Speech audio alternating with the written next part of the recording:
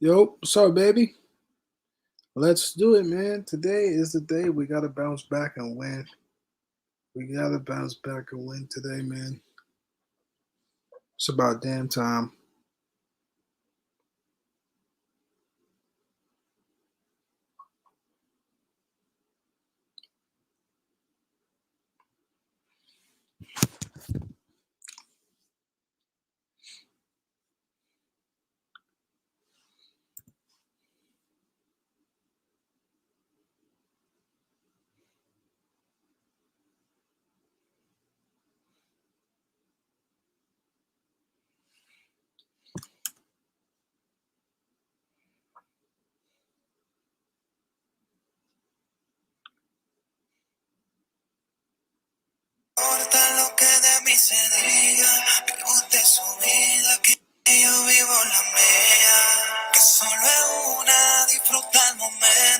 The one time I'm early.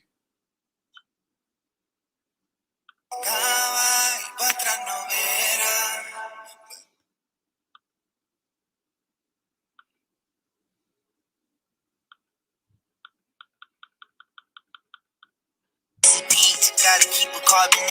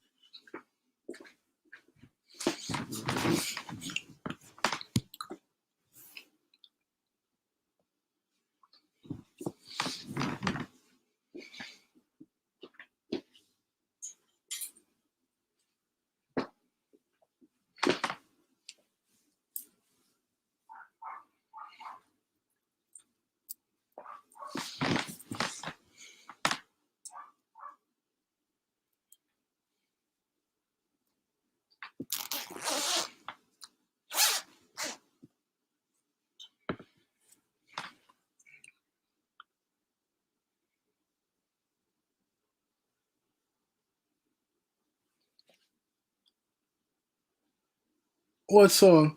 I put the headphones on purpose. Oh well.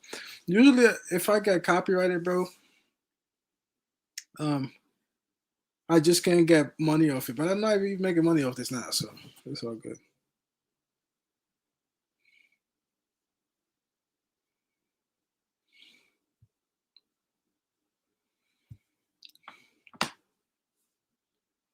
What's up, B Sam?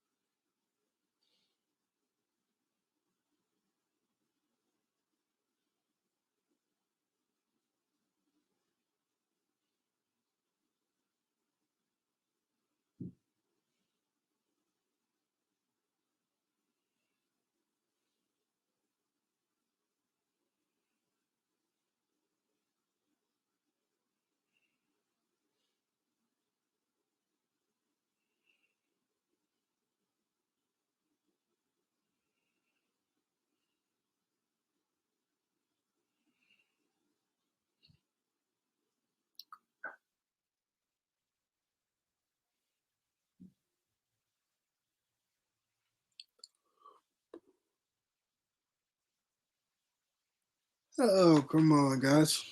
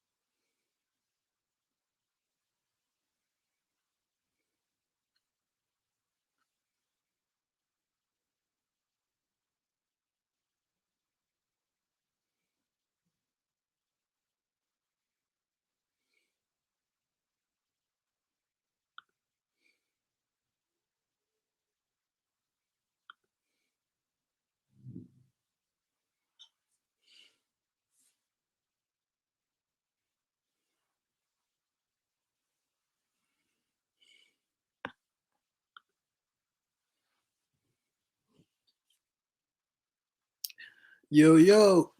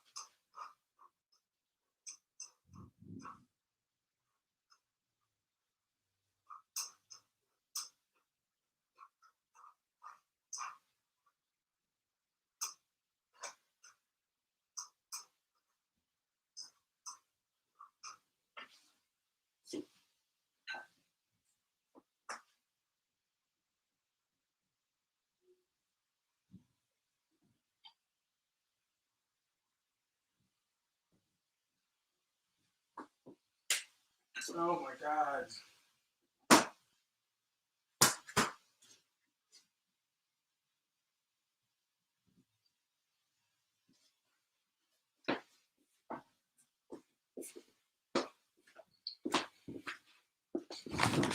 All right.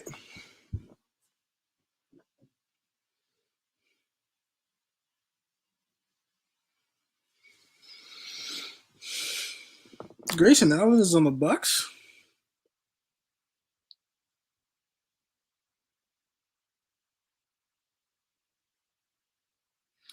Yo, what's up, BBG?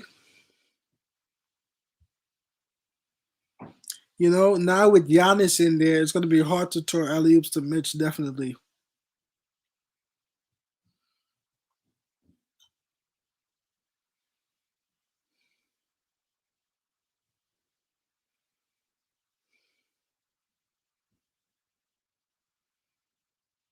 Oh my God. Why does Randall shoot that? Why does he shoot that? Come on.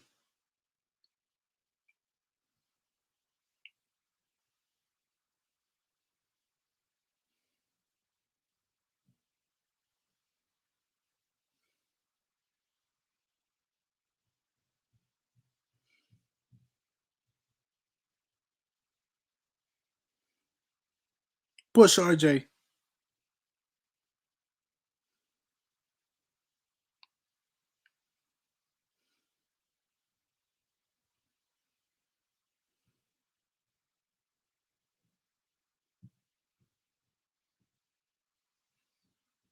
Needed that one.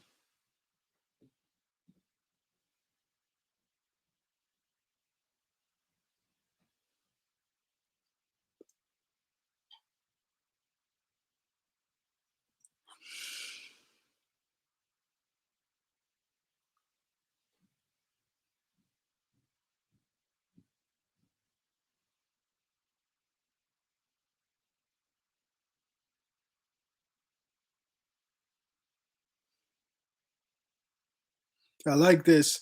I like this. I like this. I like this. I like this.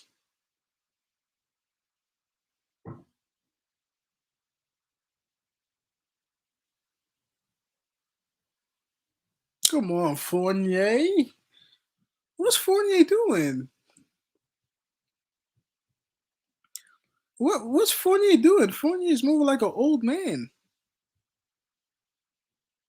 You can't do that, Kemba, with Giannis in there. I just said that.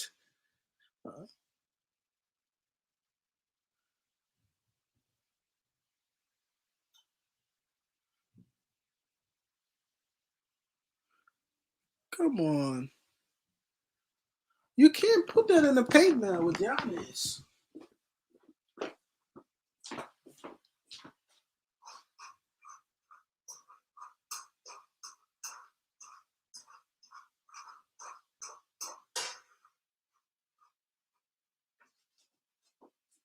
That's what I'm talking about.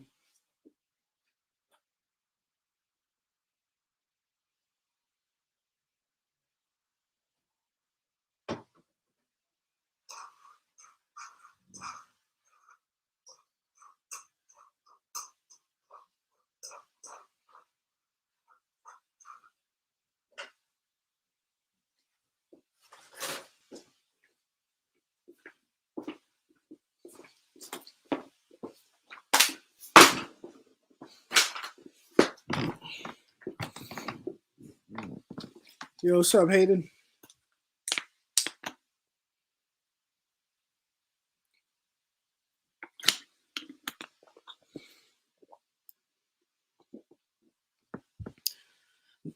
Not too happy with Fournier early on.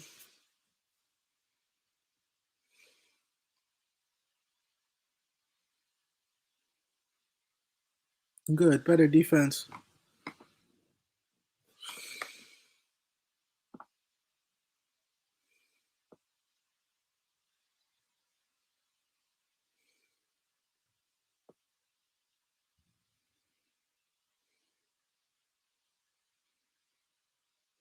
Perfect, perfect. What the hell? What is that, man? Always to the hoop. It can't be in the air. It has to go to the hoop.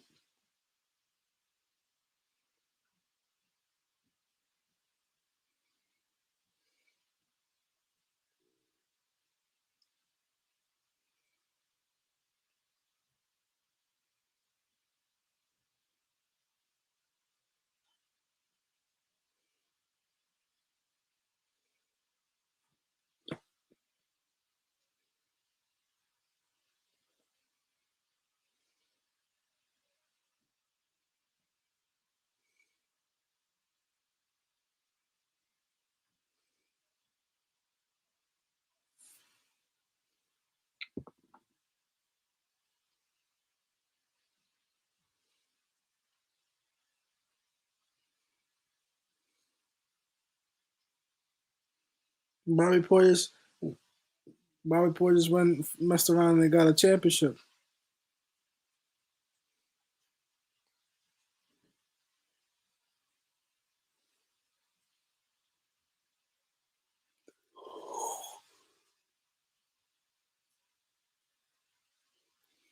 That's good. Come on. It's like a brick that he throws up these days.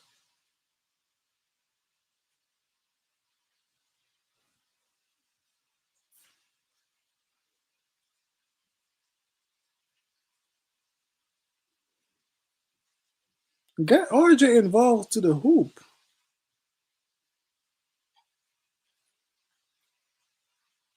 Can we stop shooting threes?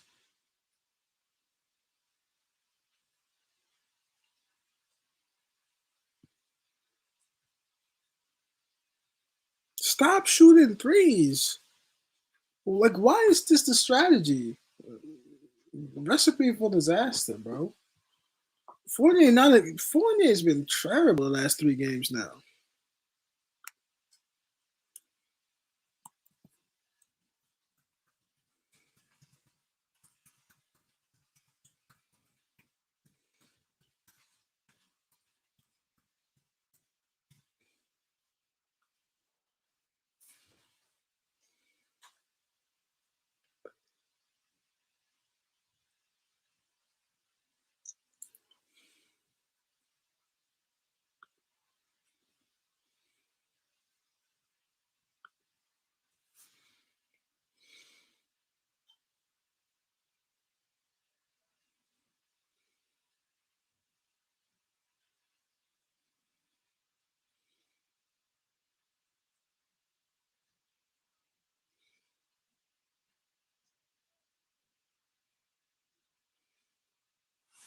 It's crazy, bro. It's absolutely crazy to me.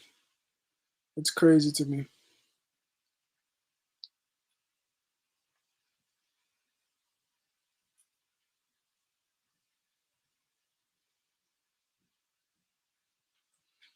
I just don't understand that that was the strategy coming out, just trying to shoot threes.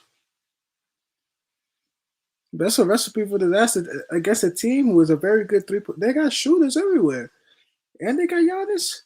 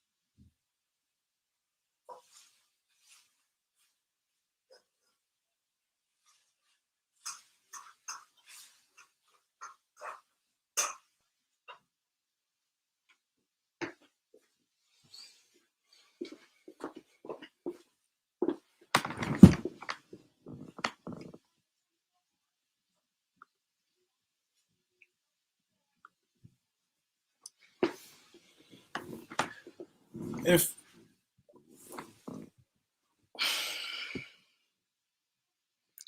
take Fournier off, take Fournier off, take Fournier off, take Fournier off, please. Take Fournier off. Bring Grimes in.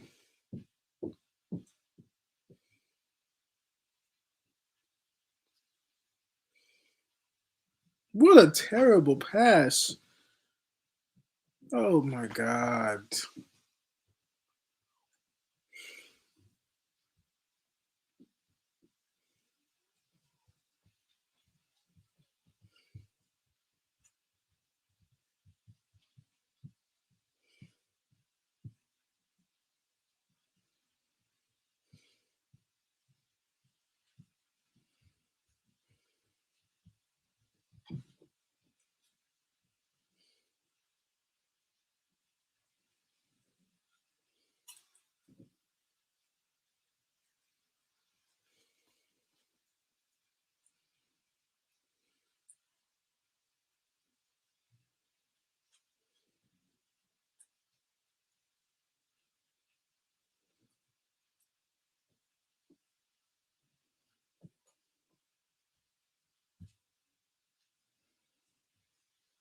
Can we stop? I'm begging y'all to stop shooting threes, bro. Why are we taking so many threes? Why are we taking so many threes? It makes no sense.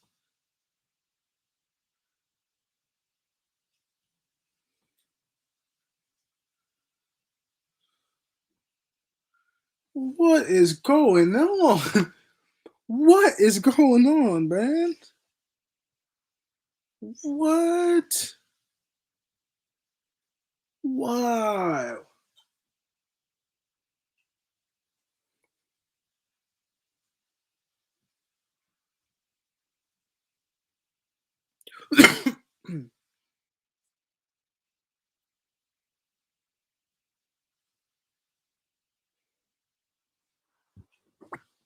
I have no idea what's going on.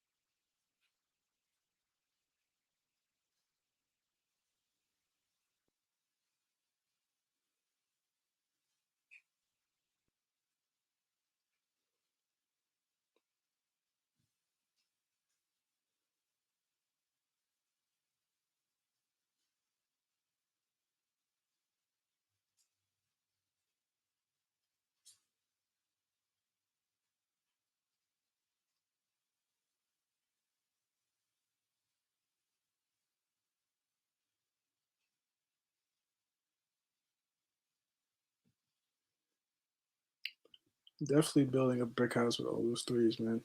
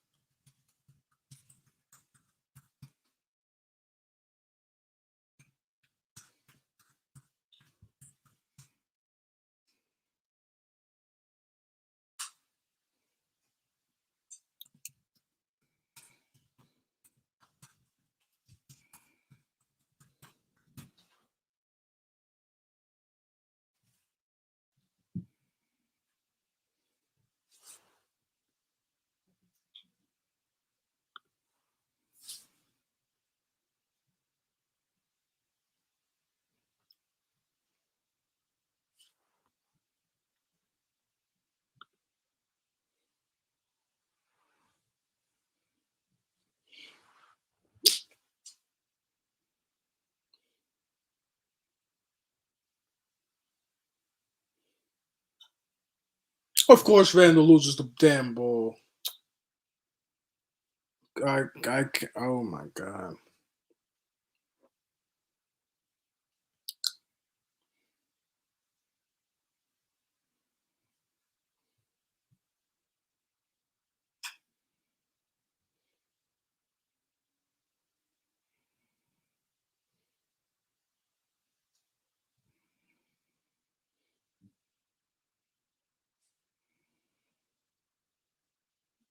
The 3-point line is wide open. I don't know if I can handle a post game right now, baby. We talking about post game in the first quarter. I don't know, brother. The Knicks got to play better first, man. Otherwise, I got to log off after the game.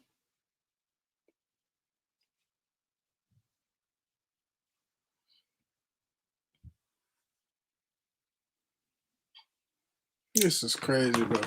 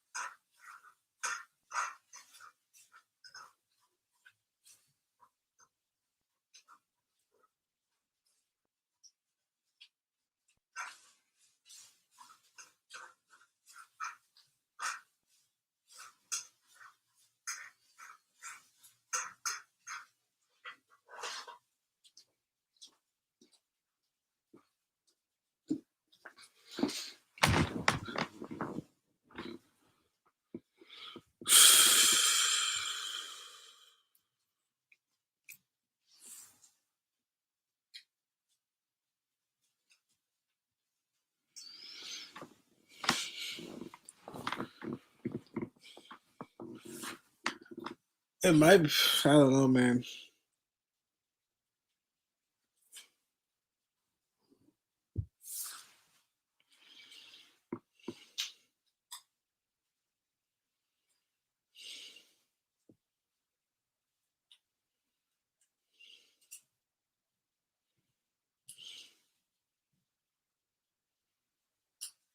They didn't call that?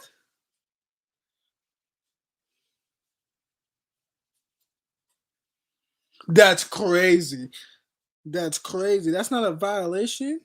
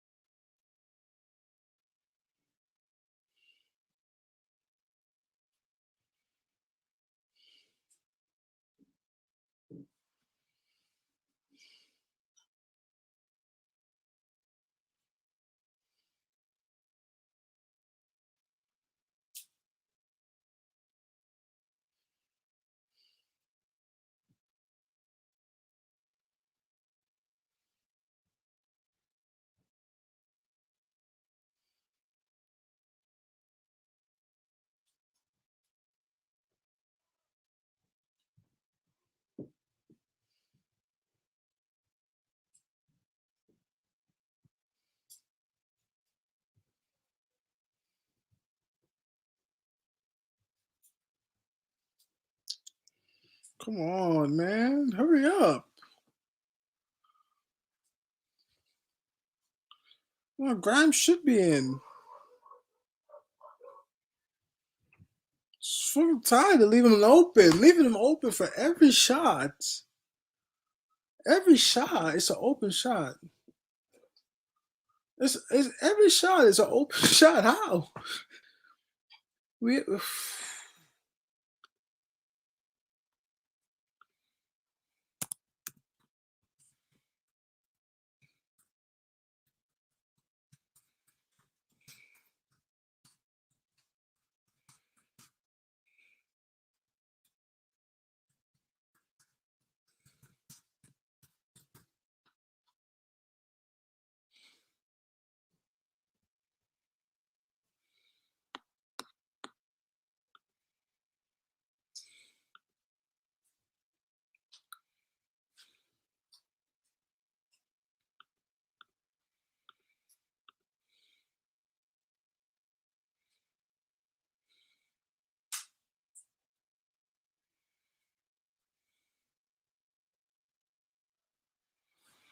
this is crazy to me.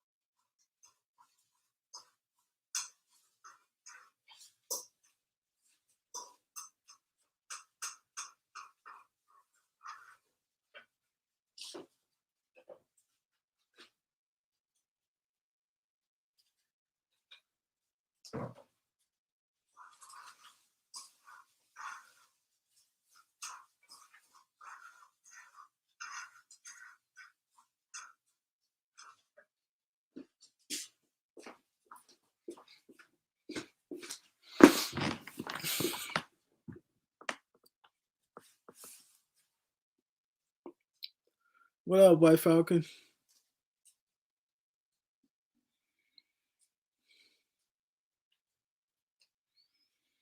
Bro, Brennan, you be the ultimate optimist, bro.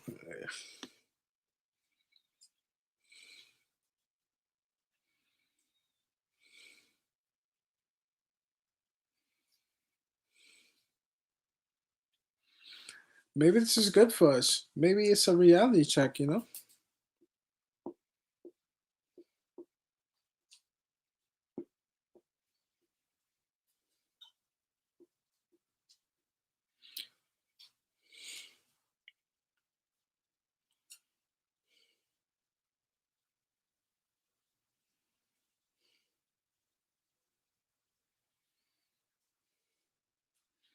Everything Tom Thibodeau said is honestly what we not have done for the last 4 games, so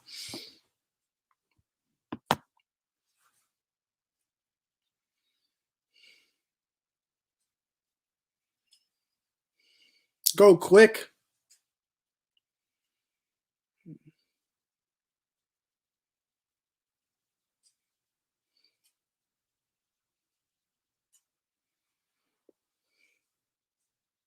That definitely is a foul.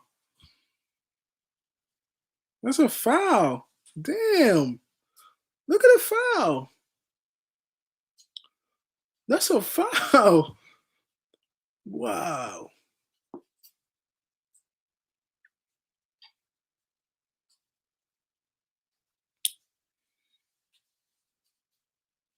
Quickly is not a dunker.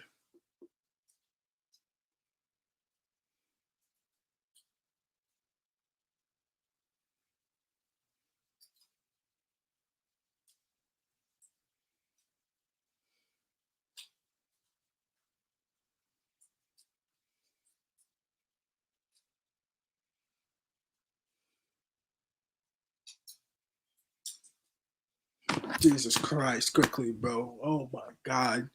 Wow. Just have him sit. Put Grimes in. Can we see Grimes? Oh my God, bro. Damn.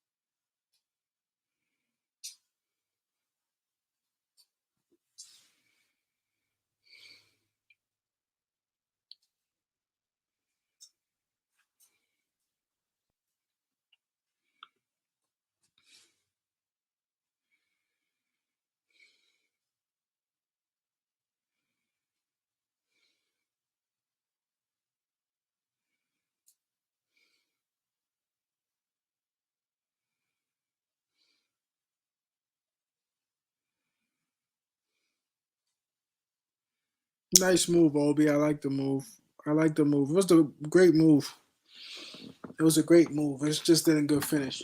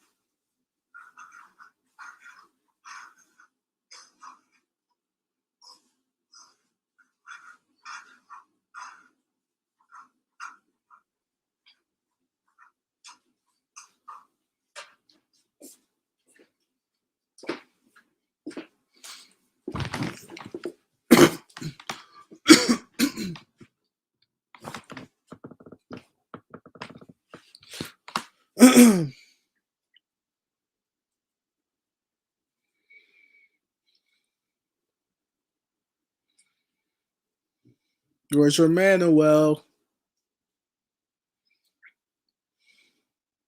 No way.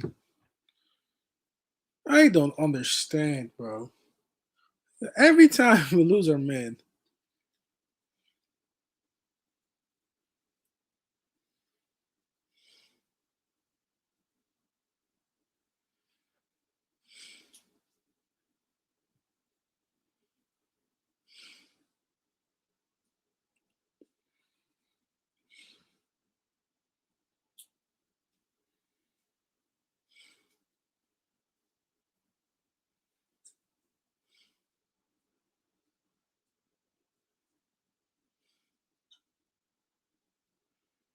Why wouldn't he pass? This is crazy, bro.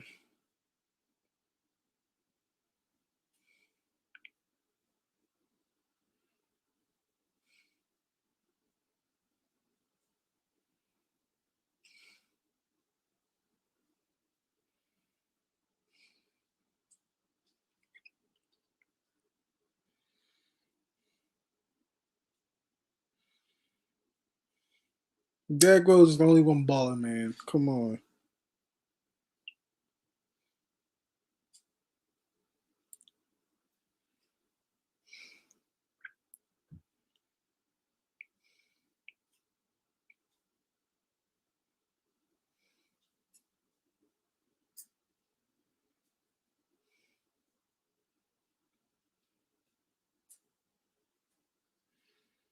Come on, Obi. Let's do more of that. Let's do more of that. Push and get strong inside. If you go inside and you think the three is there, kick it out. But we gotta get more inside. Forget about these 3-point shots.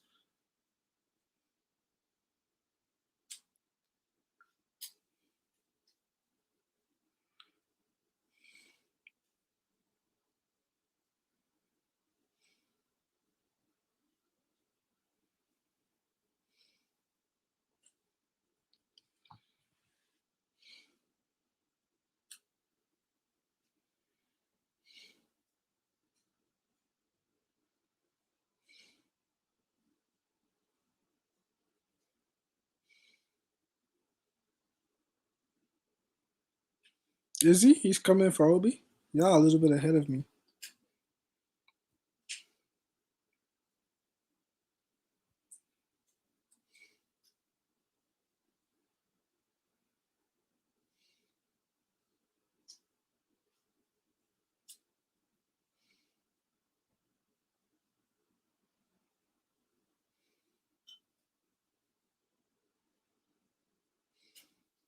Because it's Tom Thibodeau.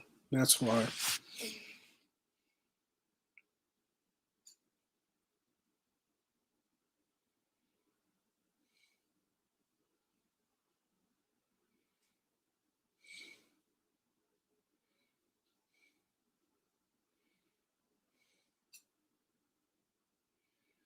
course she is.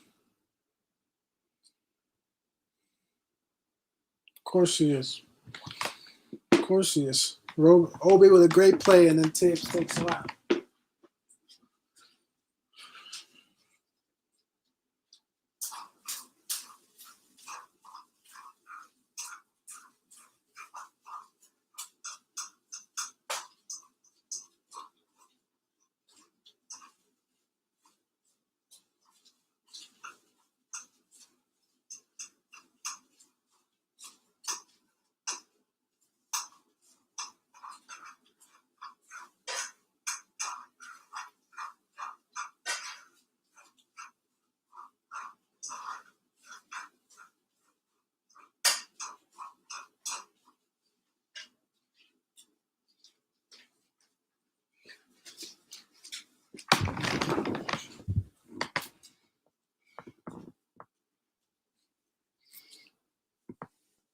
Get a run going, guys. Get a run. I like that.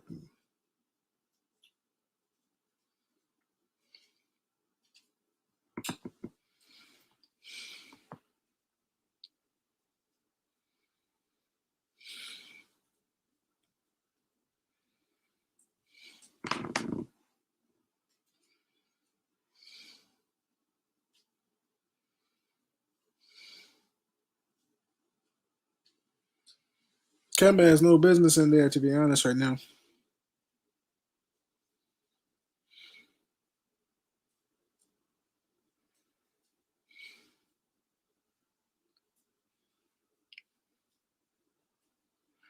I feel like Julius Randle is honestly not an ISO player. Make that, please. Thank God.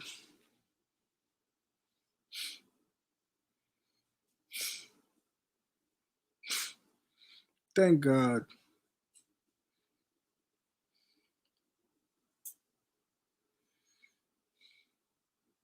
Finally, some life.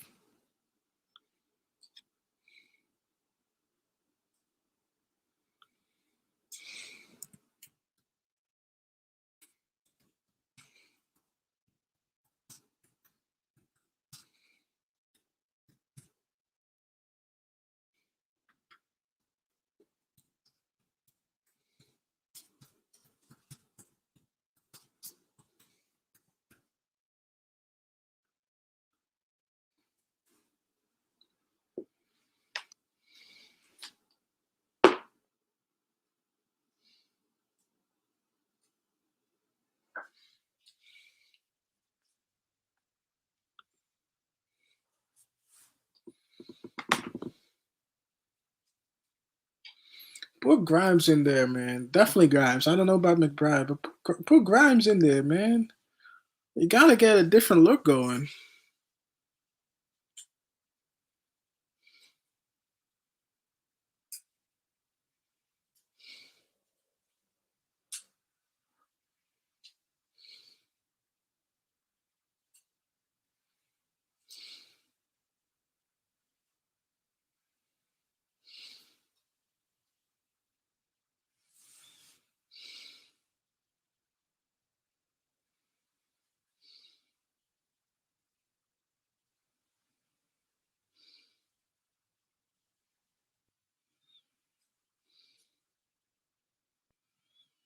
I want to get that. The Hyperbolt.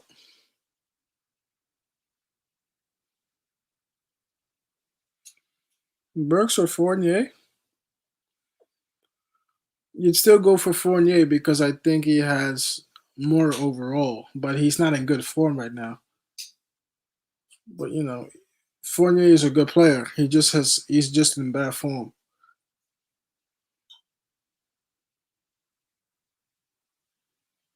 I'm not gonna get rid of Fournier for Burke and keep Burks. That's not happening.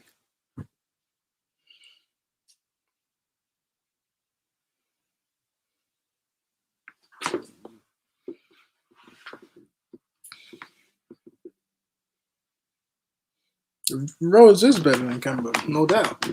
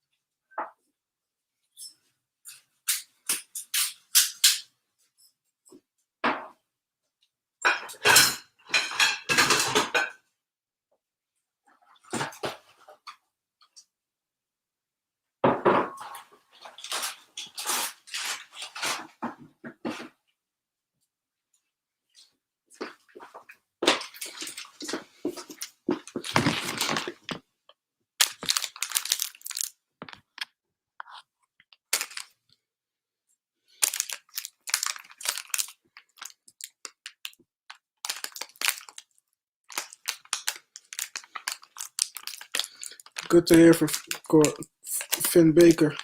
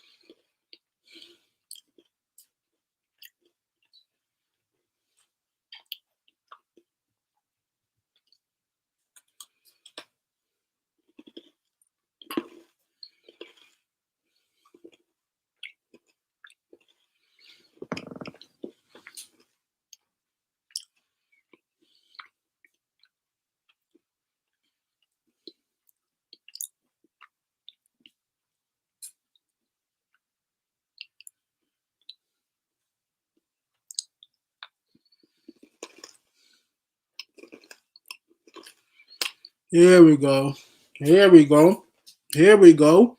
Come on.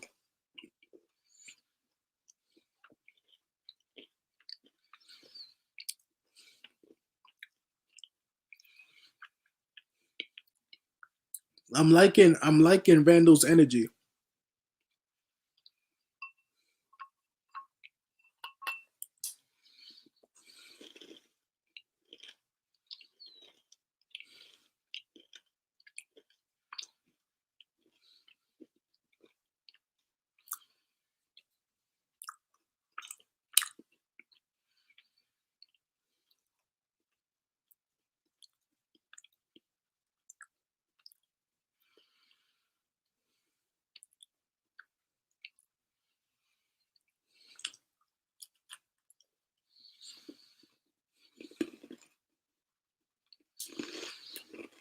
Should have dove on it, RJ. That would have been such a crucial steal, you know?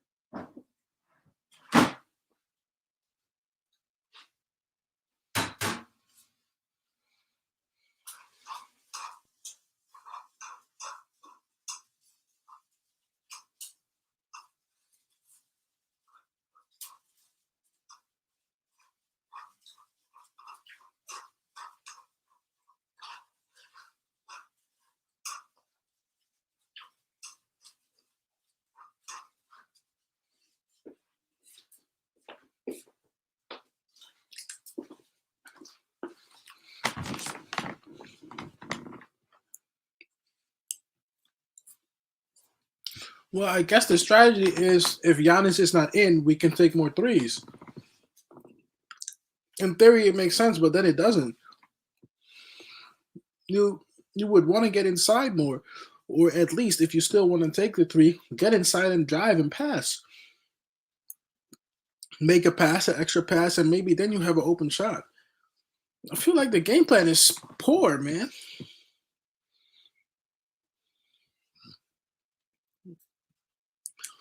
At least based on players' strengths, we should be in the game way more.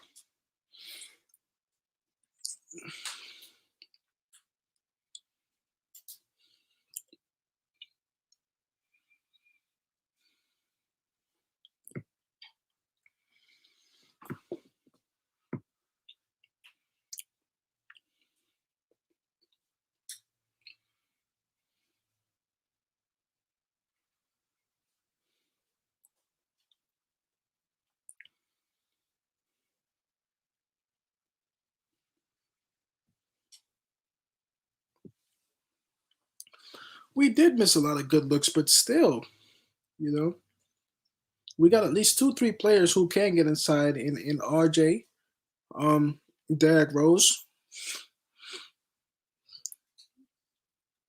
You gotta understand, gotta be in the flow of the game. You know, I feel like if we played in the flow of the game more, we'd be so much better.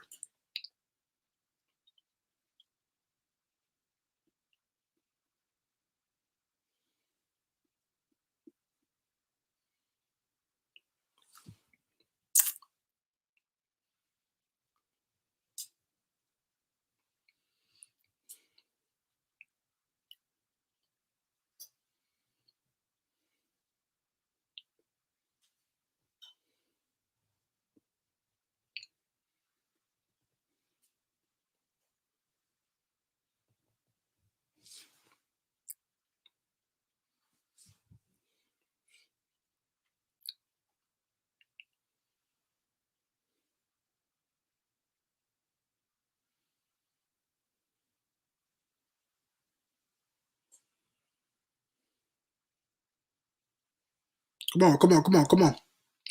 Now, okay, let's get back now. You know what I'm saying? We're not out of the game. Just fight. Not like that. There we go. No three here. No three here.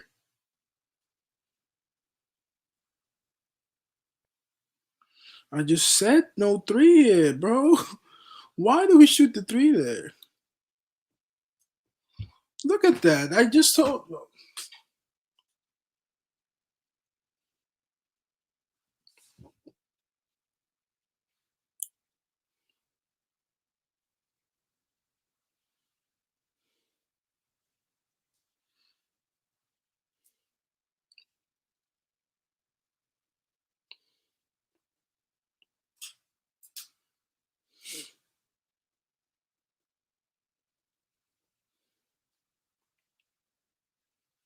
Fournier just got his soul crossed, bro. I'm a hate. I don't like to say the word hate. I dislike Fournier more by the game, bro. Every game I see Fournier, I'm beginning to not like his game. Thank God he made that though.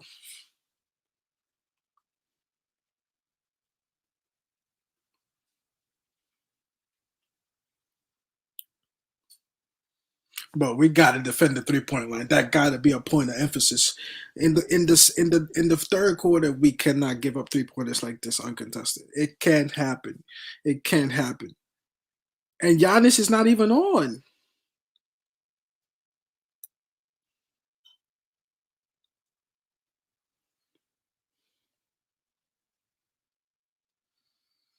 He didn't play bad second quarter, but we're still giving up too many threes.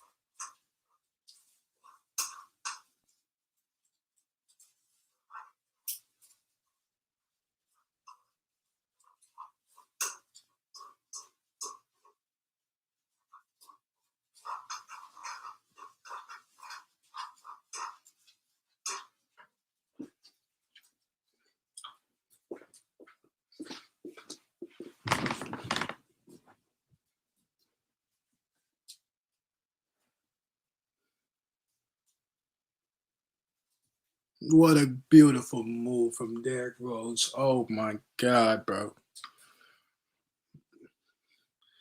That's a that's MVP Rose. I'm telling you.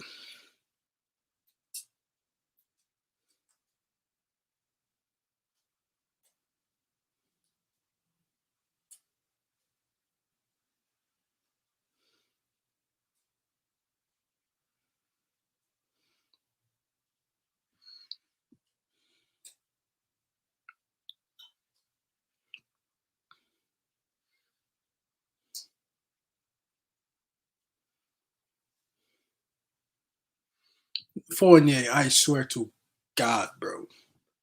Sit down.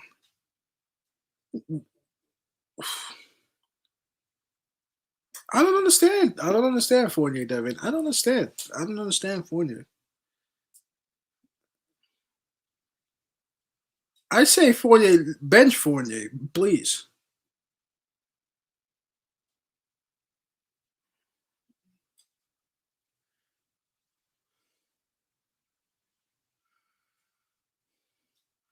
You know, this is what happens when you don't have many players who can beat a player off the dribble.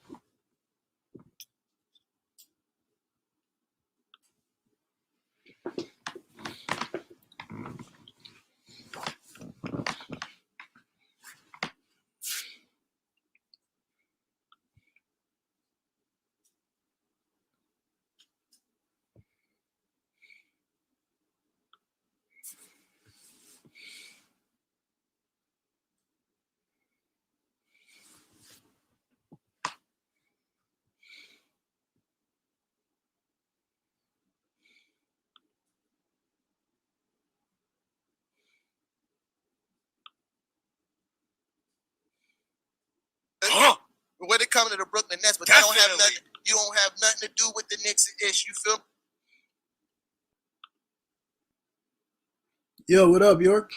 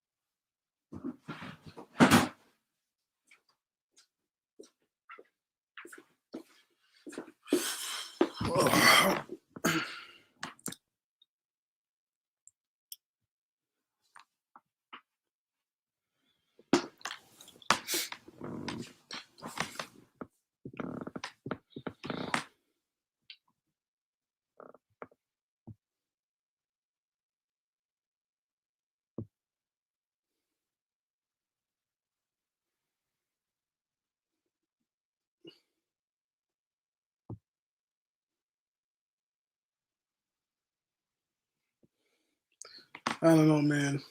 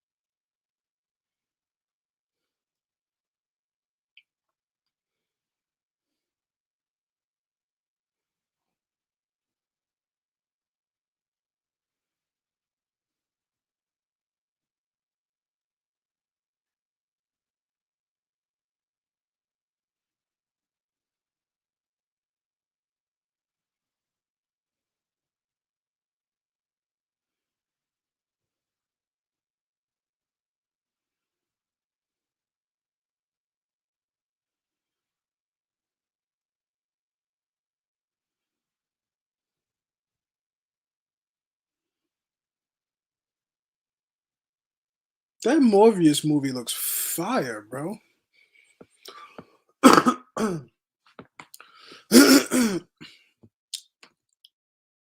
That Morbius movie looks fire. Hey, what's up, Steven?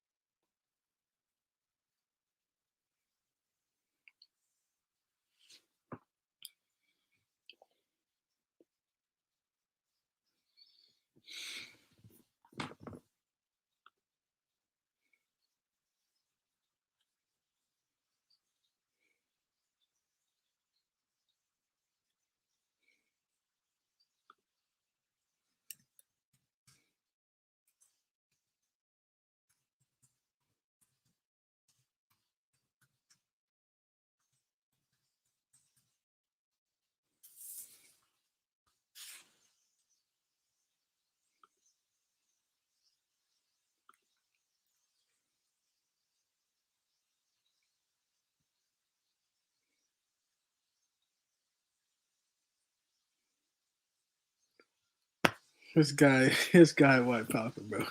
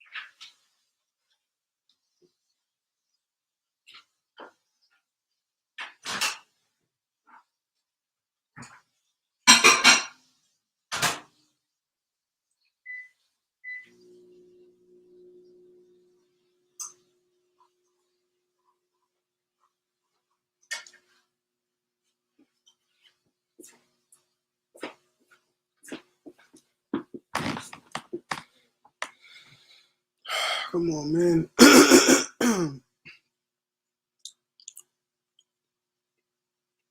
We're close. We're close. There we go. Make that run.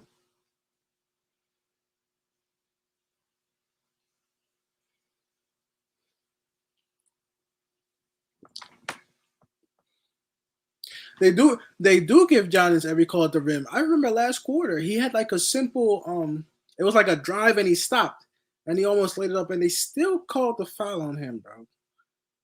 That's crazy. They still called the foul for him. They give him everything. Yeah, now we're talking.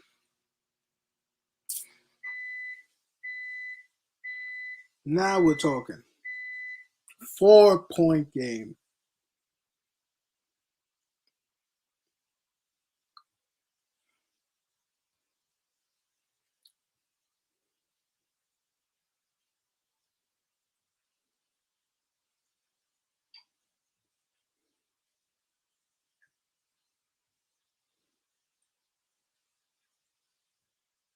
That's good. What? Oh my God.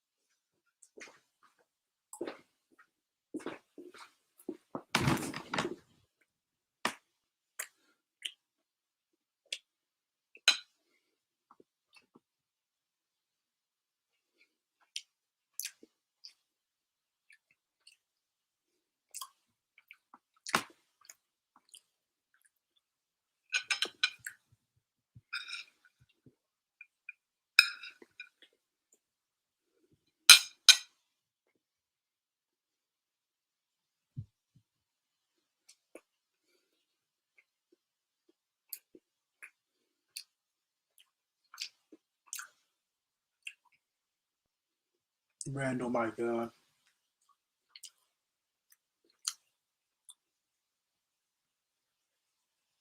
No. Oh, Aaron Rodgers with the vaccine that he pretended that he took the vaccine or he said he did, but he really wasn't vaccinated. That?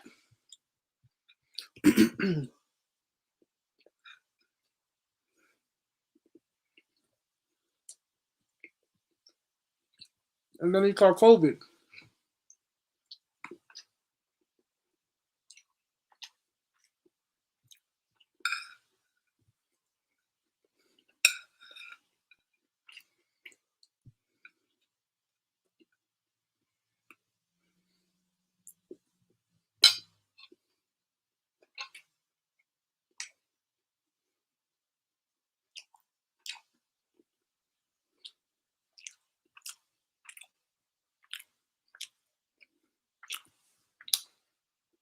He's immunized.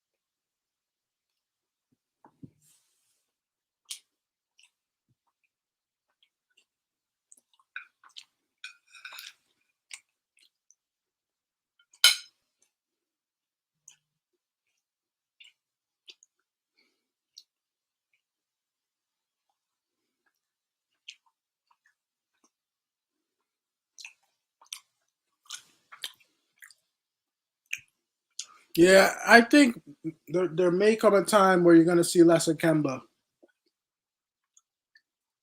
Kemba is not doing much out there now.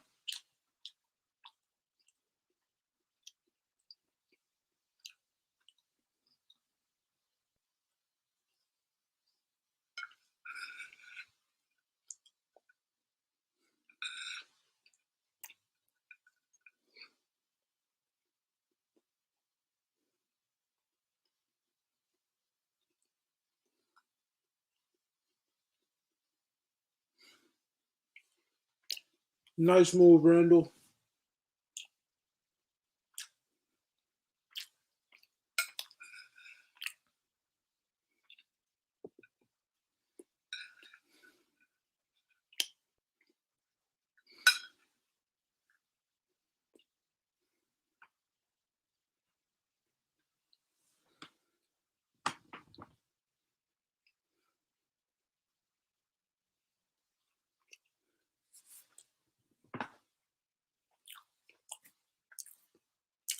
We can come back and win this game. We can definitely come back and win this game. So, and the Raptors will do this. Why? Get York in here. Let York tell you why they wouldn't do that.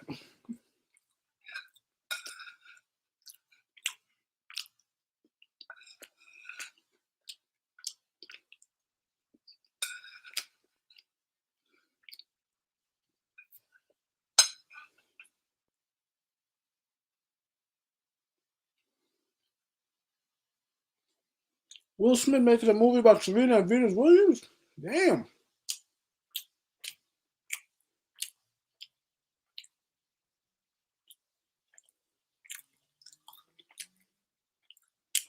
Van Vliet would have been great for us, though. If we could have gotten him in the offseason.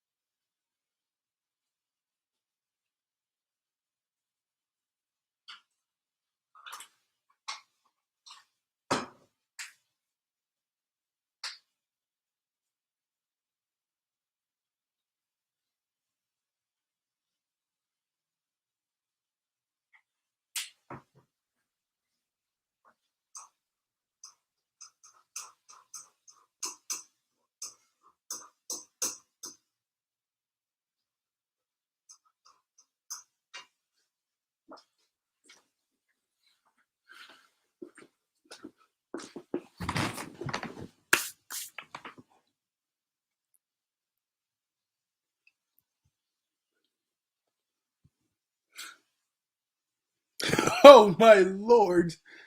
Kemba Walker, boy. Wow. Wow. Can wow.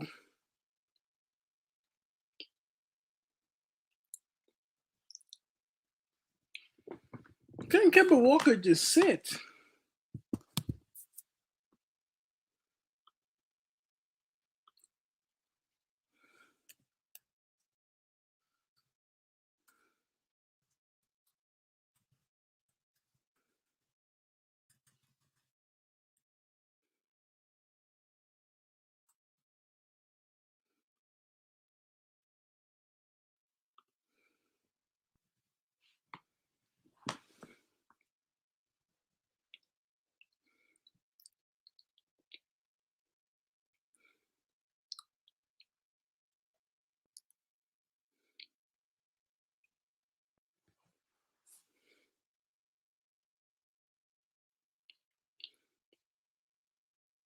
We are right there. We're right there to make the comeback, man.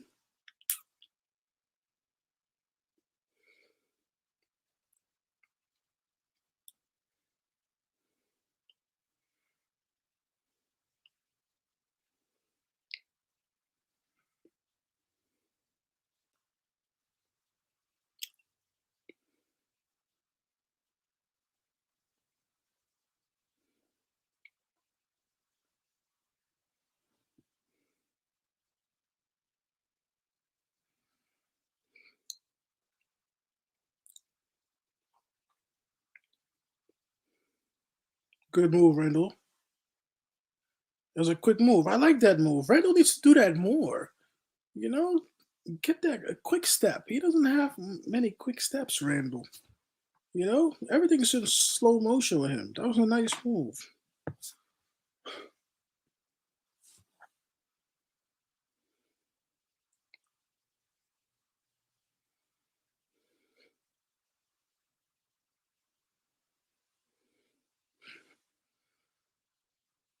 Mitchell Robinson gotta finish that, bro.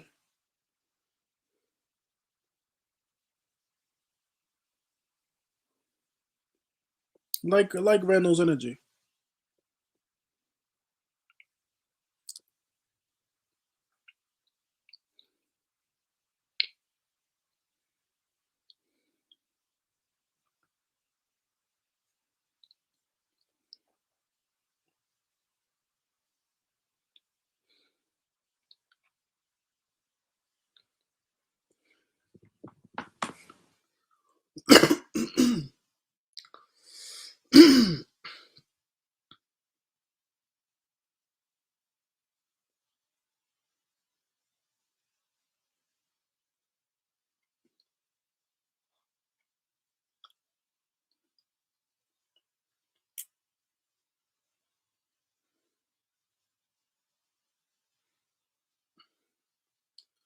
Fournier is getting beat everywhere down the court.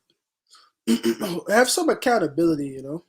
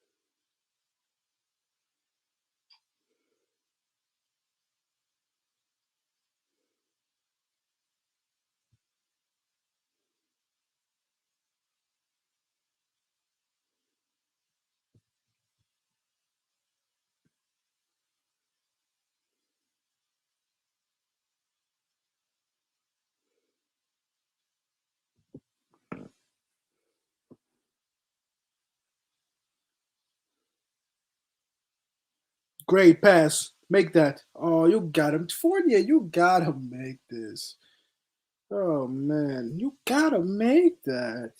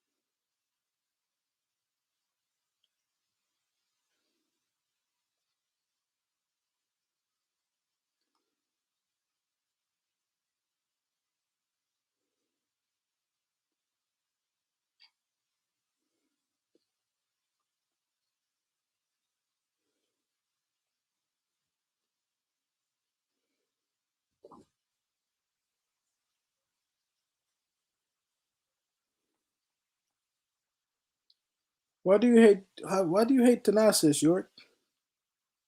What up, bro?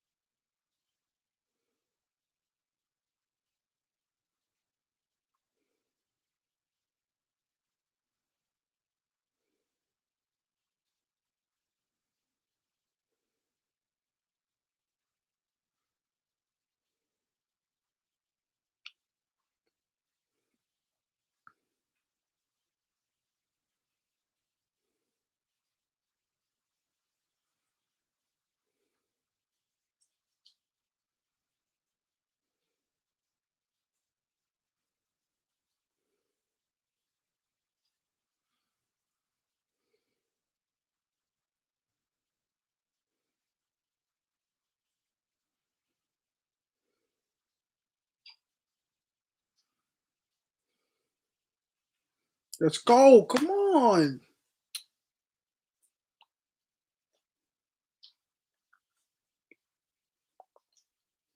There we go.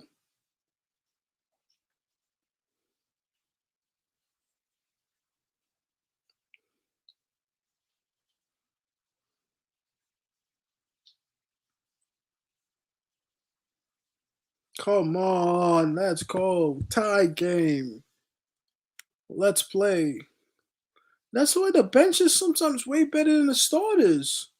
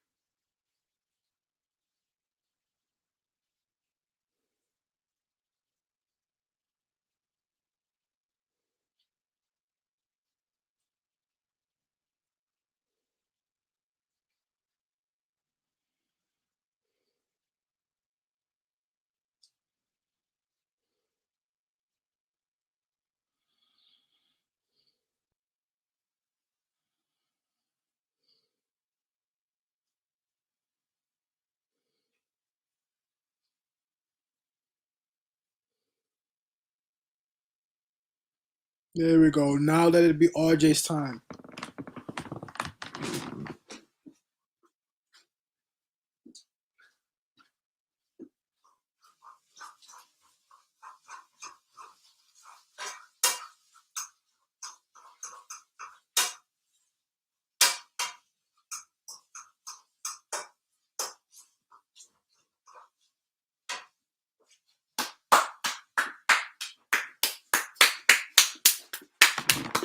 Clapping like Spike Lee out here.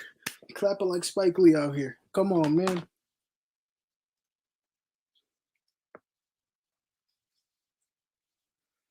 RJ time. RJ time. RJ time.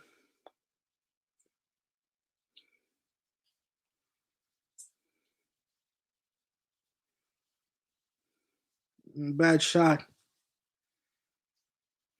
Bad shot, RJ.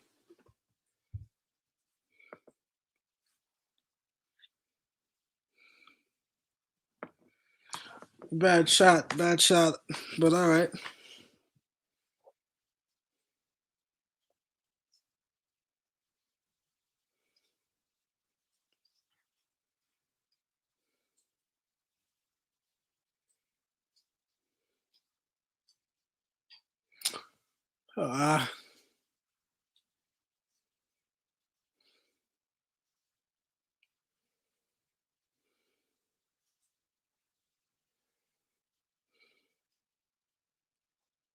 I get so sick and tired of being uh Giannis at the free throw line. I get so tired of seeing him at the free throw line, bro.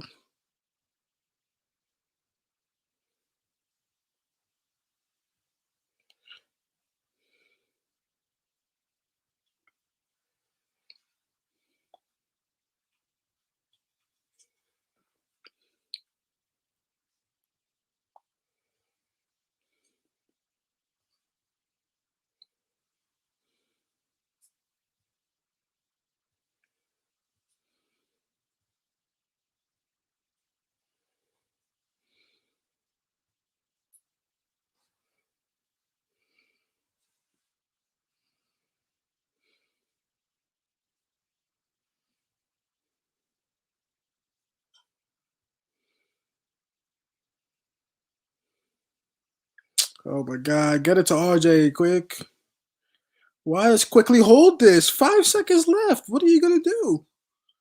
Oh my god, please make this. Thank God he made that. He hasn't been good though. He hasn't been good. That's the only reason why I said that. Perfect quarter. What a good quarter.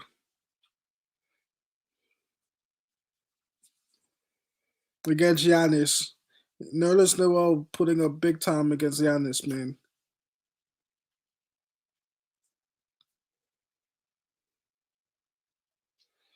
Come on, man.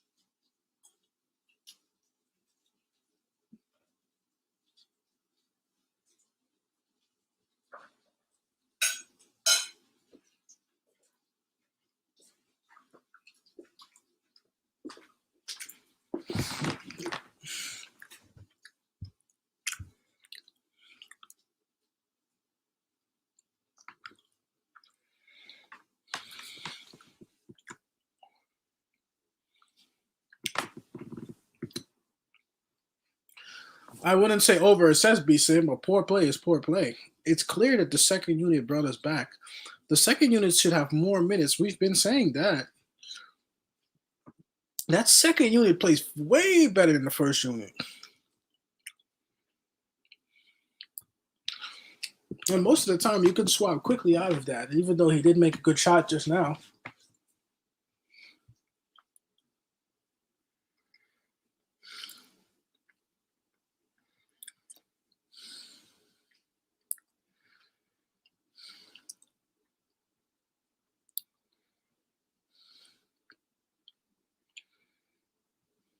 What happened to Aldridge again? He had a heart problem?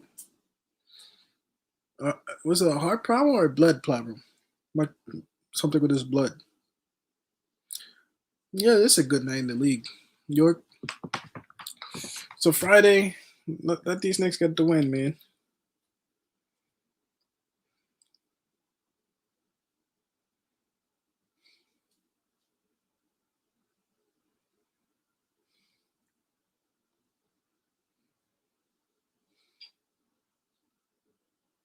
He did have a heart problem. I remember that. Yeah, you gotta be careful with that stuff, man. Soccer, a lot of these heart things they go undiagnosed. You know what I'm saying? But if he's good, he's good. You know, Bosch had the blood problem, right? He had blood clots. Yeah, I remember that. I remember that. This stuff is dangerous, man. That's scary. That's really scary. That's very scary, actually. Maybe I wonder what he did to be cleared to play. Like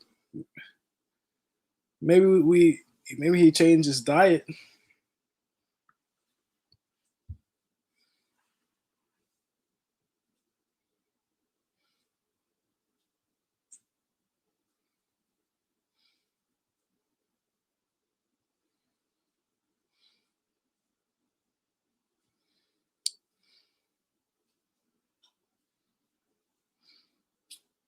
Come on, Derrick Rose, still proving to be the best point guard's team. It's criminal because he's not the starting guard. You know,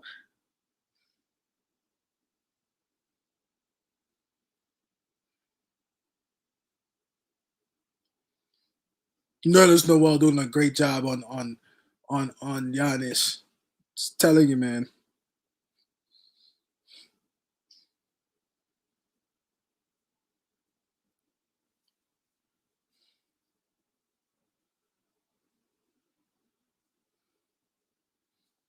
Giannis is getting more complete by the year. I'm telling you, it's like a created character, bro.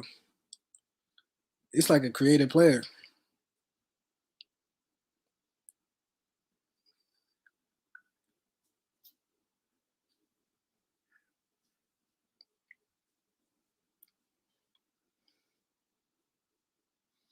Oh, quickly take the shot.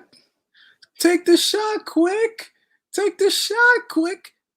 You're a 3-point shooter.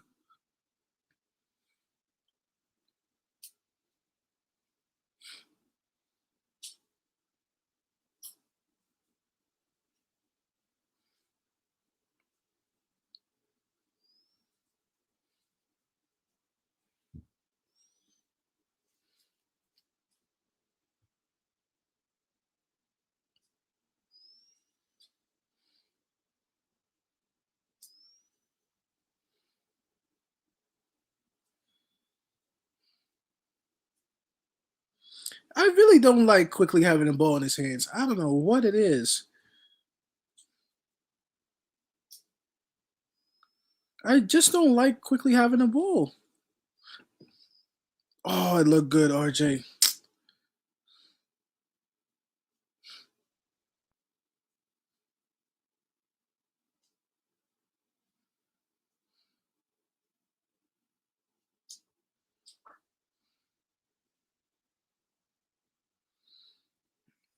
Got to be stronger. They're so worried about Giannis. They're so worried about Giannis. You know what I'm saying? He really shouldn't. I don't want IQ to have the ball there no more. I really don't. Something every time I see him touch the ball there now, I just don't want him to have a ball. I just don't.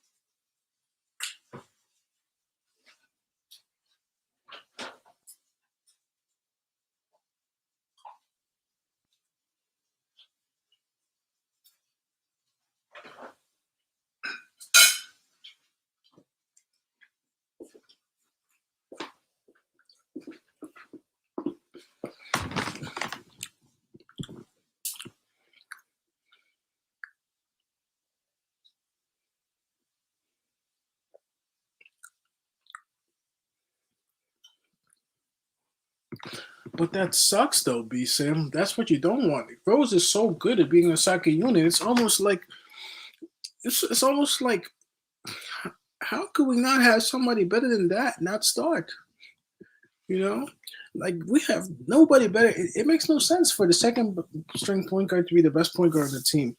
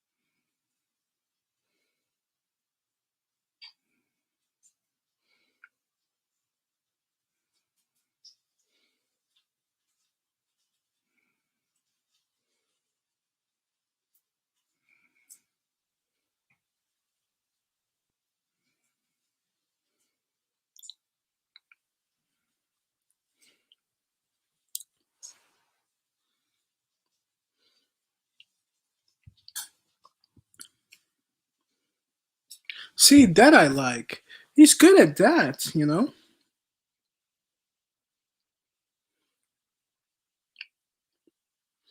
Like with confidence go. Like don't do that like nonsense he's doing.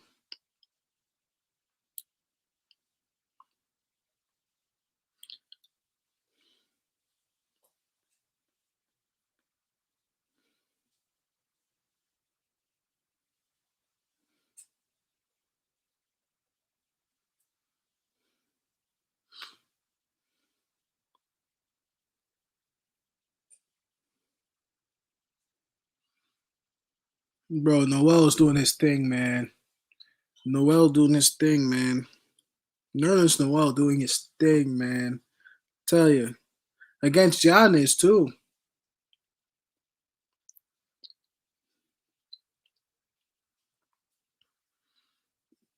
Hey yo, that was mad sus. You heard Doris Burke?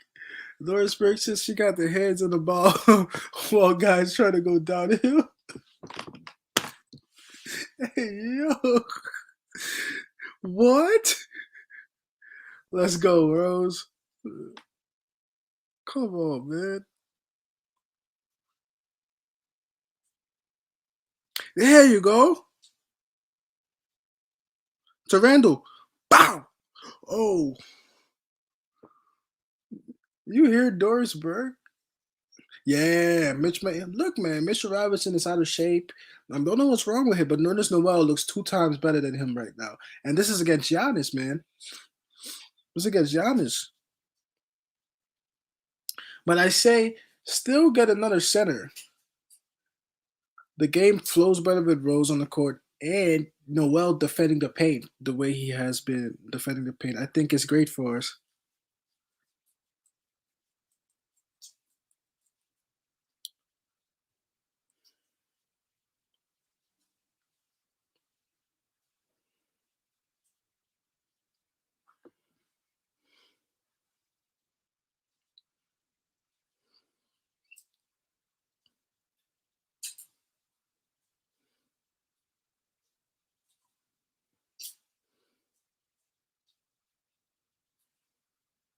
Get on them. There you go. Good defense. Quick. Beautiful defense. Oh my God. Great defense there. Come on.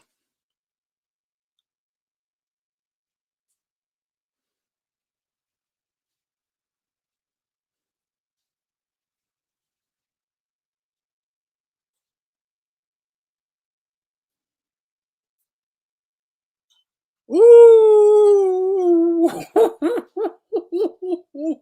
MVP Rose. Ooh. MVP Rose.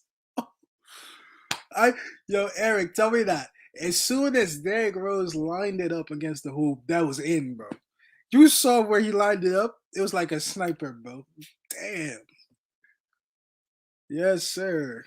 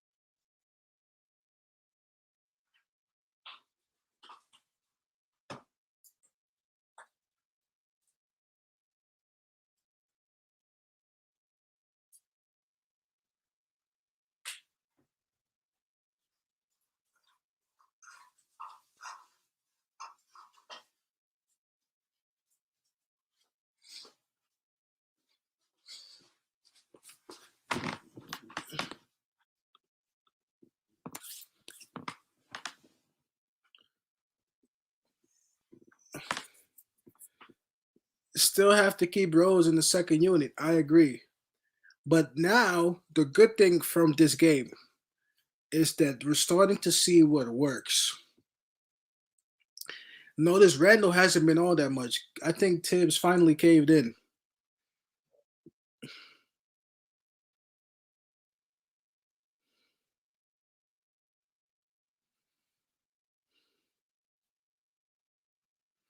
Yo, that Uzman Covington fight is gonna be serious, bro. That's gonna be serious, bro. For those of you watching UFC tomorrow, that's gonna be a good card tomorrow. I'm telling you, it's gonna be a good card. Main event is gonna be crazy tomorrow.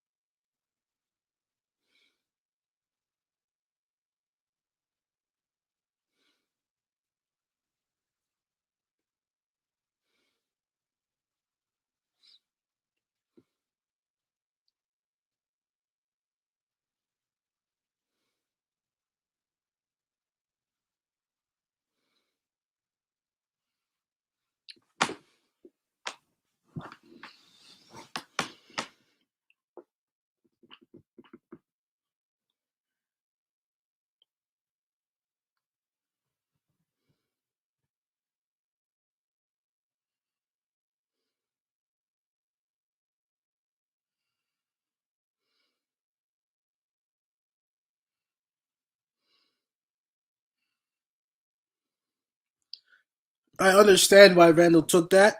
Um, he probably felt like he could hit that. It wasn't the worst of shots. We've seen him make it plenty of time.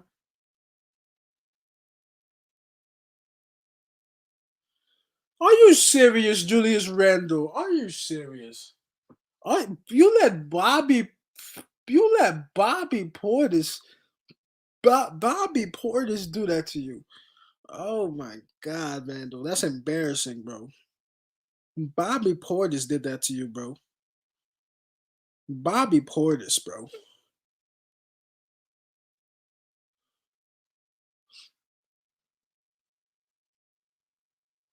You let Bobby Portis, bro.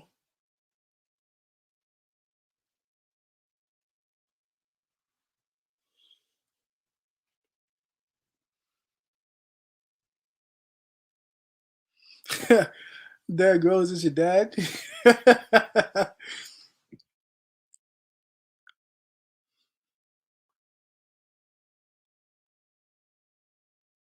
Oh my God, what a move, man!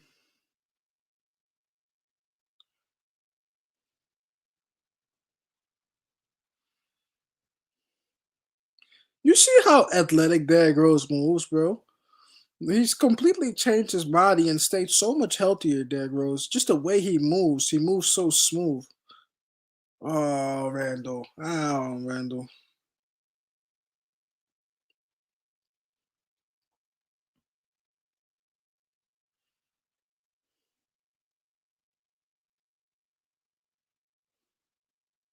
Good recovery, Randall. Yeah, redemption for Randall because that was a bad shot, man.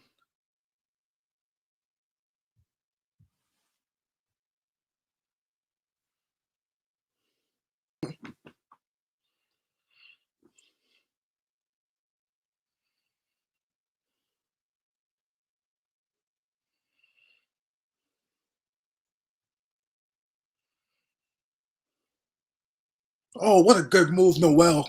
Yes, let's go. Come on, man. Yes, sir. Come on. Wow. Let's go. Come on, man.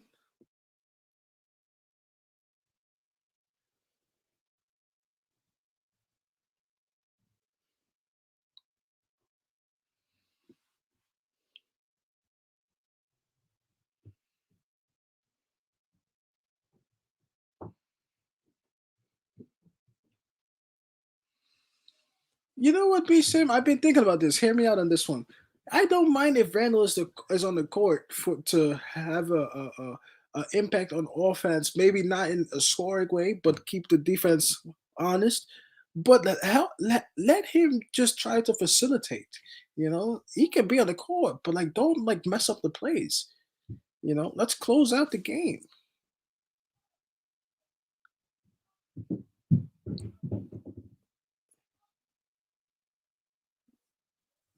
No, he played good today.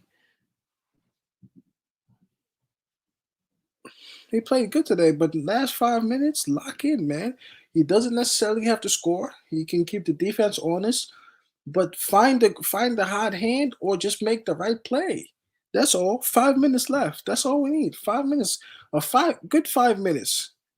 5 good minutes is what I need from Red. Like B Sim says, mistake free 5. I like that. 5 minutes from.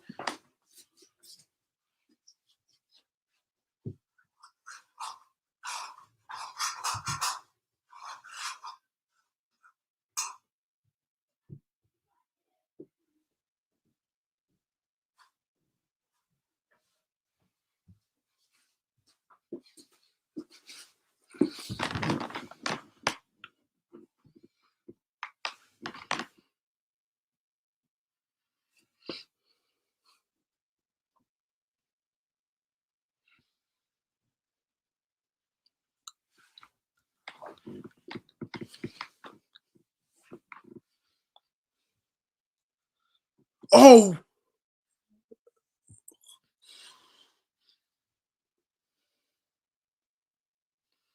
damn.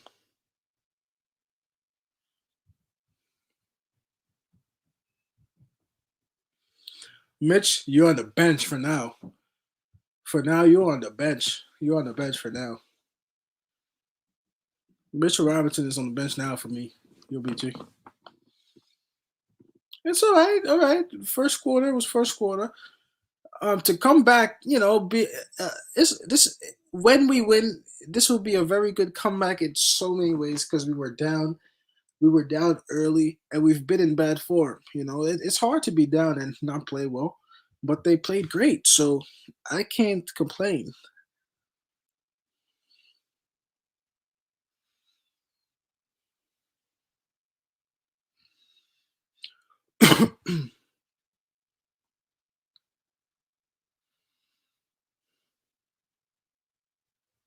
Yes, sir.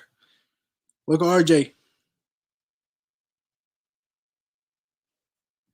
Nerlens Noel again. Jump ball.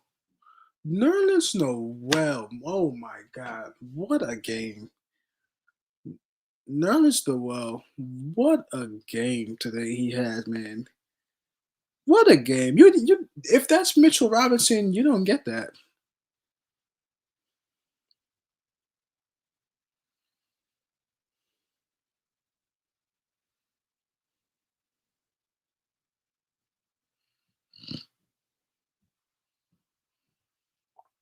Yes, sir.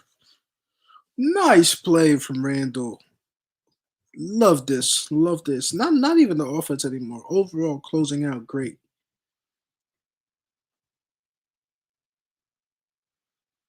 Damn, Burks, what? What?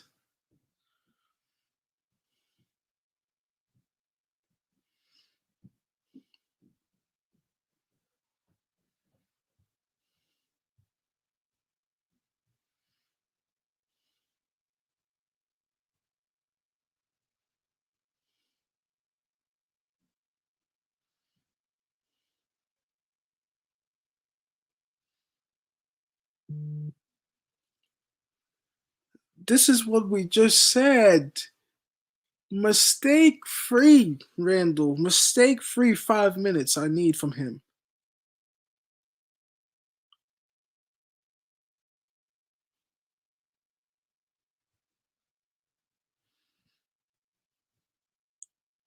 Nerlens Noel is so much more athletic, faster, gets the rebound better. He has to be a starter.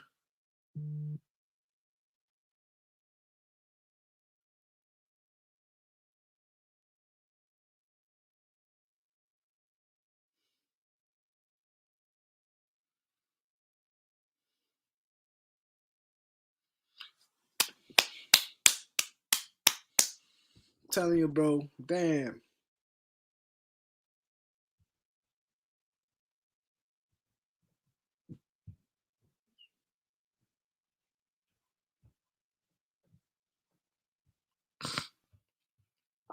On ESPN, we were down. We came back. Man,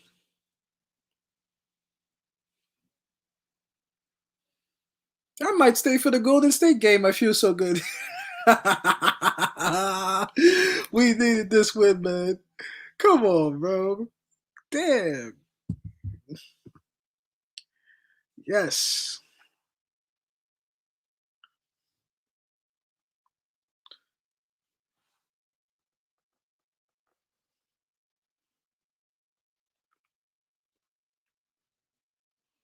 Raptors blew a tough one. It happens, bro. I mean, we had like three straight that were tough ones. So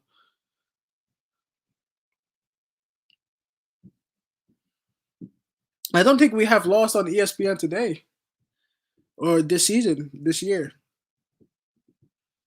On ESPN, we haven't lost. I think, right?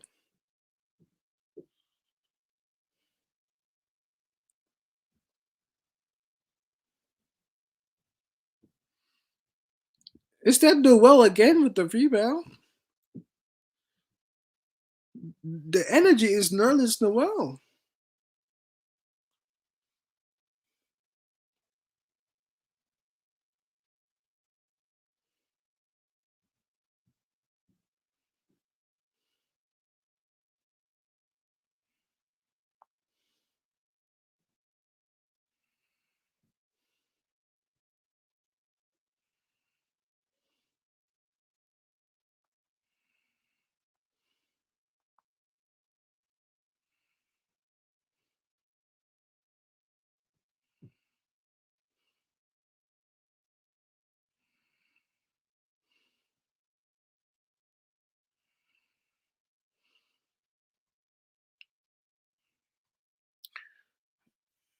It's a tale of two halves.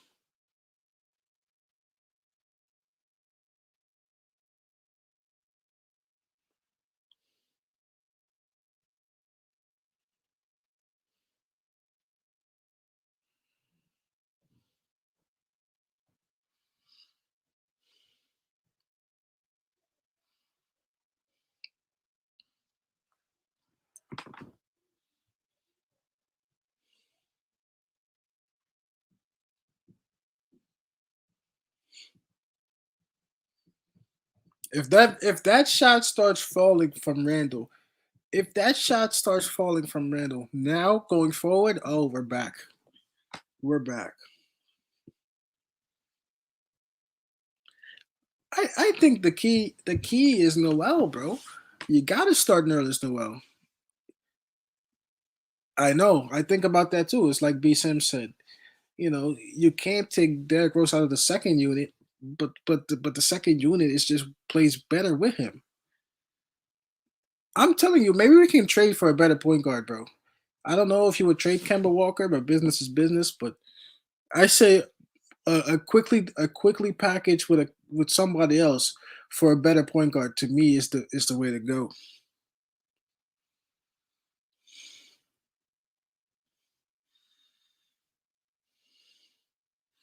Time to blow with the smile.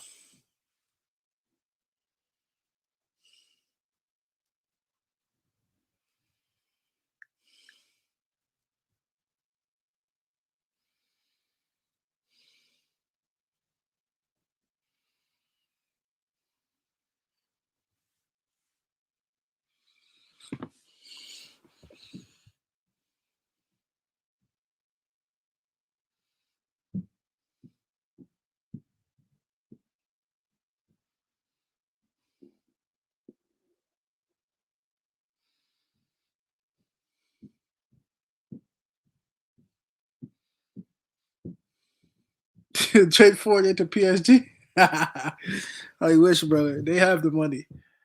Realistically, I don't think there's a.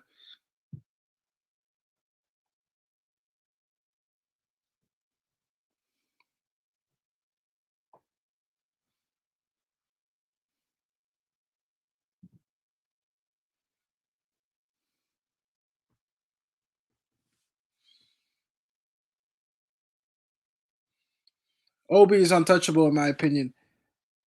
Obi is untouchable, but anything else works. Obi is untouchable in my opinion, but anything else works for me. But then again, I'm interested in McBride. I know about Grimes, but I'm very interested in McBride. I think there's potential for McBride, to develop, and we can't ruin that. I don't want to ruin that. Can never trade a rookie in his first 2 years.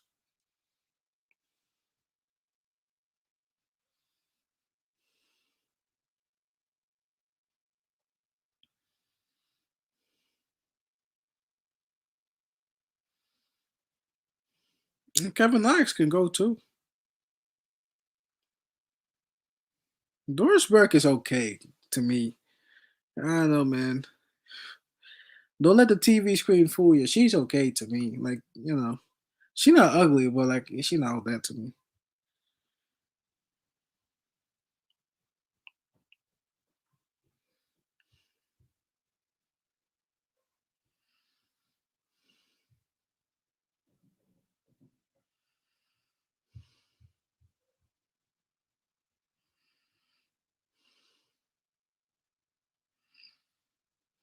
Grimes.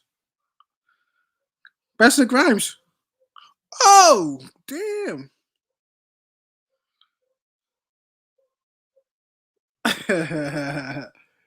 Red Bones. But I like a lot of things, man. I like a lot of things, man. Like I'm not a like it depends, bro. Like it's like going to Ben and Jerry's. You know what I'm saying? Like you gotta pick which one you like sometimes, and then you circle around.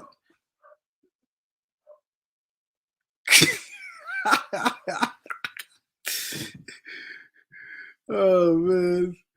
I mean, I like everything, man. I don't have a favorite, but you gotta look good though.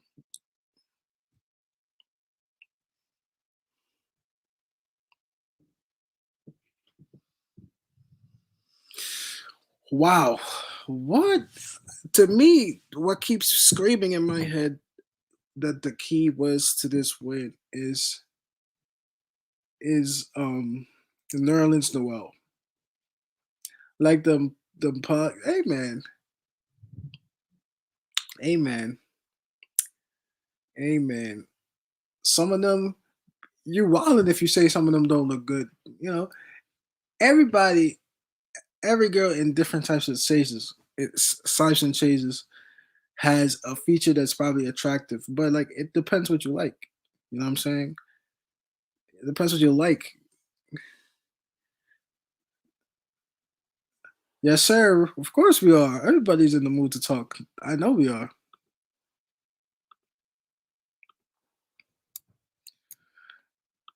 Nerlens Noel.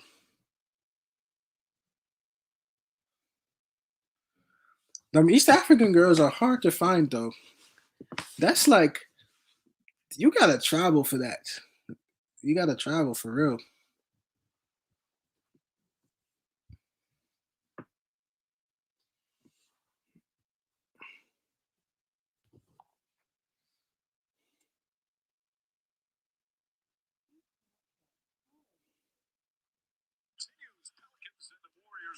From San Francisco. So for Doris Burke, George Sedano, and our terrific ESPN crew, Mike Breen saying thanks so much for watching. Before we get to Pelicans and Warriors, first going to go back to the studio. That's coming up after these messages. Man, wow, what a game! This is the best Friday. Yo, Yeah, we did that, man. yeah. Yo, I'm hyped right now, man. Yo, Man, we need I was screaming in my whole crib, like, Rose did his thing. Rose, man. Son, you don't know how hype I am right. Yo, we ESPN, baby. Live. You know what I'm saying? Prime time. Yo, I'm hyped right now, son. And I yesterday I had bought tickets for Sunday's game too. So now we going in with a win. Oh man, that's a good win. I feel like every time you went so far, something had happened. Yeah, every time I went, we lost. So I gotta make that up. You feel me? I bought tickets for Sunday's game and then the Pacers. I think that's next. That's on like the 15th or something like that. Jeez, yeah. So, man, yo, feels good, man. Damn, feels good. We need to start Noel, man. I'm telling you, Oh, yeah. you have to. Oh yeah, you have to. You have to start doing. Bro, Notice Novo is 2 times better than any center that has played so far now. He's athletic. He's quick. He plays defense really well. Effort level is really high. It was against Giannis tonight. That's the MVP. Against Giannis? He locked him up. Come on, man. I think this win is gonna give us a blueprint of going forward of how we want to play. And I think Tibbs, you got to be honest. Tibbs today, he did a better job with the rotations. He kept Randall out for a longer period of time. Kemba too. Yep. That's what he needed to do. He realized that like you couldn't go backwards. That second unit made the run. I think the third quarter was they made that run, and like after that, there was Derrick Rose and everybody. You know what I'm saying? Derrick Rose, Obi is always part of that, but you couldn't put Randall back yet, even though he did eventually. But it was better today. Everything was better. Man, I wasn't sure if I was expecting this. Like I think Hayden asked me before the game if I thought we were gonna win. I said, look, we haven't been in good form, but like let's hope, for the best. And like this is the best thing that could have happened. But Fournier though, he was non-existent. I felt like he wasn't on the team. Man, trade Fournier to PSG, bro. I think Fournier. He can't be hurt. I mean, he played better the first couple of games. He was active going inside. I don't know why he's settling. I don't know if he's scared to go to the paint. He has the moves to go in the paint. Even if he doesn't go for the basket, kick it out. That's what I always say.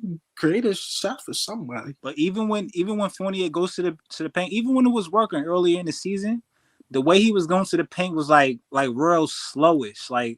And they'll put up that slow little floater. He would never go in there with like tenacity. Like you would never see Fournier go in there, try to stuff it on somebody, or even try to like get a nice finished layup. He's just going in there looking for the floater. And to me, that's weak and settling. Yeah, I hear that. Is it possible for him to be on the bench? I don't think so. It hasn't reached that point for right now. But I do think Kemba Walker, his time might go down. Mitch definitely, his time will go down. One person I'm sorry to say, I don't want to. Oh, I gotta charge my MacBook. I think quickly, I like some of the shots that he made, but I'm not too happy these days when he's holding the ball. Y'all can still hear me? Yeah. I'm not too happy when he's holding the ball these days. I don't know if it's him struggling for confidence that I don't like. Most of the time, good things are not happening anymore when he's holding the ball in his hands. He did make, I think 2 really good jumpers. But I don't know. I feel like you can give Quickly's minutes to McBride. See what McBride's got. I think. But Don. The rest of the games, I would have said that. I'd be like, all right, you got to point me over. But today, he played his best game he did all season. Did Quickly take a 3? Yeah, he made an important 3. He made a clutch 3. It was off. The shot clock was actually expiring on that one too. For him to make that was really good. I think hopefully this spurs them into life, man. I hope it does something, because they're good. The Knicks are not a bad basketball team. I just think we were struggling to find out how we wanted to play. To beat the Bucks today, even though they're shorthanded, I think it's big, man. It's huge. I really do, man. I can't say enough about today. But Noel to me, if Noel didn't play today, I don't think we win this game. No. He locked Giannis up. Yeah. Like his wingspan, you see how he was just deflecting everything? He was reaching, deflecting everything. Getting in there. He wasn't even going for the fakes. You see him standing, waiting on in his stands. I'm like, but you know what? This is a basketball thing. Like people want to know what I'm talking about, that play ball, like you really know. But the way Noel hedges those picks, that's like trying to meet the point guard on the other side. But like he uses his hands, he could hedge and then he'll get back to the center. He hedges, he'll reach, he'll poke, and then he gets back. And to me, that's so big for a center to be able to hedge a pick like that, to be able to reach, disrupt the point guard, and then get back to the center. That's impressive. Look, man, look who we got in the chat. And I totally agree with that point. That's actually a very, very, very, very good point you make. To be able to guard the middle of the paint at the same time still holding your position just in case it does become a pass to someone else. Because now you're really guarding the paint now. And I don't know what it is with Mitchell Robinson, but he doesn't have the athleticism to do it. I'm gonna nickname him Huff and Puff. That's his new nickname. He's Huff tired. and Puff. He's tired. He's tired. He's not in shape. It's obvious now. I think we need to leave him on the bench, but we got to replace somebody with him. I don't know if Sims is ready for that, but I want to get Eric in here because his name now is Eric Rose with 2 roses. Eric Rose, my wait, hold on, Eric did that before Rose went off too. So I don't know if Eric on to something, but he did that. He changed his name before Rose went off. Yo, Eric. Yo, y'all can hear me? Yeah. Oh wait, see Derrick Rose out there, man. Yo, Eric, how you know that? How do you know to change your name before Rose went off like that? Bro, I should have changed my name in the playoffs, man. If we didn't have Derrick Rose, bro, we losing 4 straight blocks. Real talk, bro. Derrick Rose, bro, what a fucking player, yo. What a fucking bro. He kept us in the game. Yo, he's the real reason we won that game. I'm gonna keep it a buck. He's the real reason, bro. Him and Early. If he didn't have his points, we're losing that game in the second quarter. He was huge, bro. Rose had 22 points.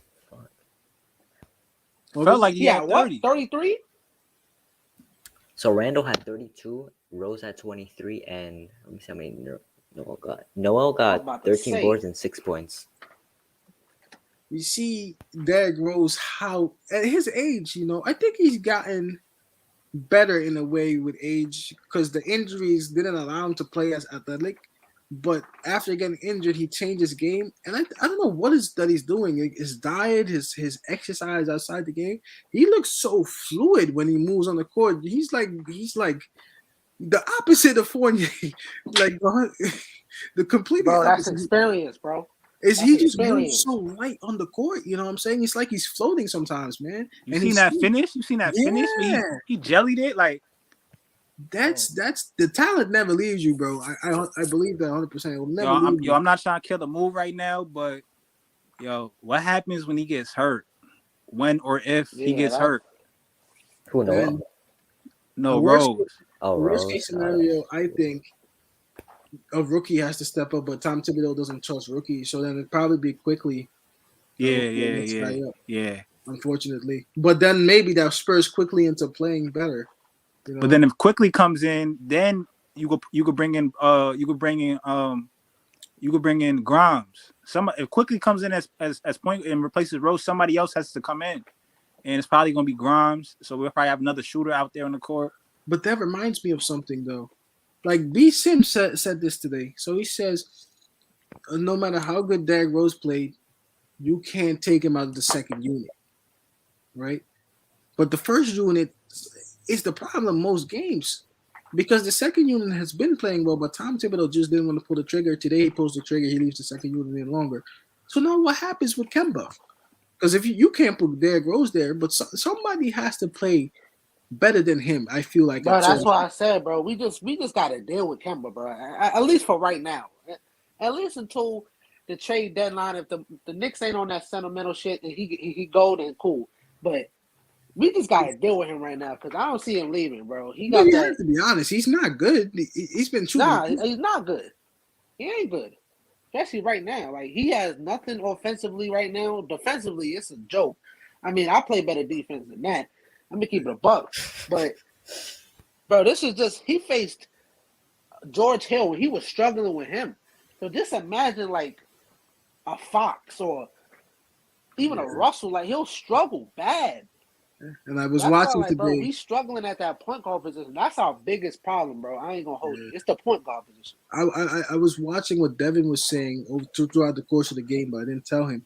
When it comes to Derrick Rose, when it comes to Kemba Walker, he can't create that shot anymore. The screen is the only time he has it, and even that now, it seems like his shots are so short. I don't know if his legs are tired. I don't know if his leg is hurt. He can't get no more lift to even really get that ball to go higher. It's just deteriorating slowly deteriorating. And I don't think he makes it a full season, to tell you the truth. Hey, I got a question. Would y'all trade Kemba for Dragic? Yes. Yes, but I don't know. Like we've been linked with Dragic for years. You know what I'm saying? Dragic's injury prone too, though. But I haven't seen him play in like 2 years. I don't even. No, he still got it. He played on the Heat, and he's now on the Raptors now.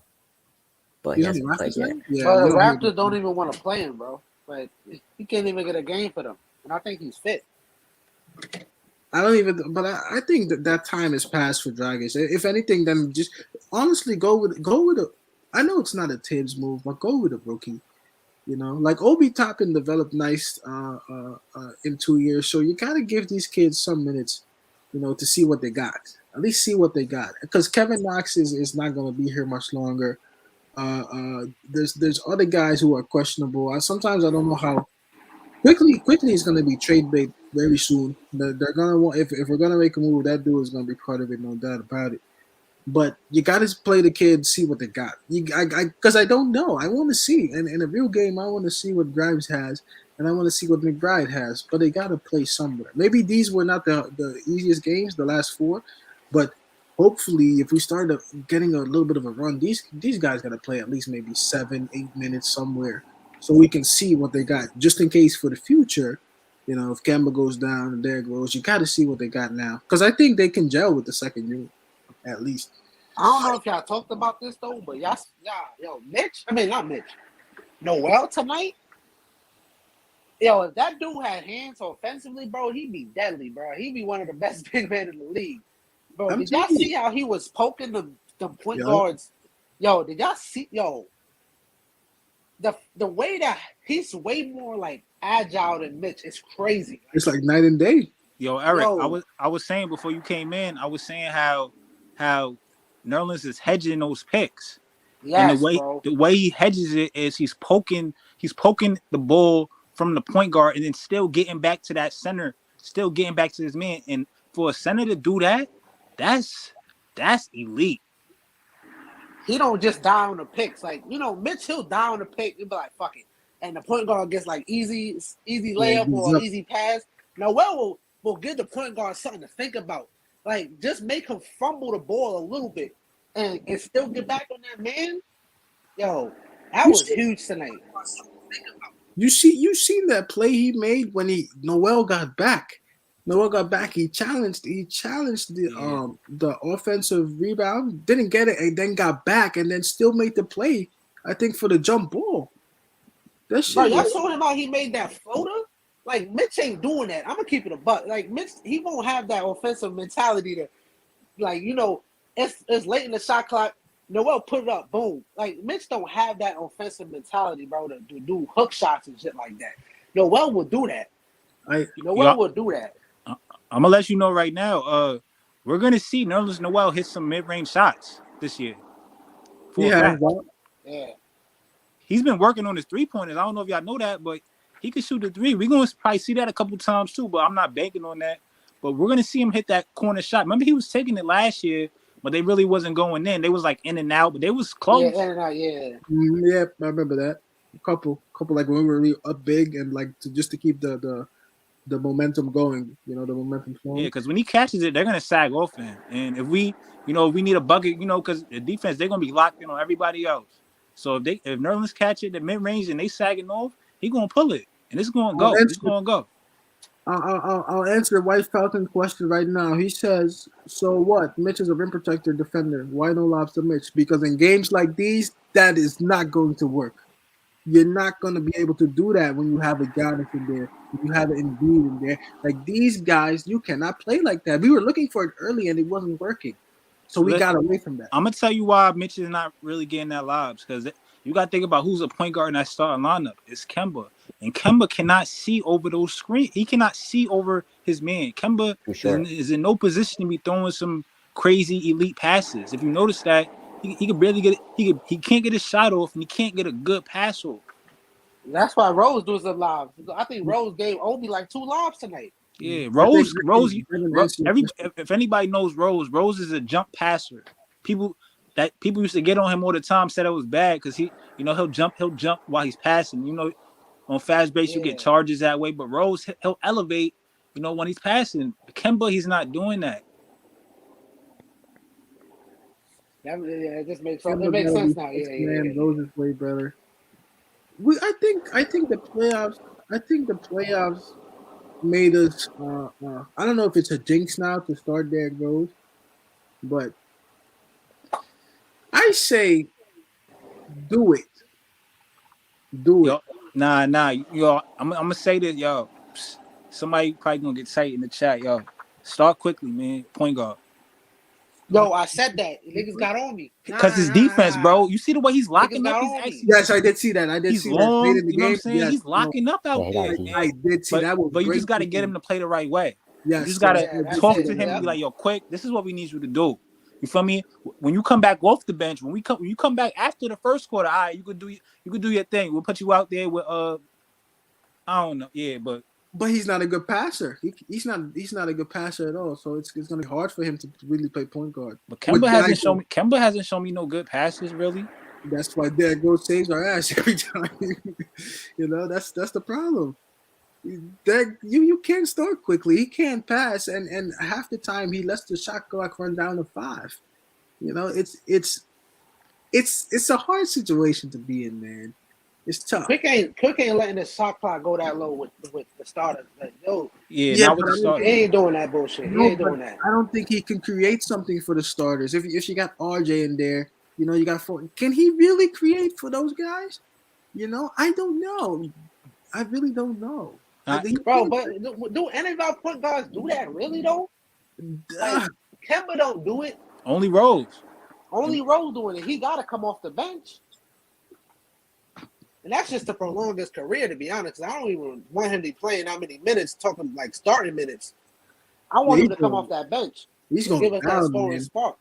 Like, I mean, we got it for cheap, but damn, like it's and I feel for him because I do think that he really does want to play well. And I don't know if his body is beginning to let him down. Because bro, the game is physical, bro. Like it's tough to play. Like if you play him past like 25 minutes, you know, around that time, it's a long time. You know, it's like he's playing, I think, about 20 minutes, and that it's almost too much for him. You know, so at this point, you gotta maybe try to play him in certain spots if he accepts that role. He came in with big hype, you know, going back to New York, being the starter. It's not working. Honestly, it's not working. You don't want to put Derrick Rose there, but you don't have anybody else. So I don't know. Like with him being so bad right now, it's like putting us in a hole. Like it is. It's putting us in a hole. It's making Rose play more. It's making other it's fucking up the rotation. Like we got this a starting point guard, and he can't even finish games for us. Like that don't even make no sense. So I'll tell you this though, Kemba played better than Fournier. Yes, he did. Oh yeah, not by much, but I don't know if Fournier is settling. I don't know if he's. I'm not sure. I think they should talk with Fournier on how he handles being a small forward, because he's not giving us much right now. I swear he's not. He's really. He's just not. so slow. It's like slow motion out there. He has no energy when he plays basketball. It's almost like he has lazy defense. Yeah, and offense. Yeah, it's weird. How much did we pay? We paid $70 million for him. Yes, sir. Around there. Oh, that's a waste. Something like that. Come on now. If Beesham says if you started quickly, that would mean Randall would be the primary facilitator. Do you really want that? No, I don't want that. But then I don't know if it's going to work, but that would be a conversation you would need to have with those two on how they play off each other, because RJ is not going to handle the ball, but he does want to get the ball in some situations. So how would quickly handle that? And I think if it, let's say for 2 possessions straight, if it starts going bad with quickly, Randall's going to want the ball. Most definitely. With Rose, he can't really do that. You notice that, right? If Rose and Randall on the court, Rose controls everything. Like, you're not going to tell Rose what to do. But Randall can tell everybody else what to do except Rose. So Randall be giving the ball to Rose, like, yo, do your thing. That's something I just thought of today, too. Oh, B-Sim says Rose can't hold up as a full-time starter. And White Falcon says Rose played 30 minutes tonight. LMAO, Rose a starter. Basically, he is a starter. It's just names at this point. It's just names. It's just titles, and at this point, Rose is playing starting minutes. But it's like every other game, it's like he doesn't. It's like wasn't last game? Didn't Kemba play most of the minutes? I don't think he was feeling good, or something was going on with him. I'm not sure. But the Knicks are very quiet these days. You don't hear much music. They're not trying to mess nothing up in there. They're trying to keep everything. It's quiet. Yeah, you don't hear anything about the team these days. Not even during the trade rumors I was trying my best to find stuff and I couldn't hear anything. We should trade Kemba Walker for that Josh Giddey guy that's on OKC. Oh, they're not getting rid of him. No, OKC just got rid of Kemba because they didn't want him. That's true. That's how he got here. Yep. I think they waived him, did they not? Yeah. Yeah. B Sims, White Falcons says B Sims, you scared Rose is the first option. I mean, yeah, he is our first option. Without him, we don't get here tonight. And without Noel, like, it's just can you give Derrick Rose 30 minutes a game? I don't know. Not every game. Every game? No, I said not every game. No, not every game. But I mean, this is like what, game 7? What? How many games we play? 8? Something like that. And we playing 80 this year? Yeah. I think like once a week you can play him a lot of minutes. Once a week. Speaking of this, I'm actually scared this year. I don't know if it was last year, but we played a lot of back-to-backs, I feel, last year. And I'm not sure if that's going to happen again this year because maybe it was because of the COVID schedule. I'm scared of those days because there were days where I felt last year we played too much in 1 week. I think we got our first back-to-back. We didn't have back-to-back yet, right? No. We got our first one Sunday and then Monday. Sunday, Cleveland, and then Monday, Philly. I hate those, man. I hate back-to-back games. Yeah. How your team gets hurt and guys get tired, and now you don't have backups for the next game, because it takes a lot out of you. Very professional performance from RJ Barrett today. I don't know Yep. But it was a very nice performance. Quiet, calm, collective, very good decision making. He actually got some time to shine today a little bit. When we made that run, I said it was RJ time, and they gave him the ball more. I think they had a team meeting. And I'm sure they watch film, and they know that RJ Barrett is a guy who's improving. I feel like other teams are taking notice. I feel like they was locking RJ up. I feel like they was trying not to let RJ do stuff off the dribble for the most part. And that's why really RJ wasn't getting touches really. But RJ, he's just gonna play within the flow. He's gonna do what he gotta do every night. You would never I don't think I would ever have nothing bad to say about RJ. Even if he has a bad game, he's still gonna put in the effort. And he's still gonna try to make the right plays, even if he turns the ball over. I'm cool with that, RJ just plays great to me every game. As long as he gets the opportunity to play his game, that's fair enough for me. Yeah, that's fair enough. And I think if that shot that Randall hit at the end, right, that little step back jumper that was going in all last season, if that starts going again, we're back. And my brother called me. He was like, "Don't worry, like we just missing shots. They'll fall." And I was thinking about that today, and part of me disagreed. But then watching today, like maybe that's true too. Like maybe the shots we've taken, because we took a lot of threes today that weren't falling first half. So maybe some of the shots weren't falling. Maybe they start rolling our way. But to get second chance opportunity, you need to have somebody in there like Noel. That's for starters. You got to lock up. I think we played way better defense. It's better. It was just better overall, better today. So do we see Noel starting next game? You think that's gonna happen? Yeah, probably not next game. I don't think he'll start, but I think he'll play more minutes eventually, and then eventually he'll play more minutes than Mitch though. But I don't think he'll start. No, because Tibbs doesn't work like that. Tibbs don't do that. You're not gonna just start you over one good game. But I think Tibbs don't make no ballsy moves, bro. Like, he don't make no ballsy moves. He'll play his favorites, and then like if shit go real left, then he'll just be like, all right, you can start, bro. Like he did that shit with Rose in the playoffs. He's like, fuck it. Tibbs is the type of guy. Until he can't do it no more, that's when he'll make the change. So I think he'll get more minutes, Mitchell Robinson. And honestly, if shit goes south next game early on, he'll come back in with Noel, but he's not going to start. I don't think so. I think if stuff goes bad, I think he'll have quickly run the point guard over McBride. That's what I'm thinking, because you got to see what he was doing, what he was training him to do in summer league, and Even it's like he was training him for this. He's playing a lot of point guard in the summer league. Primarily, actually, I think when he was in the summer league. With that in mind, I think for the regular season, Kid Lamar, without D Rose, Knicks are out of the playoffs.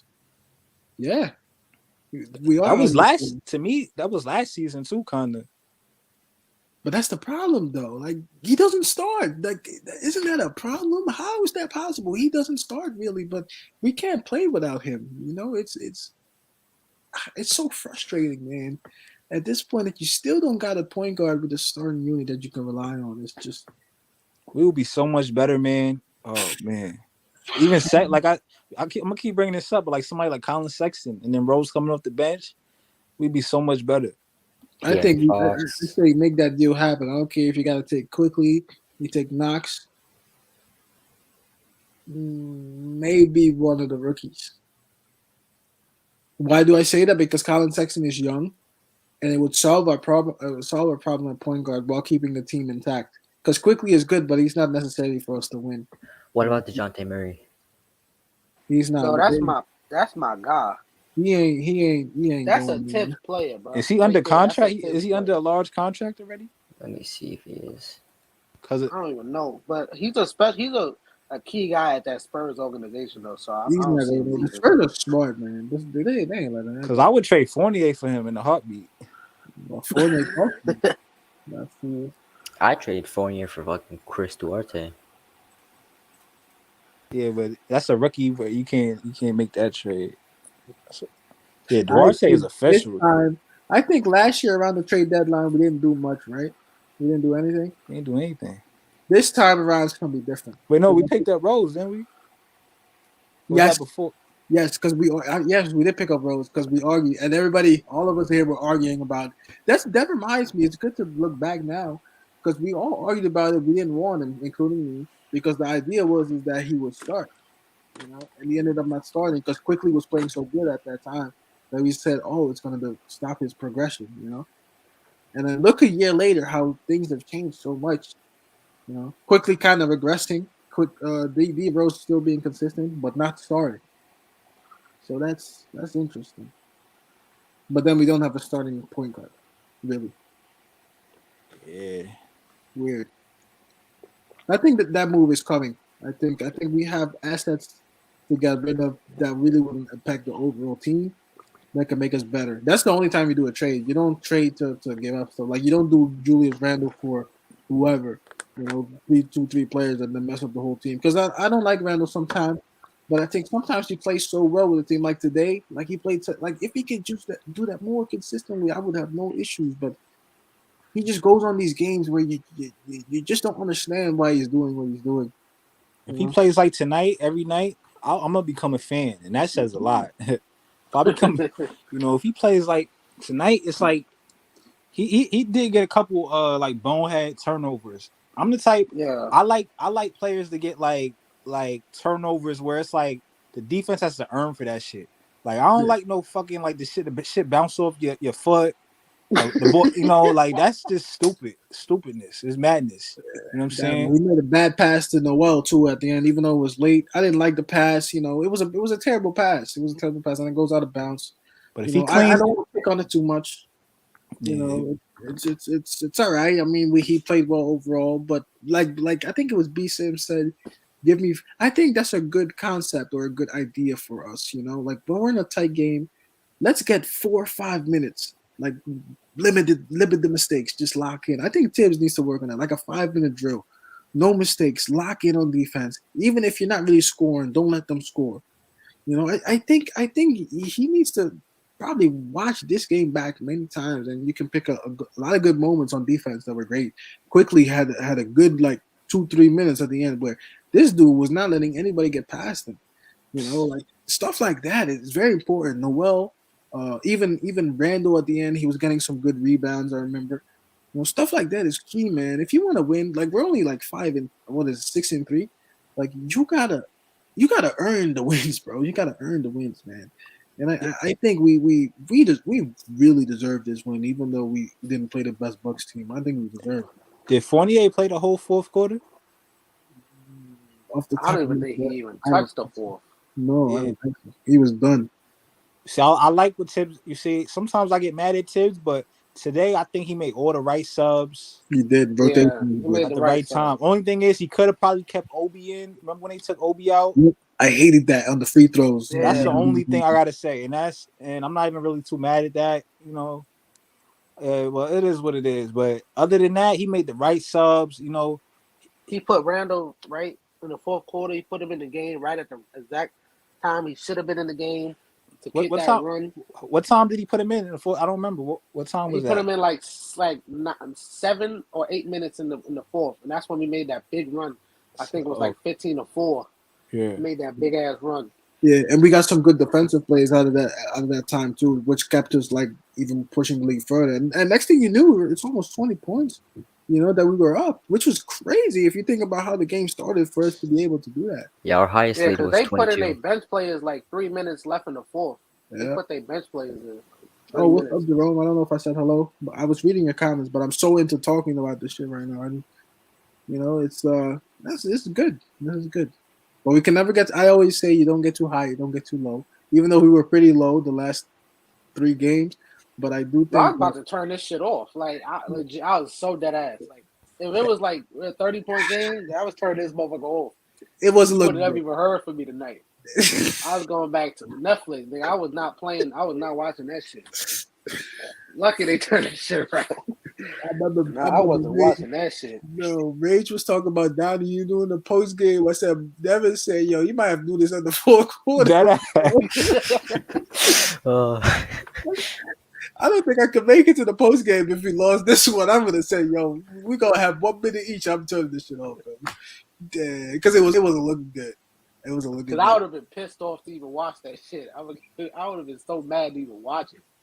But I just love how we do this on ESPN. That lets the league that puts everybody on notice. People that don't even watch the Knicks regularly, it's nationally televised. They looking at it like, the Knicks, they came back from this much.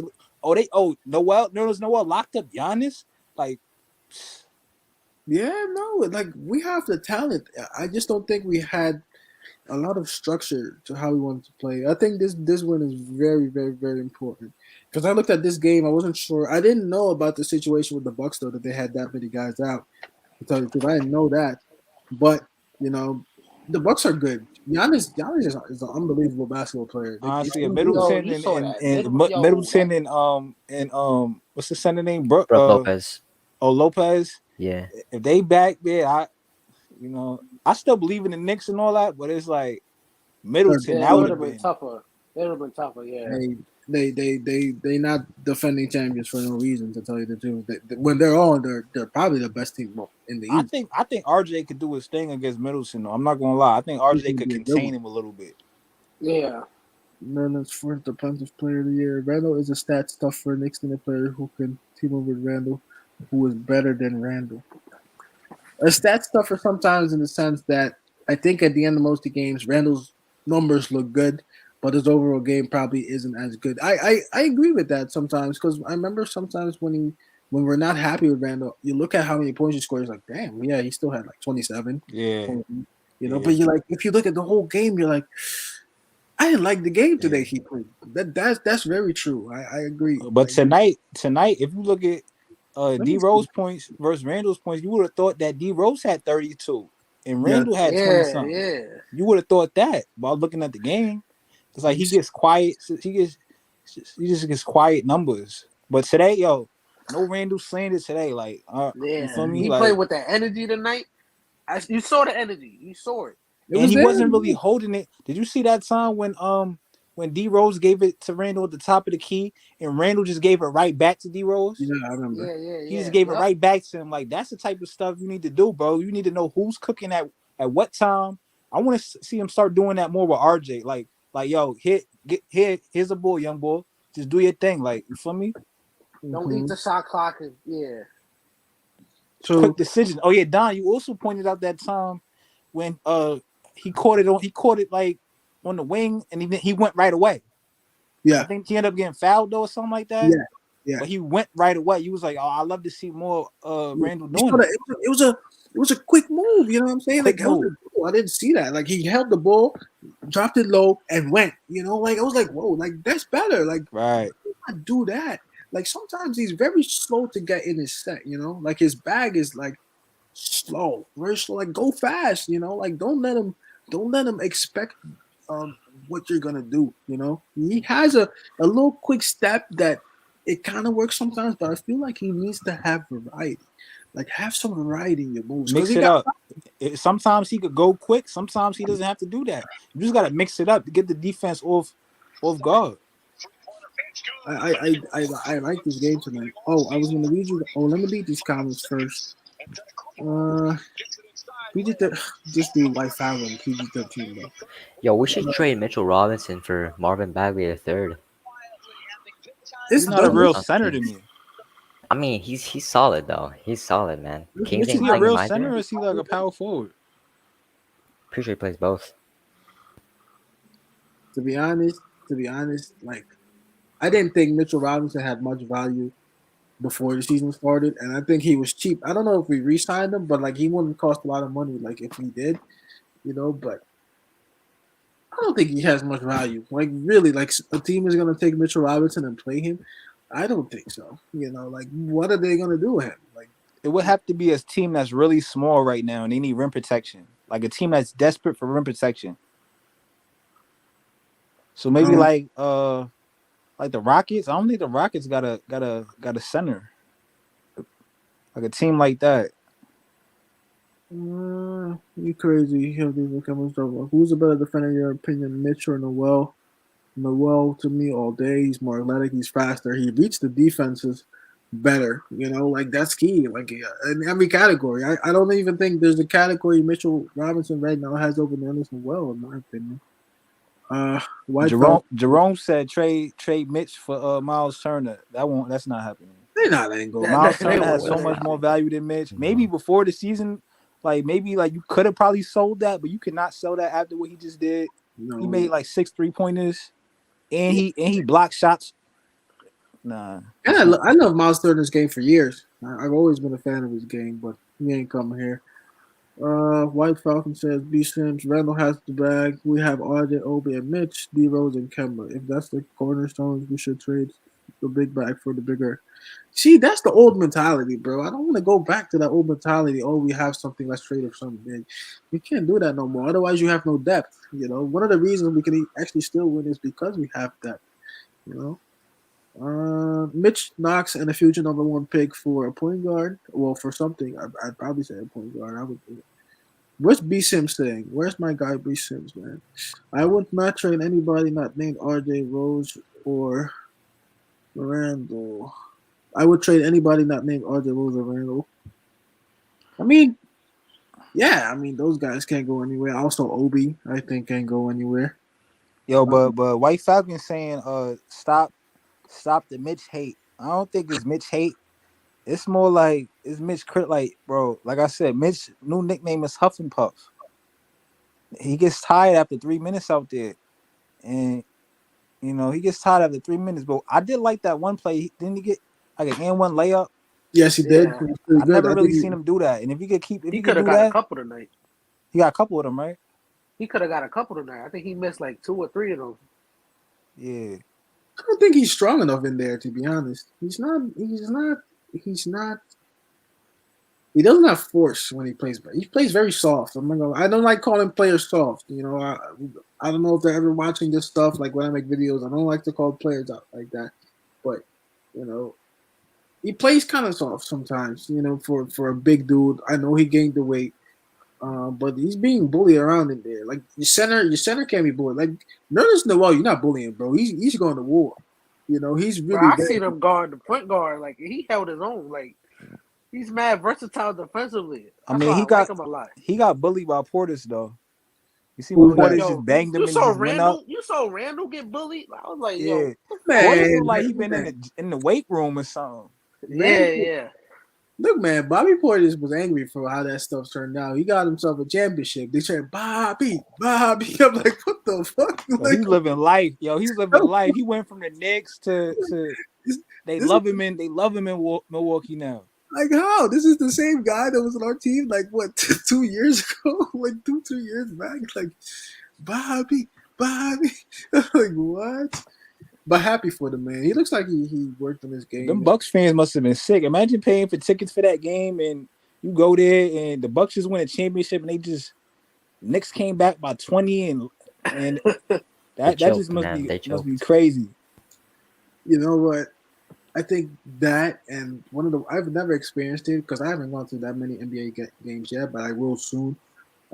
When you pay for tickets to see the best play and they sit out at night, like I can't imagine that feeling.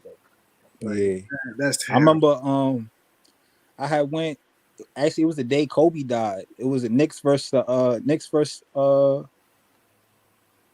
was it? I think it was Knicks versus Nets. Yeah, Knicks versus Nets. And yeah, it was on a Sunday. Yeah, Knicks versus Nets. Yeah. And Kyrie didn't play because Kobe died.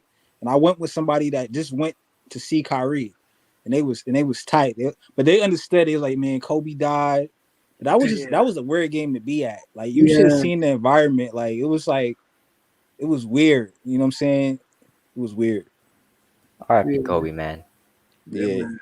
That's forever a day. I never forget when that happened. Like I almost pulled over my car, bro. Like I feel like the world stopped for like a quick second. Like, I live in Long Island where it's spaced out and stuff, but at the time I'm in Manhattan and I'm finding out on my phone while I'm walking Midtown 34th Street. I find out on my phone, and once I find out, I'm looking around me, and everybody else was finding out. People are stopping in their tracks on the sidewalk. Chinese people that don't speak English, they're stopping. People are like, "What, yo?" And it's like I'm talking to people I don't know. We like, "Yo, damn." We like, "Yo, damn, yo," and everybody is just like. Everybody was like in a fog. It was like they was dreaming. And then I had to walk into Madison Square Garden shortly after. It was just a weird day. It was crazy. That's painful, man. Kobe was impactful, man. Yeah, that's somebody. He was a powerful force, like outside of basketball too, and like that pains me the most because I was looking forward to learning more about Kobe, like how he thought inside. Like I'm sure he was gonna write a couple more books. He's a smart ass dude. Like, yeah, you know what I'm saying? Beyond basketball, bro. That dude, he's not a normal guy, bro. Like, you could have learned a lot from him. Like, and I thought that was the most painful. He was on his way doing incredible things. Yeah. He was just getting started. Yeah. But that makes me wonder, like, why it happened like that? Like, I know, like, we sometimes you say, oh, don't question certain things the way they happen. But like, how, like, that happened? Like, a guy that seems to reached everything he ever wanted in his life. How could it end like that? You know, like it's hard to take that. It's still like unreal. Like to this day, like I still can't even believe it to this day. His daughter being there added something different to the story, and that's what got me. Like for me, that's what got me his daughter, bro. Yeah. I damn near cried. I cried. I ain't gonna hold you. I cried. I was like, yo, this. Once I found out the daughter was on it, I was like, nah. Yeah, this can't be life, bro. I was devastated too, man, because that's different. Like, you know, I think in my lifetime so far, there's probably only 3 people that ever died that made me say, like, damn, like, how is it?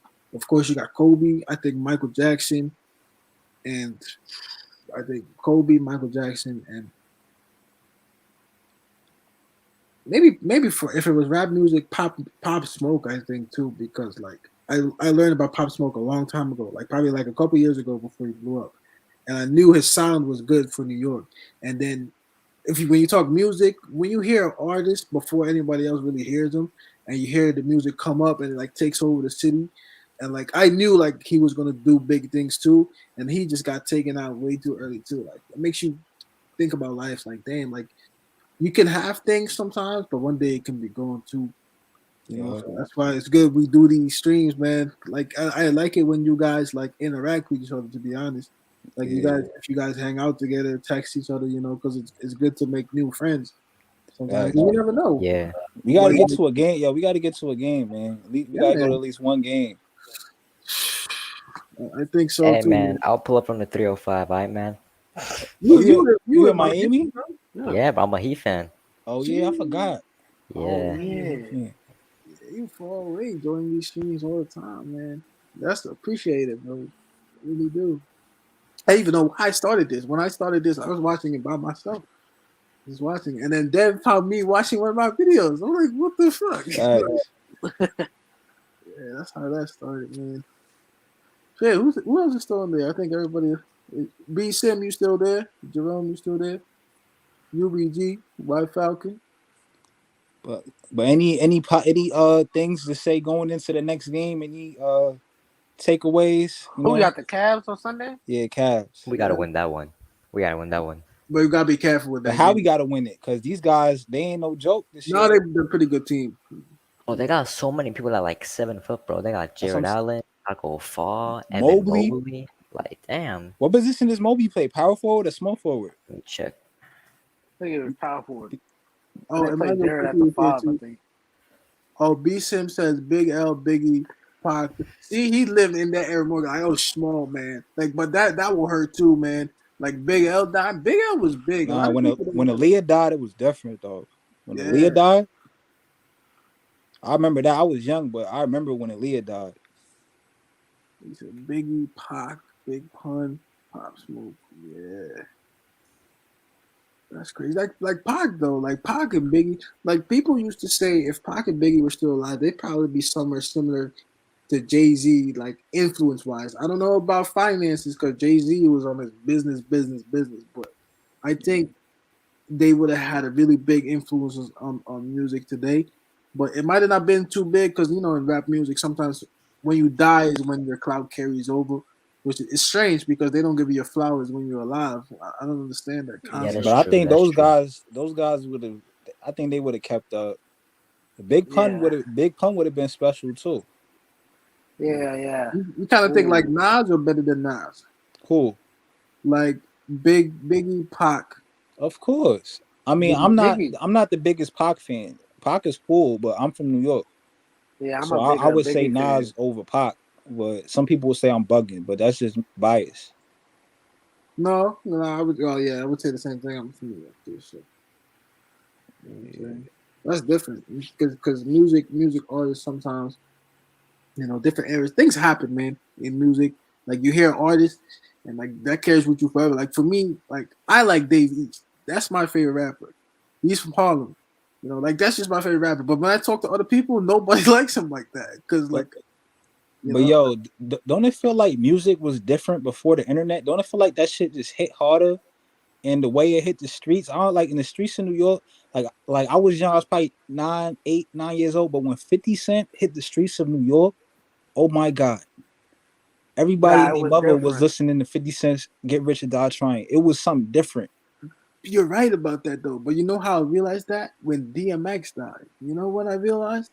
It was different back then, bro. Like to really have your music sell like that when DMX died, because we're playing all the old tunes you heard, but that wasn't a time when CDs were popular. You know what I'm saying? Like I don't think people really understood how big DMX was. Like at that time, like when he was really big, even when he died, like it wasn't really DMX died. But like if you spoke to people like a little bit older than us, bro, it was crazy. In 98, 99. It was DMX and Busta. Those dudes was on top. There was no stopping DMX or Busta. And it was Eminem too around that time. But DMX and Busta. And Mace in 99. Mace was crazy. Man, yo, I'm sorry, hip hop would never be the same. Never, ever, ever. Like Davies is cool. I like him. But that's just me. I know that like a lot of people like they don't really gravitate to his music. They say he raps like a 90s rapper kind of. No, I like him a lot. I like him, but it's like nobody really brings that feeling like from when I was a kid. It's like it was just it just felt different, man. The way songs used to drop, and especially when you're from New York, because you got to remember, New York, we get the music first in the whole country. We get everything that's popping. Clothes, music, language, you feel me? Like, all that New York will get it first, and it'll spread out. And for you to just be in New York around that time before social media, really, it just like even dances. Like remember, like all the dancers that came out of New York, and it just spread. But now it's like the internet runs everything.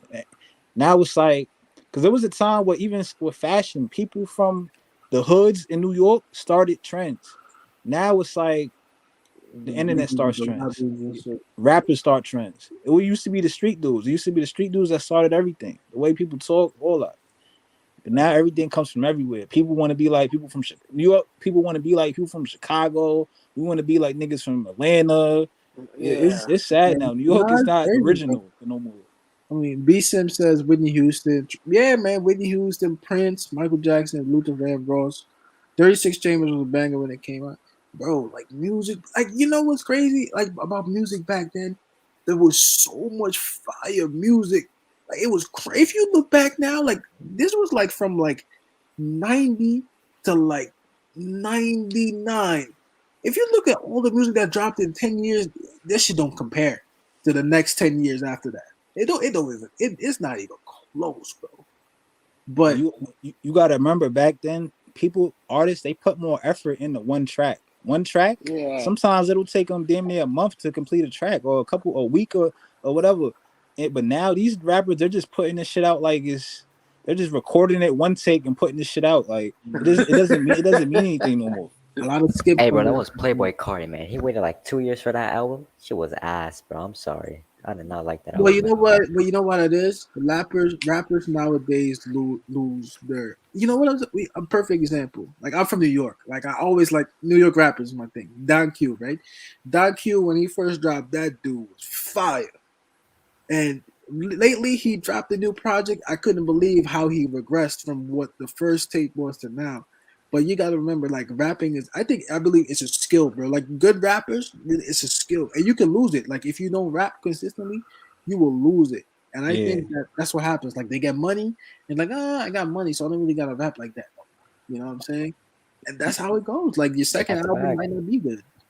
Remember high school? Remember Vado? Yeah, he used to go every track.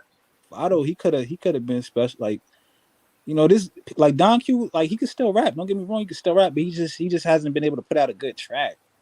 It's weird, man. I couldn't believe, bro. I listened the old stuff Don Q used to drop. I listen to it almost every day to this day still. So that's why I couldn't believe how the new project he dropped wasn't even half that. Like I wonder what happened. You know, like that dude would have been a problem, like in New York, if he really kept it up. But yeah, I feel like Jim Jones has gotten better with time. Bro, I say that all the time. Jim Jones is nice, yo. But he's gotten better. Bro, I went to a party and I said that Jim Jones is now the nicest out of Dipset, and people looked at me crazy. They were like, "Oh, nah, he's definitely the nicest now." They said, "Oh, Don, you bugging?" Nah. Look at this dude. Look at this dude, Joel Santana. I was like, "What? When last time we heard Joel Santana, bro?" Crazy, man. Like, bro, I love music. That's another thing I love, bro. Like, that's a second passion. Like I don't talk about it much, but like that's a second passion I have, bro. Music, like listening. I like the New York verses, bro. Yo, that Fat Joe versus that shit was lit. I like the Loaf versus Dipset too. That was fire. Yeah, that's fire. Jada Kiss, you already know what he do. He said, you know "Why you look like you got 30 layers on right now?" Bro? He said, "Yo, let me talk."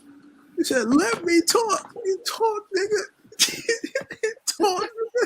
Nah, them verses is like, yo, they got to do an R&B one next, man. I want them to do like a 112 versus Jagged Edge. Ooh, I heard they was trying to do that, but I heard like there was like business things where they couldn't do it. You know, a lot of them groups, they don't even own their music. Like them record labels was getting them. You feel me? They can't even perform their music without the record labels eating. That's crazy. B Sim says I'm originally from the East. B Sim, you know where I thought you were from? Where you from? You said? He said he's originally from the East Coast, but I think he lives in Cali now, bro. I thought he was from Brooklyn, like, cause the way, like, every time something happens, like, he'll talk about New York stuff. So the whole time I've been thinking he's from like Brooklyn around there, and I just remember that he said he's in Cali now, but he said he's originally from the East Coast, so it makes sense, cause he's always tapped in with New York. He said R.I.P. Al Poe the other day. You know what he did, right? I was like, how did you know that? I was like, how did you know that? I was like, oh, he must have been from New York, because like that's the character Cameron played in Paid in Full. Yeah. I was like, damn, like you know your New York history. I was like, oh shit. I didn't think he would like anybody would even say that in the chat. Yeah, dude, they got him the other day. Man. They got him good. Look, that life always catch up. I don't care how old you are. He must have been like 50 something now. Like they got his ass, bro. Like that never stopped. Oh, he's from Queens. He Like lived in from Connecticut. Queens. Makes sense. He lived in Connecticut for 20 years. Yeah, that makes sense. New York was wild back in the day, bro. What? My father used to tell me a story one time. Like he first came in, he was on the subway, and a dude was arguing with him, right? And the subway stops. So back then, there's no cameras. Dude gets out the subway and had a heat on. Boom, smoked right there. The subway and left. And that was New York. New York was crazy, man. Like New York was the. When I was a kid during that baggy jean era, that remember that gangbang era where niggas would wear flags out their back pocket? Yeah. Like that era was crazy, bro. Being in the Bronx in that era, oh my god. You came a little later, Don, right? You came in like 05, 06? I came 05, so it was like more like they were transitioning, but they didn't even know like what they wanted to be. Like 50 Cent was still like pretty good, but he was dying down. They were going to switch to Wayne. Wayne was hot around that time. Kanye. Like those were the new guys like coming in making music, and that was everywhere. That's what Kanye was at the top at that time, you know. Which reminds me, I seen this thing the other day. I don't know how true it is, but it was something about Kanye. I think he was joking. I don't think he would mean it. He was like, "Oh, Big Sean, the worst artist I ever started like good music." Oh, now he dead ass. He dead ass. What? I didn't see the clip, but I saw the quote. He really said that? Nah, yo, boy. I watched that whole interview. It was like 2 hours and some change, bro. Kanye, he said plenty times by the interview. You said, "Yo, You said I might get killed after this interview." The way he was talking, he was speaking truth, bro. Time. Oh no, that's like what's his name, Nick Cannon. You start talking like that, Nick Cannon's ass, man. No, but I think that's wrong. You know why? Because I've been thinking about that like for most of today, and I was like, if you be honest, Big Sean can rap. You know, he's not. Big Sean is nice. He's nice. You know, he's not for everybody because the one thing about Big Sean speaks clearly when he raps, so you can understand what he's saying. But a lot of the stuff he says might go over your head, but he's nice. But if you look at good music, who do you know that's even still in good music besides Kanye and I don't know if I can't think of anybody. Pusha T. Pusha T. But I don't really like him. Like it's whatever. I liked him back in the day with like when he was clips, grinding song and stuff like that. You know, it was better. But I don't really know. I think good music's best days when we just got out of high school. I think like 2012. Yeah, when they were making most of their music. Wait, Big Sean was on good music, right? Yes, at the time he was already. I think Big Sean was probably the best thing that happened to good music. Honestly, besides Kanye. Who else? Kanye wasn't even really. Kanye was like he had good music, but he was doing his own thing. He wasn't really putting records out with them. So Big Sean was definitely one of the best things to happen to him. At the time, I can tell you, it was good music. It was MMG. You know, those were groups. Then you had Wiz Khalifa. Yeah, Wiz Khalifa. You had Wayne doing this thing with Young Money. You know, which is something that, bro, Drake is the best thing to ever happen to that dude because Drake and Nicki Minaj together. Nicki Minaj. Oh yeah, Nicki at that time. She was he was making music. He was making a lot of money off that, but then Birdman was getting him. So I don't know. Yeah, we can talk about music all day, man. Bro, you don't understand my passion for music, bro. My passion is big, bro. I'm telling you, like that's why like one of the things that I want to do on here, I want to have like podcast eventually, like Joe Rogan does, so we can just talk. You know, like it doesn't just have to be basketball. That's my. We should do like a list one day. We should do like a top 25 or some crate because those are always the best discussions. Top 25 basketball. Top 10 from East and West. Yeah, get like 5 people in here and we just debate on our top 10 or whatever, you know, top 10 artists of all time. And we could do it in categories too. We could do like, you know what I'm saying? That'll be fire. For me to do that though, like I would need to see a list of people to pick. Me too. Because I can't do it off the top of my head. Yeah, I forget about the best. Yeah, I'll forget about people. But you gotta pick a group of people in the category, and then we pick from the list. I'm done. Like we could do like new school rappers. We could do like generations, 80s, 90s. We could do 90s, early 2000s. You know what? What does B Sim? B Sim says Big Sean is the truth. Musicians got raped over the first contract. Some artists spent their whole career. You know who I heard that happened to, by the way? So B Sim says, like, basically you get a first contract, right? And you get the bag, like you get a lot of money. And then you're basically locked in. So they give you an advance. Like that happens to people like I think Cardi B. I think what's her name? Megan Thee Stallion. Stallion. That happens to a lot of those. You think they're very Yeah. popular, but they're not really making a lot of money off the music because they're locked in, you know. So you just gotta drop music, but you're not really making money off that because You think they do good music? What's that? You think they make good music? Hell no, horrible. It's Thank horrible you, for the thank it's horrible you. for the young girls It's out there. horrible. Like Like, what's would you want your It's a daughter bad to listen to influence. their stuff? man? Like that stuff is like trashy music and Poison. don't get me wrong. Like I understand, like, you know, like I'm a guy, I'm in my mid-20s, like, you know, I like to go to the club, go out, all that. But like there's something to be said to just constantly make trashy music and then try to profit off that. Like that music it's not even music, it's nonsense. Like It's I They don't just talk about classes. they talk about their ass, you know, their tits. That's all they talk about, man. Yeah. It's And it's not even music. when like Beyonce, she did that too, kinda, but she did it in a different way where it was more class. It was more classy. it was like respect what I have. Yeah, You know? even Little Kim, like Little Kim got crazy. She used to get crazy, but it was a nah. I don't know. Little Kim might have been a little Speaking of trashy Lil too, Kim, though. back in the day, bro, Lil Kim, like I don't know, like this was something on Roadstar Hip Hop years ago. Like I can't find the video anymore. There was this dude, right? He was on the New York street and he was talking about Lil Kim. And you remember that Lil Kim poster she had when she was squatting down Yeah, with the mink on? yeah. He said that was one of the hardest to get posters you ever had in your life. Yo, I heard people say that in jail. Yo, people fought over that poster in jail. If you was in jail, you would you might get cut for that poster. So somebody could have that in their room at night. Yo, B Sim, tell me now you know about the poster I'm talking about. I know Devin knows. Yo, B Sim City from Left Rack City. Yo, shout out to Left Rack City. That's the home of Noriega. Yeah. Hey, bro, I'm gonna catch y'all later. I'm gonna zip by, bro. Peace out. All right, right, bro. peace.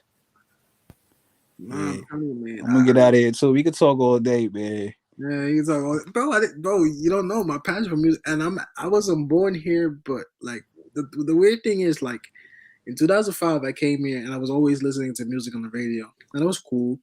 And then we graduated, and then one day I got tired of listening to music on the radio, so that started me developing my mind, like what's out there. And then I started listening to Pro Era, and I started listening to Mac Miller, and I started listening to everybody that's really not on the radio. And I'm like, let me go back a couple years, 90s. Let me go back mid 90s. And then so since 2012, I've kind of been doing that. And like that created a passion. Yeah, cause we born in that we're born like 94, 93-ish, 95-ish. So we're in that era where we was kids, like we was alive when Biggie and Pac was making music. Yeah. But we was in that era where we had to kind of go back. We had to study a little bit. We had to go back and study. We couldn't catch. We was young, you know what I mean? 05, we was like 10. We was like 10, 11. So we had to go back to that real shit. But we did our research. I think we're like part of that last like 94, 95. 95 is the cutoff. Man, you know what I say all the time? I say, man, some of these kids don't know some of the good cartoons you had back in the day. Yo, we could talk. Yo, you don't understand. I get passionate. Yo, when we talk about old shows, I can name 100 of them, and we'd be like, "Oh my god, I forgot about that." Yo, bro, I used to be at work just talking about the old shows, and I can go on for that. Yo, that's another show. But I'm telling you, man. I'm telling you, different shows, Cartoon Network, Disney, just all them shows, all of them. Man, just the little things too, like you know how the cereal box used to have the cereal box toys and stuff like that. I don't think they do that no more. Just remember looking at the back of the cereal box while you're eating your cereal. Yeah, because there was like the little puzzle. You used to have games. You just look at the back. Now kids watching TV. I mean, we watch TV too, but it was like then it was like it was something to watch. You know, like it was something to. Like you either watched it for a little bit, but you always made time for your friends. And I'm gonna get to your B Sims. I see your comment, but I gotta get this thought out. Like remember when you were a kid, right? I didn't really have a cell phone like that, bro. But the one thing we knew, you always knew where your friends were. Like you could be like in maybe 3-4 spots, and you would find them. You would find, and that would be the day. You would be outside all day, yeah. bro. I used to get in trouble, man. I used to get in trouble because like I had a bad habit of being outside for too long without telling people where I was. But that wasn't on purpose. But like it was just so much fun to be out. Like not that home was boring, but like that time after school with your friends, that was something, man. Like now all I do is work. You know what I'm And it saying? was that one friend. It was that one friend that couldn't go nowhere, and that shit used to get me. It used to get you tight. You get me tight. Like yo, He gonna only stay in front of his house. Man, that was me one day too. I got in so much trouble that my mother was like, "Yo, you're going to bed early," and then my friends came. My friends came. You hear them with the bikes. Yo, you know, even come outside. Remember riding bikes like we used to ride bikes like 10 deep. Like now you don't see kids ride bikes. You don't see kids outside anymore. Like in Brentwood, bro, I barely see any kids outside. Like no, that's because like in Brentwood, people are scared. It's not really going on, bro. It's just, Brentwood is it's not nothing to be afraid of. Like it's nothing compared to city. You know what I'm it's saying? nothing. Like I don't know what's this Brentwood fear when I go to other towns and I tell them I'm from Brentwood and they start looking like my block is quiet. Like I don't hear gunshots on my block. It's the news. It's the news. I feel very comfortable, bro, but I think it's the news that makes it worse. But listen, it was worse when we was in high school because MS they would chase you down while you're walking, bro. And it was crazy. When we was in high school, it was worse. And I feel like the news. Remember when them 2 little girls got killed? Yeah. I feel like that blew it up. I feel like that's when them other white towns started taking it serious. But before, people was getting killed before by MS. People was getting stabbed. I got friends who was getting stabbed. We was getting chased all the time. Like, and now it took 2 girls to get killed for them to make it serious. And then you got Trump talking about Brentwood and stuff. Yeah, he came. He came to Brentwood. He came to Suffolk College. Like Beth Page or something like that. He came to Suffolk Community College in Brentwood. Oh, he was at Suffolk that time? Yeah. Oh, I thought he was in Bethpage. He came to Suffolk and he got all them cops rallied up. Yeah, of course. He got yeah. Bro, back in the day, bro, like it was so bad. They used to get people. They used to come to school, high school. They used to come to school with hammers, bro, knock your teeth out. You remember that? Yeah. This was before us. This is like early thousands. That's when it was real. I got like older people that they say, yo, like I had a girl cousin that moved from the city from Yonkers to Long Island, and she said Brentwood was more gangs than it was in Yonkers, and Yonkers is bad. And she said there was more gangs in Brentwood, and this is like this is like 99, 2000. Yeah, now it was crazy. Now it was around Brentwood now. B Sim says about to bump driver's seat off the CNN album. We used to bump that every before every meet. Oh, that CNN? You said like Capone and Noriega? Yeah, Capone and Noriega, man. Bro, I'm telling you, if I had a time machine, bro, I know we would have to move different. Because if you're really in that era, bro, you had to be vigilant. You had to be militant. But there was something about it. Like probably if you went out to a club it was different, bro. You couldn't show things off of value without you had to be somebody to show things off that had value. Even in the early 2000s, that still lasted. You know why? Because there was cameras around, but it wasn't as much as now. In the early 2000s, I remember being in the Bronx as a kid, and you couldn't pull out your phone. They would take your sidekick in a heartbeat. You know what I'm saying? Remember the sidekick era? Yeah, it's like 08, 07, 08. Nah, this is like 07, 06, 07, around that time. Even before the sidekick era, the Boost Mobile era, the beep beep. They would take your phone. Cool.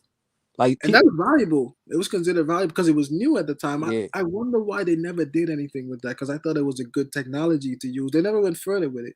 Yeah, I love that. These shits surpassed it by now. Like now it don't matter no more. It's crazy how we can remember like all the technology advancing. Like we remember before there was touchscreen. Do you remember the first time you seen touchscreen and you was amazed? I remember the first time I witnessed a touchscreen anything. I was amazed. Oh shit. Yeah. Put that link for you, bro. Like I remember like one of the first pieces of technology that like really got me like, whoa, like when stuff started going online more than before. Like all of a sudden, like you started to be able to do things everywhere on your computer. Like before, computers were never really like that. Like computer was like more a work thing, like you do things at work. And over the years, every single thing you do. Like if you invest, bro, invest in things that have multiple ways of like streaming the services, like online only, bro. That shit's taking over soon, bro. I didn't buy a TV for this apartment yet. I don't even think I want one. I don't need one. I don't need it. I get the game here. I can stream it just off Wi-Fi. Like you don't need to watch TV no more. That shit That's is true. done. Which is crazy because one time people would live to watch TV together, like in the 50s. Like go for 60 years. People don't know why. Yeah. Wild, bro. It's wild. Like that's why I'm excited to see where hopefully, God willing, bro, I'm alive another 50, 60 years, bro. Just to see it. Just to see it. Because we can't live us like centuries, but I think 50 years is a long time. God willing, like to see some things, before the good Lord says my time's done.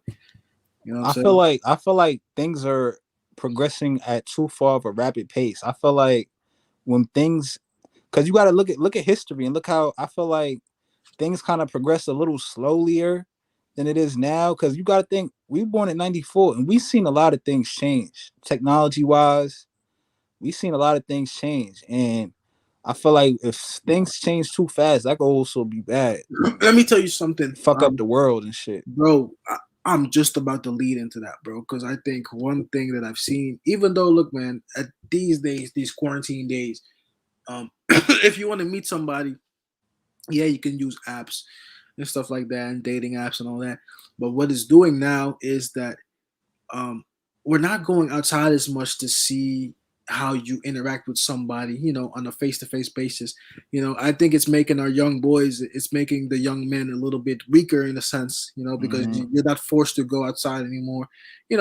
Go outside. Maybe one day you have to defend yourself. Yeah, play sports and just go outside with your friends. Like these little kids now, bro. These little kids are soft, bro. I wish there was more of that still today. Like now everything is either the politically correct way. Like you don't want to have like racism and stuff like that. I understand that, but for certain things you're not going to change, and I think you need to instill that in some people's head. Like the world is the world.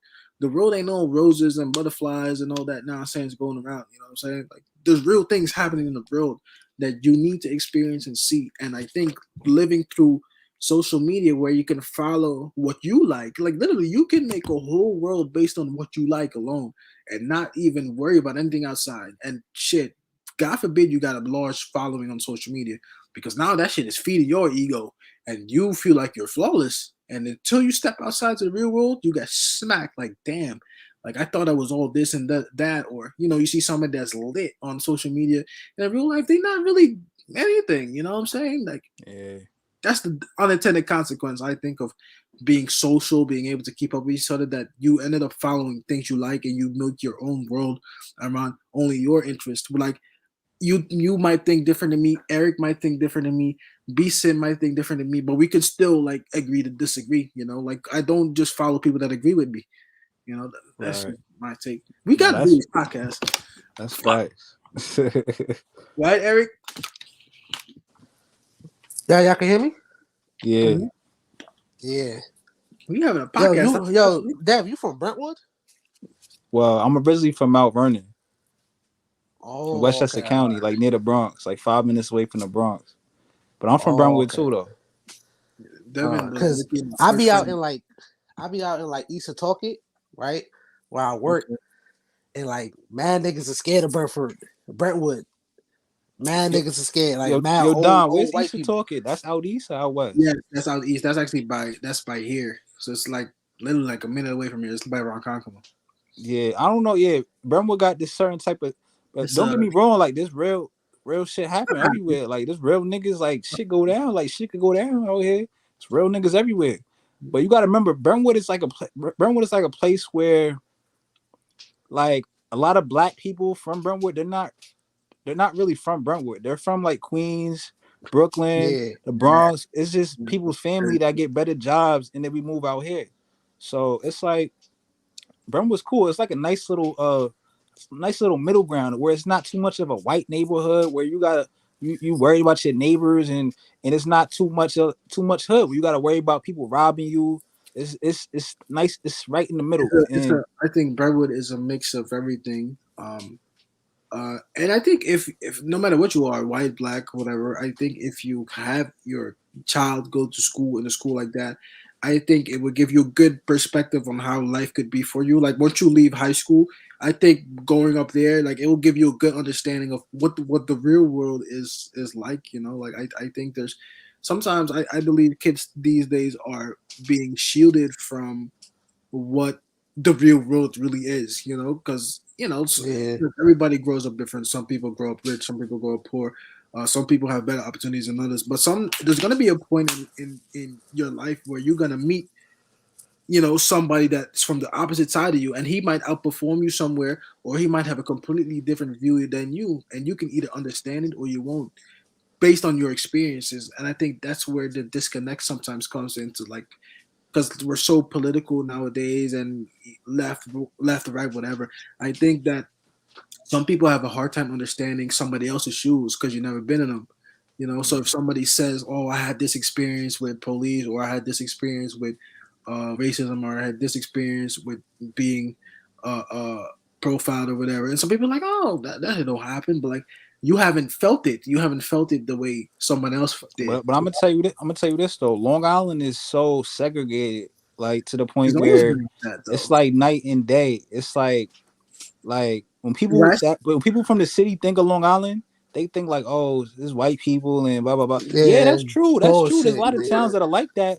But you got to remember, you have Brentwood, you got Wyandanch, you I got think Hempstead, you got Belgium even even. from you got all these towns that really give it up, and it's like it's poverty. Even out you go out east a little bit more, like Coram and all them towns, like it's people are still living in different situations, and it's like, but honestly, I can go 10 minutes away from here, probably even 5 minutes away from here, and I can go to Dix Hills, and people are living totally different than the way I'm living. You know what I'm saying? And it could be people even that look like you and me, like you don't even know, like, people's like perspective lifestyles. But I think the one thing that kind of disappointed me from people that are in the city that say that, um if you ask them if they ever been around here, they'd probably be like, no, because they don't really know people out there that live out here. And I'm like, bro, you gotta, like, there's stuff to do in Long Island. It's like, not that you can't go, but like, I Yeah. guess if you don't know nobody But they here, look at it like it's the woods. Like yeah, it's like really. when we go out to Riverhead, we feel like, yo, this shit feels different. Like I don't go to we Riverhead. like imagine how city people when they come to Brentwood. If we go to Riverhead and that shit feel different. Imagine how they feel in Brentwood. You know what I'm saying? I mean, but still, though, from MSG, literally from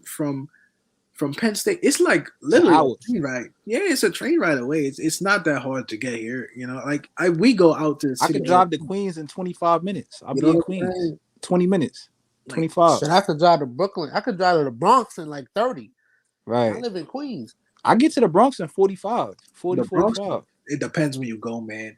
Like, if you really got to get to the Bronx, God, Nah, I'm talking like as soon as I get over that bridge. As soon as I'm over that bridge, I'm in the Bronx. So 45 minutes, yeah. there's a Yeah. problem, bro. That's like New York traffic. It's just a problem. Oh yeah. Oh, you said it depends on what time you go. Oh Yeah, yeah. depending on what. Sometimes you want to get to the bro. That's why I don't even bother, bro. I I don't. don't drive in rush hour, bro. I plan everything out strategically, bro. I make Mhm. early moves and I'm back early. I don't drive in rush hour. Yeah, you're gonna sit in that traffic all day, all day. And that's another thing, man. I think um so I moved from Europe to Brentwood. Now I'm in whatever, Lake Grove, Ronkonkoma.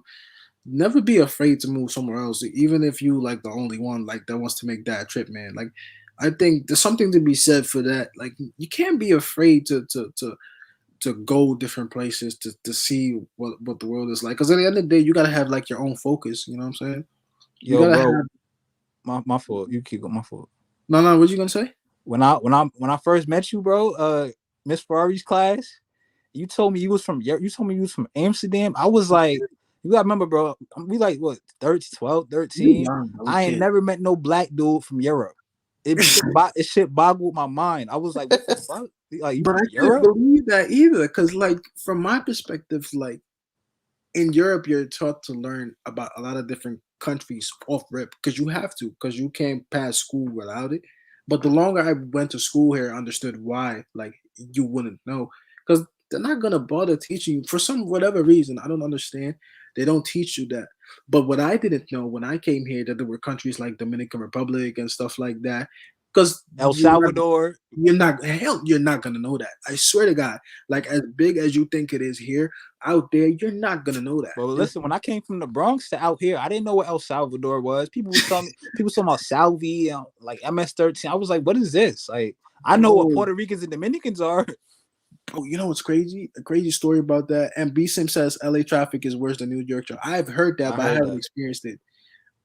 When I first came here, like people had to explain to me what gangs were, because I had never heard of like stuff like that. Crips and Bloods and all that. I swear to God. I swear they had to explain the colors and everything. Oh shit! And like, don't wear this color when you come, bro. I went to Belleville High School and South Middle School, like around.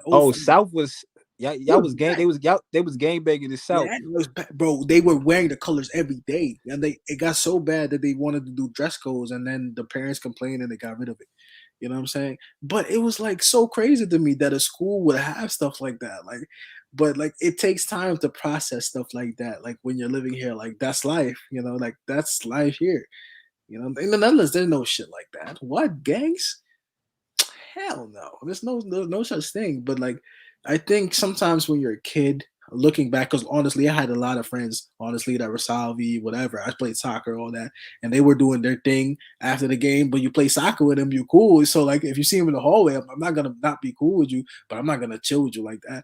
But at the end of the day, when you're a kid, you kind of a follower. I think you follow whoever your friend group is, and if they're doing that, that's how you get into stuff like that. You know what I'm saying? Yeah. It's just like that. And side note, Miss Ferrari's class, I'll never forget. That's one of the baddest classes I've ever been in my life.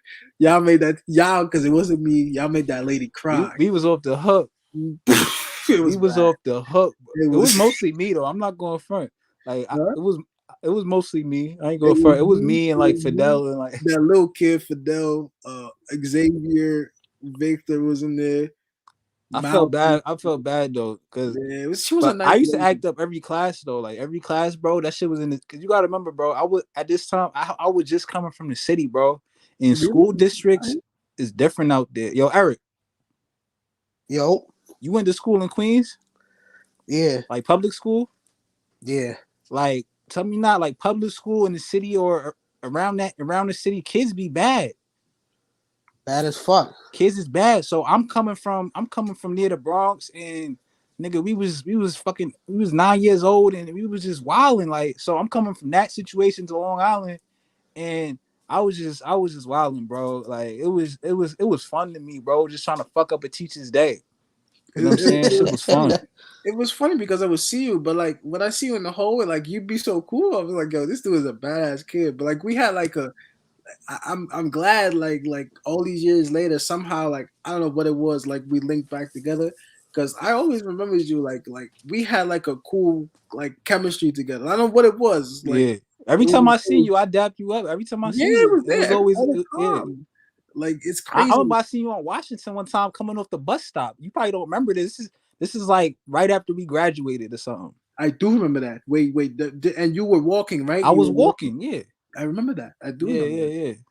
And I didn't know what happened to you like for a couple years after that, like after high school, like around I don't know, like I just like didn't around high school. Like I was out here. I was in the streets. Like in high school, during high school, I was in the streets a lot. After high school, I was out here. I was in Brentwood. I was out here. I went to Suffolk for like 2 years, but I didn't do that till I was like 21 though. Yeah. They disappeared, and one day I see it, like Devin, we fucking mad. You see, you feel like I disappeared. I feel like you disappeared. I was always here, bro. It's just that I was out here.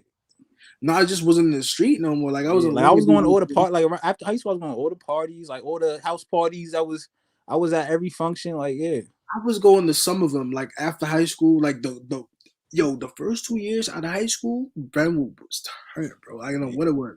Yeah, like you could go anywhere. Like I remember there was a party one time in American Boulevard. I don't know if you remember this. Oh yeah, I remember the American Boulevard party. Backyard, right? Yeah.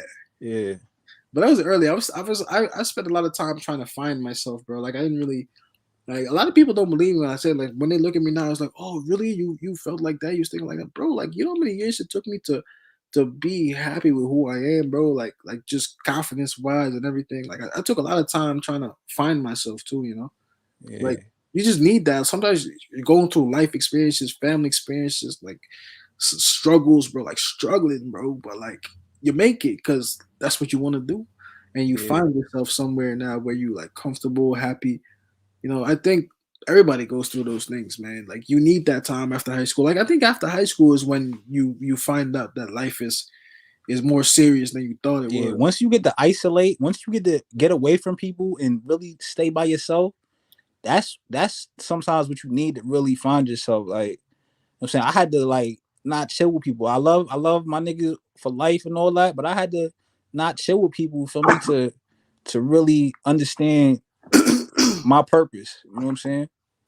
Bro, I always felt like, bro, one thing about you, bro, I admit this 100%, bro. Like, I feel like in middle school, I just felt like you wasn't taking stuff serious, but I always felt like you had talent, and I always felt like you were a very intelligent dude, but like you just didn't really care. Like, I feel like you didn't care to put in the effort and the work, like what they asked you to do it.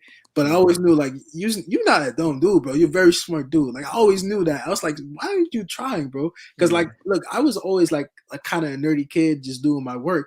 And I would look at you, but like I know this dude is smart because like I just know I could look at you and but like, you just felt like just acting out and shit like that. Yeah, that's exactly what it is. I didn't care, bro. I didn't care. And But it that's was just why, fun to just like to be bad and go to ISS and this shit was just bro, fun. I'm lucky I'm lucky I changed up the way I act at high school, bro, because I could have ended up in jail. The way I was doing shit, bro. like I'm lucky, like I'm just so lucky, bro. I could have been the jail nigga the way I was doing shit. I know And you know, I know you know. A couple of dudes we know definitely been to jail though. of course, of course. A couple dudes. I'm not gonna speak on that, but like couple like after high school, man, like and that hurt the most for me because some of these dudes was dudes I grew up with when I was young. You know, Yeah. we play outside together, you know, stuff like that. And you start seeing stuff like that, you're like, damn, bro. You see it maybe like 4 or 5 years later, because these dudes like, shh, I say, you know, Yeah. like you don't know. Like Bjork Baller says, life is bigger than basketball. Life is bigger than ball. Yeah, man. Like sometimes, like things happen in life. You know, you don't know. You just don't know. Like you get Bro, involved. that's a fact, bro. Like Yeah, it be times like I don't know, I know, yeah, like y'all grew up in the hood, like in the hood, like when y'all was young. Did y'all grow up in the hood? Like I grew up in the hood, Mount Vernon. Well, I, I mean, this course is gonna be worse than hoods, but I grew up in like hood environments, Yonkers, Mount yeah. Vernon. Brentwood. I So always say I grew up in Brentwood because like But you, Eric, what hood you talk about? I lived in Queens my whole life. Like basically my whole life. So where I lived the most is like Far Rock. Oh Like man, yeah, that's the yeah, hood. yeah, yeah. I lived in Far Rock my whole life. Well, I moved to Guyboro in Springfield, Rosedale, you know, learned later on like high school, but most of my life I lived in Far Rock. So I lived in, like the hood. Of course there's like good part of Far Rock, like Rockaway Park, like the hundreds, that's like all white people, rich people. But like I lived in Mott Avenue, 25th, Ninth Street. That's the hood. So like it be times where like you playing with a nigga basketball and like the next day the nigga gets shot right around your block. Like shit like that just happened in the hood and you don't when you young you don't really realize it till now like where you was. Like this shit Yeah, wasn't no game. Like on some real shit. Like it be times where I'm in middle school and I go outside and all I hear is like shots. Boom, boom. Outside of the school, we in the school till like 12 o'clock at night because a nigga, they still find a nigga. Like shit like that. You don't damn. realize till now, like, yo, you was really in some dangerous shit, even at a young age. Even at a young age, I was in some shit. I was just a badass kid. I didn't give a fuck, really. But until I got older, that's when I realized, yo, like, shit could have really went south if I ain't really changed up in high school. Exactly. You know what I'm saying? there's a lot I, of I kids. realized that because my whole life, my whole thing was authority. I didn't like authority, especially them white teachers telling me what to do and all that. I didn't like that.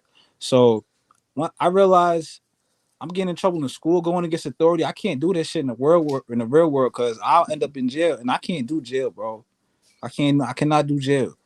Yeah, you know, like there's always places you don't want to be. Like I remember like something that hurt me. Like I remember like I was always smart, but there was always a couple of classes. Well, I mean, I was good enough like to do the schoolwork, but I always had some classes where like honestly I couldn't pass them because it would take me like time, and like I just didn't have it like in the regular schools like whatever semester. So like we would go to summer school, So I would go to summer school like a couple of years, bro.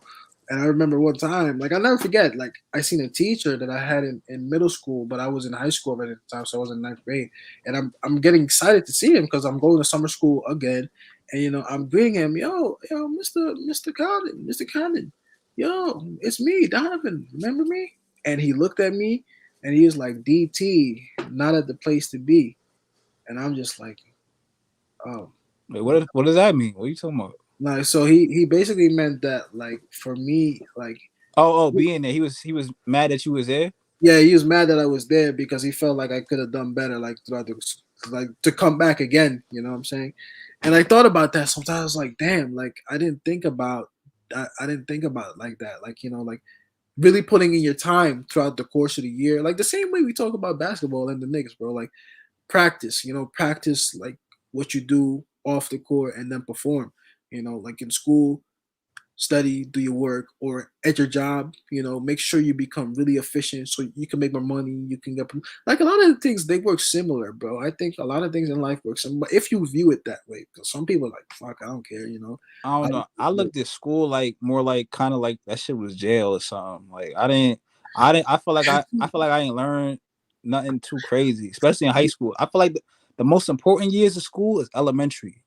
You could learn in middle school too. You could learn everything you need with elementary and middle. High school is shit that you don't fucking need. Middle school and elementary, you good. You got the basics. Like for me, you could go start a business and shit. Like high school, they not teaching you nothing, man. They teaching you like math that you don't need. You know what I'm saying? Program shit, bro. Like Just some like they giving history out of like 1970 history books and shit. Like they don't really give a fuck, really. Yeah. But I feel like elementary, bro, that's important. Like I do think it's true, bro. Like I do think like if you honestly look at all the things you learn in school, it can doesn't I say translate to that? it doesn't translate to the real Does to it the real really? world.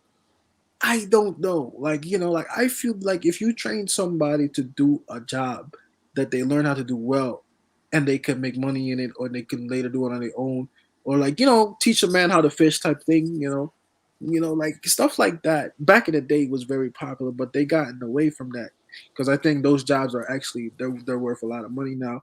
Like I remember they used to train nurses and stuff like that and they would have programs like where you can let's say you go study in a different state where they need a nurse, Utah, everything will be paid for and you will become a nurse there and you have a house and everything, you know what I'm saying? But they don't do that. Like if I was somebody in like a powerful position ball like New York, I would try and do that. I would try to train kids to have like Well, just Brumwood had BOCES. BOCES they was had cool. BOCES, but they had taken it away the year I wanted to go there to learn to cut hair. I was gonna learn to cut hair, and they didn't. I don't know what happened. Brentwood, bro. They They don't probably have. cut that specific program. Yeah, they But cut. the nursing, they never gonna get rid of that nursing. You always No, gonna see them girls with them scrubs on. no. Yeah. A lot of people with similar backgrounds in here. Jerome played a lot of ball. Also talked about getting his GED in prison. Coding is important. Same thing for York, bro. Man, like B Sims talked about, he learned more from his sensei, and he said something else. I just saw it. Like he learned more about life from his dad. Yeah, I think for me, my mom too. Like she told me a lot, man. Like I don't know where it would be. Like I was lucky to grow up with her. To be honest, man.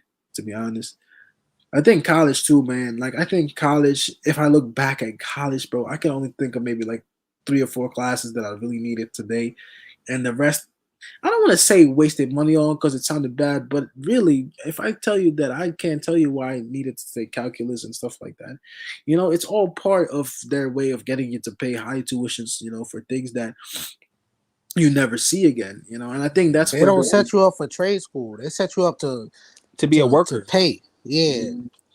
They want to set you up to be like a. They don't even try to instill a little bit of entrepreneurship. It's like they just want you to just fit in perfect with their system to be a worker. You know what I'm saying? And yeah, that degree, like Sometimes it could work. Sometimes it's just like, there's people in high school that making more money than you. People that just have high school diplomas and making more money than you. Well, I'm telling you, like half the time, like I mean, I didn't go to no fancy school or anything like that. But if you look at these D1 schools, you paying for the stadium and all that, bro.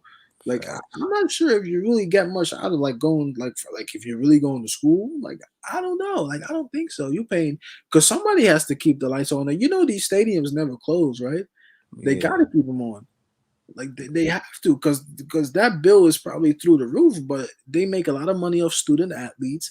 They make a lot of money on all this nationally televised games, and kids are going into debt, bro. You going into debt maybe $200,000. You never paying that back for the rest of your life. There's no way you're paying that back unless you living like below your means and you like a doctor or something, or you making so much money that you can afford to pay it back, which wouldn't make sense because you would have nothing left over to actually buy for yourself like your own house if you're just going to pay off your loan. So you might as well just be in debt, whatever, and then buy a house and then live that way, even though the debt would still be on your name. But hey, you know you're not going to live forever, so I guess when you die it falls off. But that's really the strategy. You get a big ass loan and then hope for the best. But like I had to work my way through school, but I went to community college, hell yeah. and when I went, I like I said, I waited like 2 years before I went to college. Like I was 18, 19, just doing whatever I wanted to do, working a little bit. Then I went to college, and I actually took it serious, and I did well. I had like a 3.6 GPA, but I didn't even get my associates. I was there for 2 years. Like I probably got like maybe 1 or 2 more semesters, and I can get my associates. But honestly, the math had stressed me out. Yeah, And like college is easy to get stressed out, especially when you're working at the same time. Like that shit that's stress you the tough. fuck out. yeah. That math was hard for me too, boy. I tell you, like if it wasn't for me being determined to have people teach me how to do it, because bro, like I'm like it's crazy like that. I do tax and stuff now, like we're learning how to, but like I was determined to get it because I knew that that's what I wanted to accomplish for my mom's. But like it was hard, man. Like I would just be in there for like hours and hours, bro, hours and But hours. tell me now, you be in the class and you're literally like you genuinely want to learn. You're trying to pay attention, but you just can't. You still can't get it. No, That's you what can't get frustrated it. me because I'm really trying to learn. It's my first time I ever going to school. Like my whole school career in high school, middle, I was never taking that shit serious. And I'm actually taking it serious, and I still can't get it. And then sometimes them teachers would they'll teach it like mad blandly, and then be like, oh, well, if you don't get it, come to like the extra help and shit. Yeah, it's crazy, man. Like it's just not it's just not it's not for everybody. I think that's another thing too. Like you don't have to necessarily go to be successful. I would never say something. I would never tell you, oh, you have to. I wouldn't say that.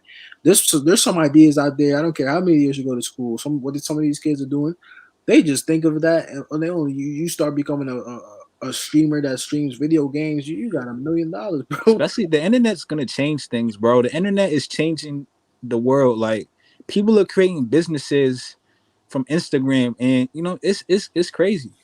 Yes, that's another thing. There are people making their own clothes. A lot of people now making their own clothes, and those clothes look nice. And some people they're not even touching their clothes. Some people never touch their clothes that they're selling. Every they it's some third party situation where it's getting Yeah. shipped, and Yep. what I'm saying, they don't even have to touch it. It's crazy how things is, but Mm. it's good to see, man. It's good to see it. A lot of people have more of an entrepreneurial mindset, but the people that want to work and just be workers, that's cool. That's your lane, but things are changing. Like our parents' era, it was all about get a job and get a job with benefits, and Yeah, now we starting to think different. It's hurting some people, but it's helping some people as well.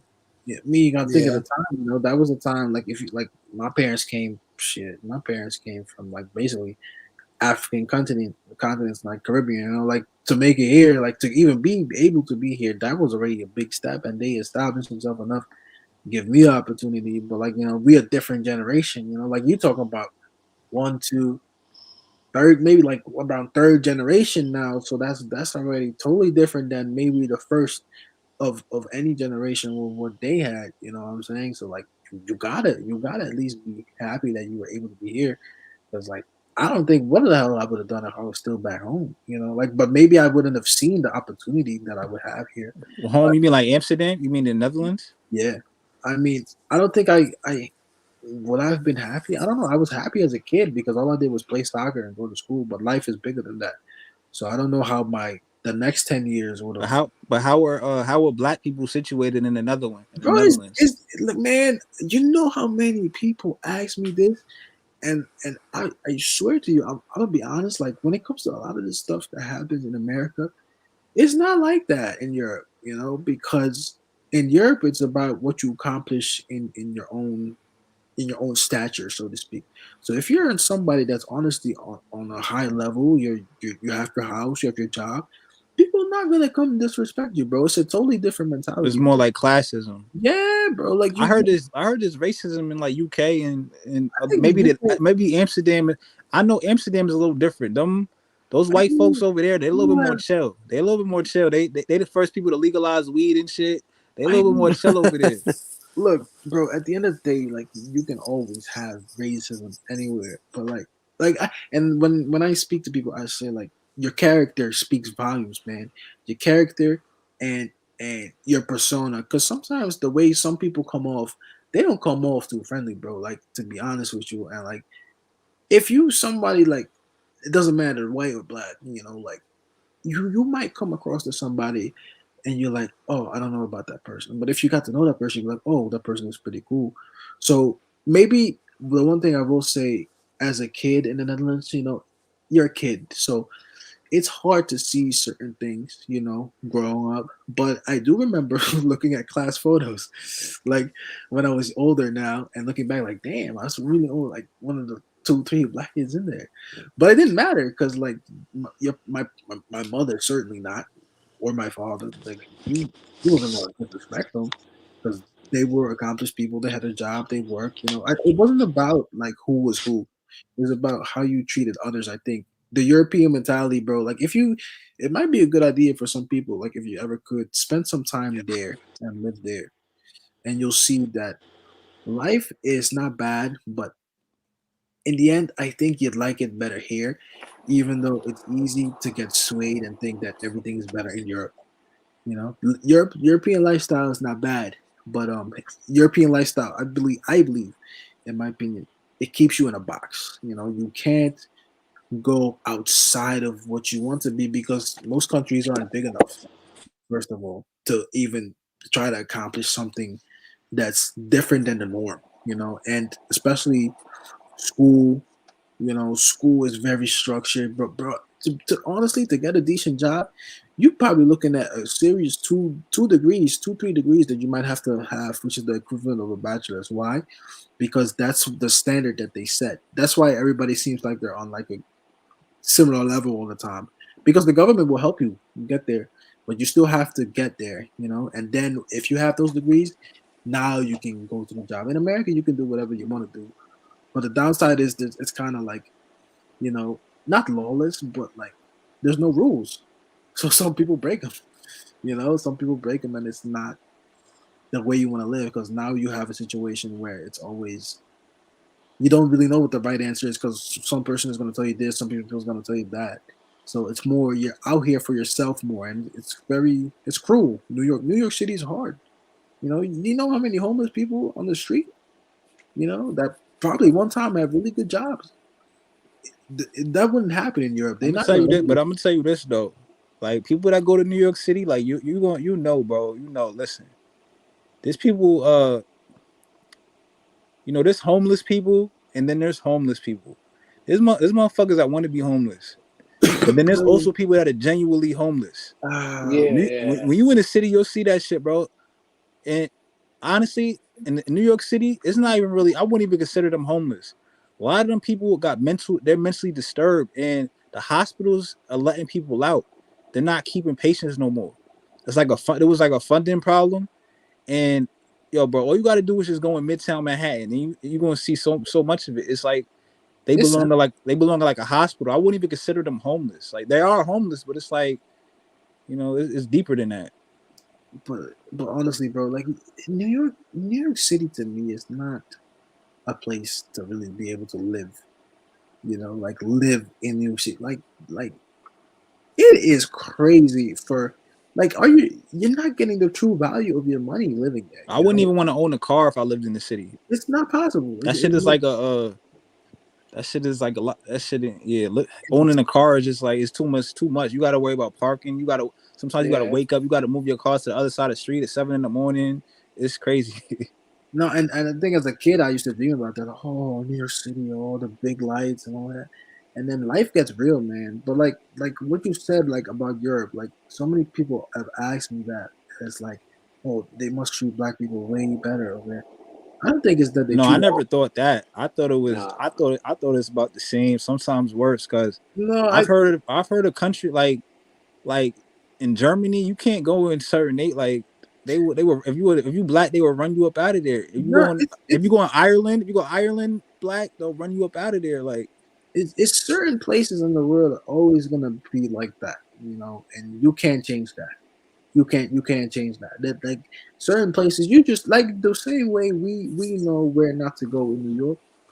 You just have to be aware of where you are. yeah, But everywhere, everywhere. everywhere. But for the most part, bro, honestly, man, like if you have a regular spirit, bro, I don't believe many people really gonna bother you. But there's always a but. There's always situation. Like I mean, growing up, I'm sure we've all encountered situations that you think back on, like, damn, like why did that have to happen this way? Like like if you African American or you Hispanic or whatever, like it's gonna happen to you. That's the reality. But at the end of the day, like I never let stuff like that define me. Like like I've always been somebody who's like a go getter. Like even if I'm the only one in my kind in the classroom or whatever or a job like that, I embrace that because that means like that I'm setting new heights somewhere. And I hope that one day people that look like us like feel that too. Like why you can't be scared, bro.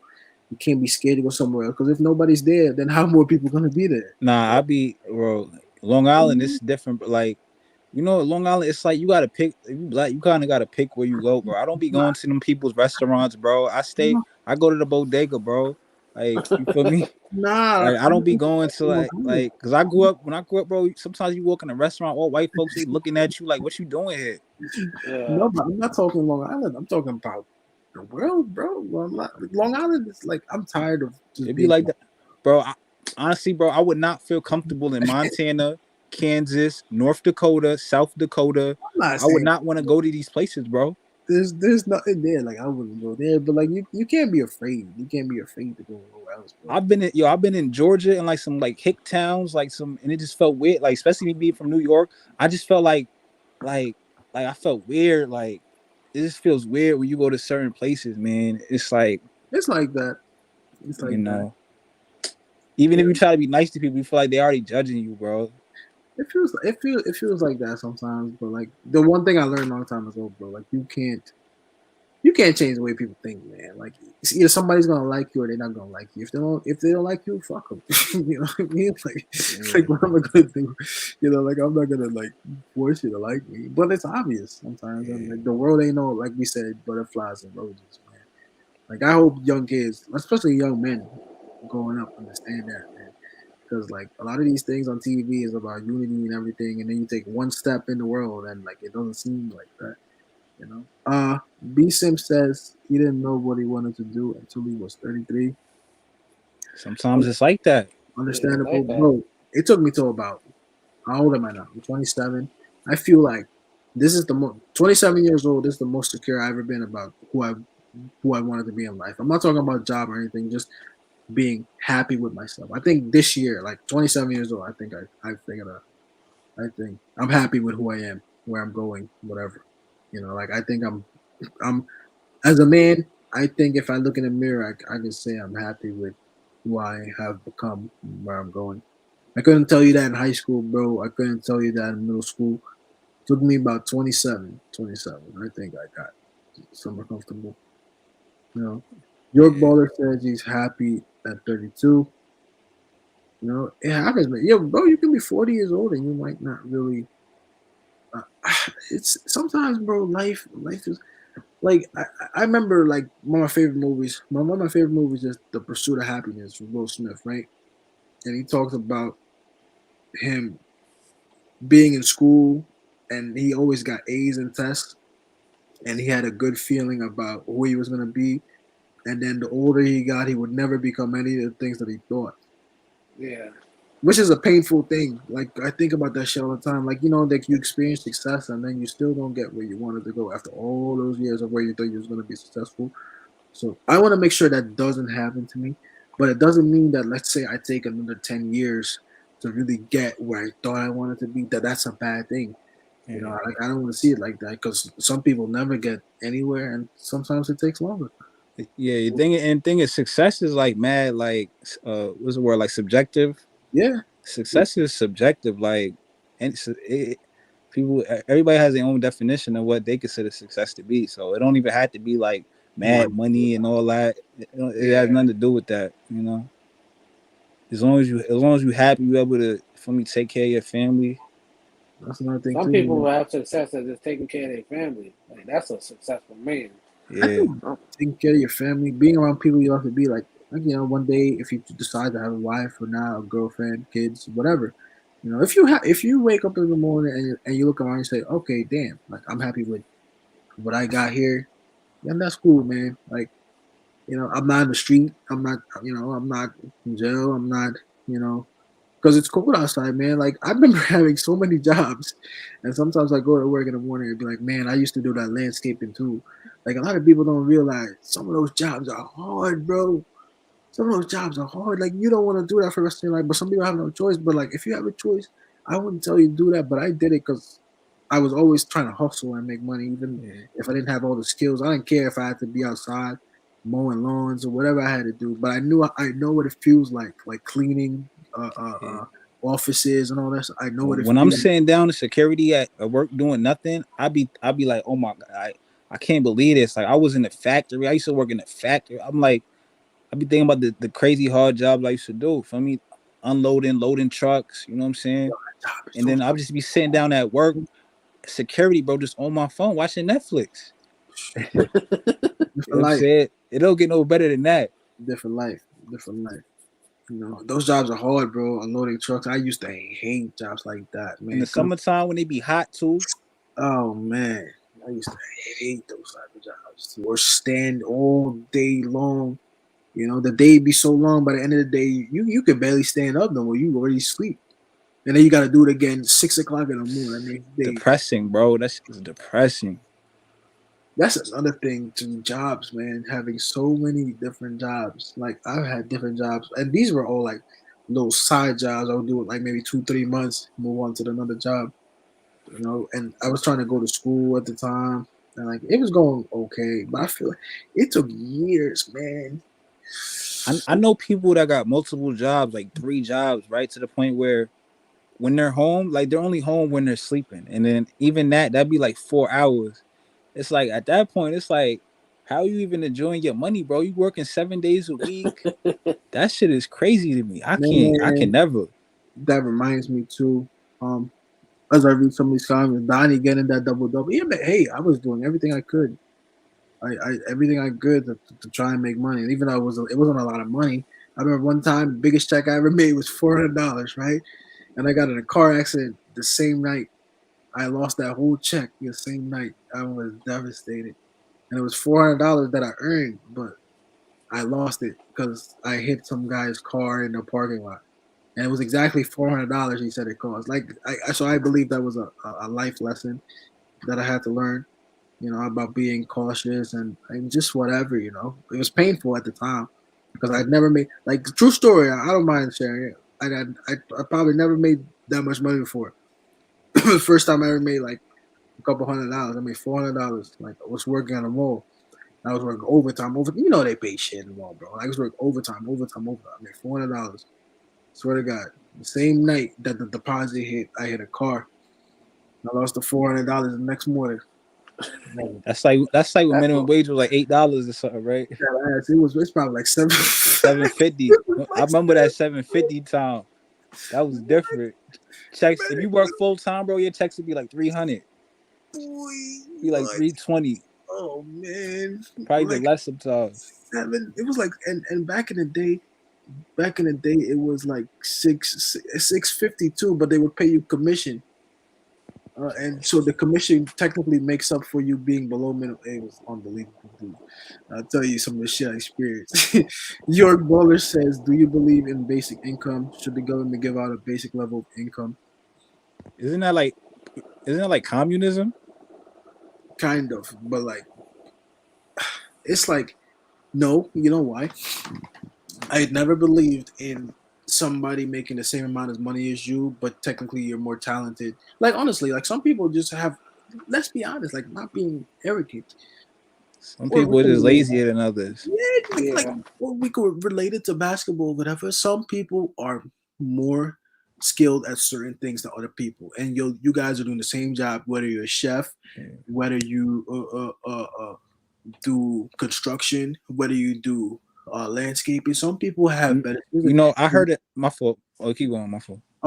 So some people are they just deserve to be paid more. Like I can't see being paid the same as the next guy who can't perform the same way you do. I can't see that. I just can't. I heard like a saying or whatever, like a situation, a saying that people say that if you took all the money in the world, right, and you distributed it equally to everybody in the world, everybody get the same amount of money, right?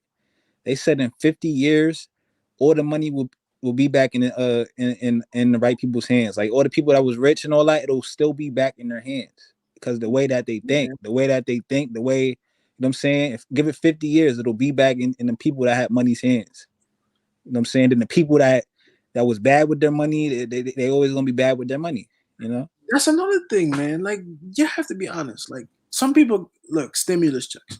Some people took the stimulus check, did some fraud with it, whatever. Some people took it and saved it. Some people used it. It was your money, so you decided to do what you did with it. But once you lost it, you couldn't be mad at the next guy for saving his.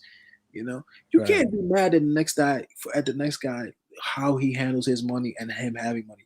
I've never been jealous at rich people. You know what I'm saying? I was always of the mindset like, you know what? Okay, you got money now. Let's say you're a millionaire. Because I used to work at a bank too, and you used to see people with so much money. Like it was on. I couldn't believe like you would be in the same area as me.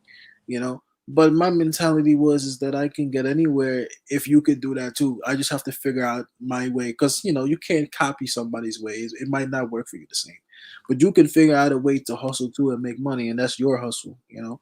Like I've never been at that mentality where I've been jealous.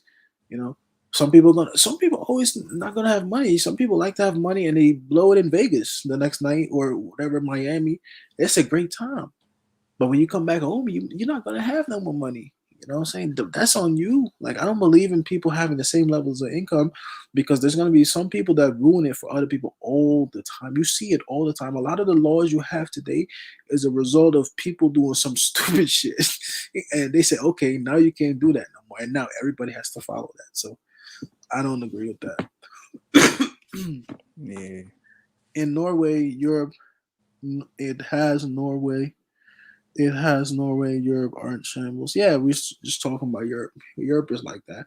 My brother was telling me a story about how they charge you so much tax. It is stupid. I heard that. Did you travel as a kid in Europe, or you just stayed in the A Netherlands? little bit. Went to France. I was young. A little bit. Okay. France, Belgium. Bro, you can travel in Europe like you travel states, bro. I heard on a train. Oh, you could take a train. Yeah, you can. Bro, there's. I don't know if they probably still have some type of it. Like you can get a pass, and if you have that pass, you can travel anywhere in Europe. It's just easier, Yeah. you know. Yeah, people will always try to game the system, bro. Nobody's even looking for work. My job has been hiring for 18 months. I drive trucks and make good money. Let me tell you guys this story, bro, because it's funny you say that. I was driving home today, and there was a guy on the side of the road, and he had a sign that said, "I lost my job.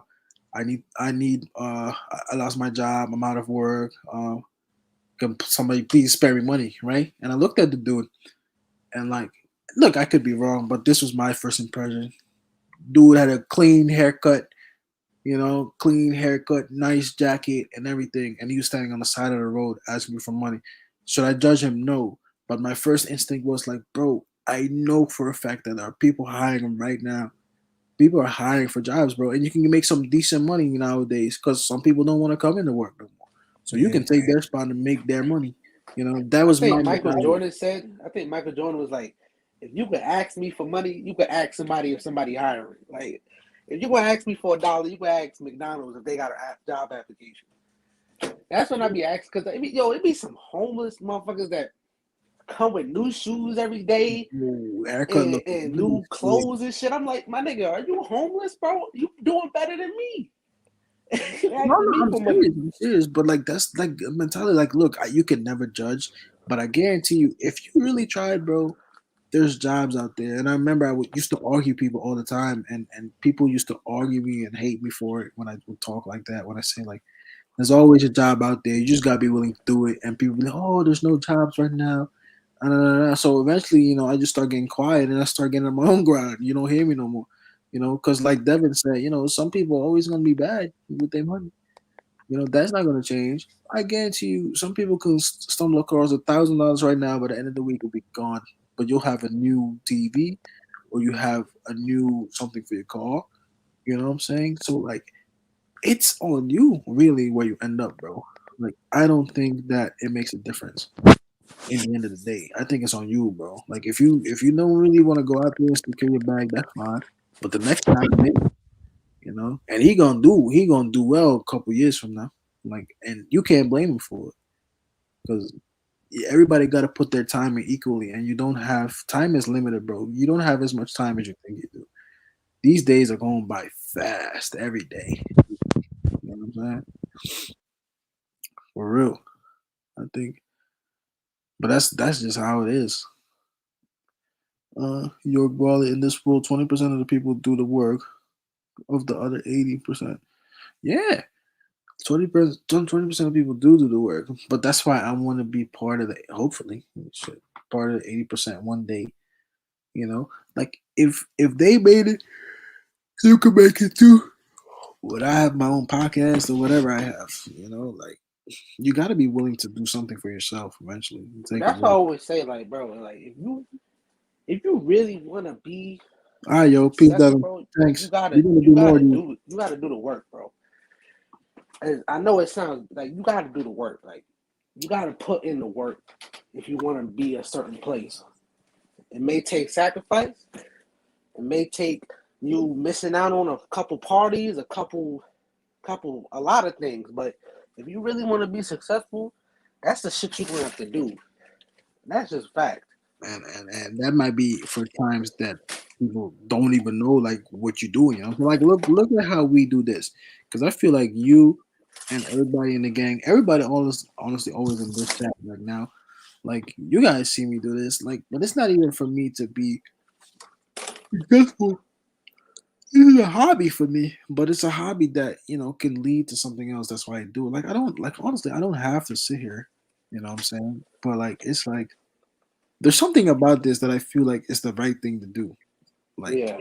talking about basketball, hanging with you guys, and I like the feeling it gives me when you guys talk with each other, because at this point you guys are friends with each other. So you guys have made new friends with people that you never thought you would have met.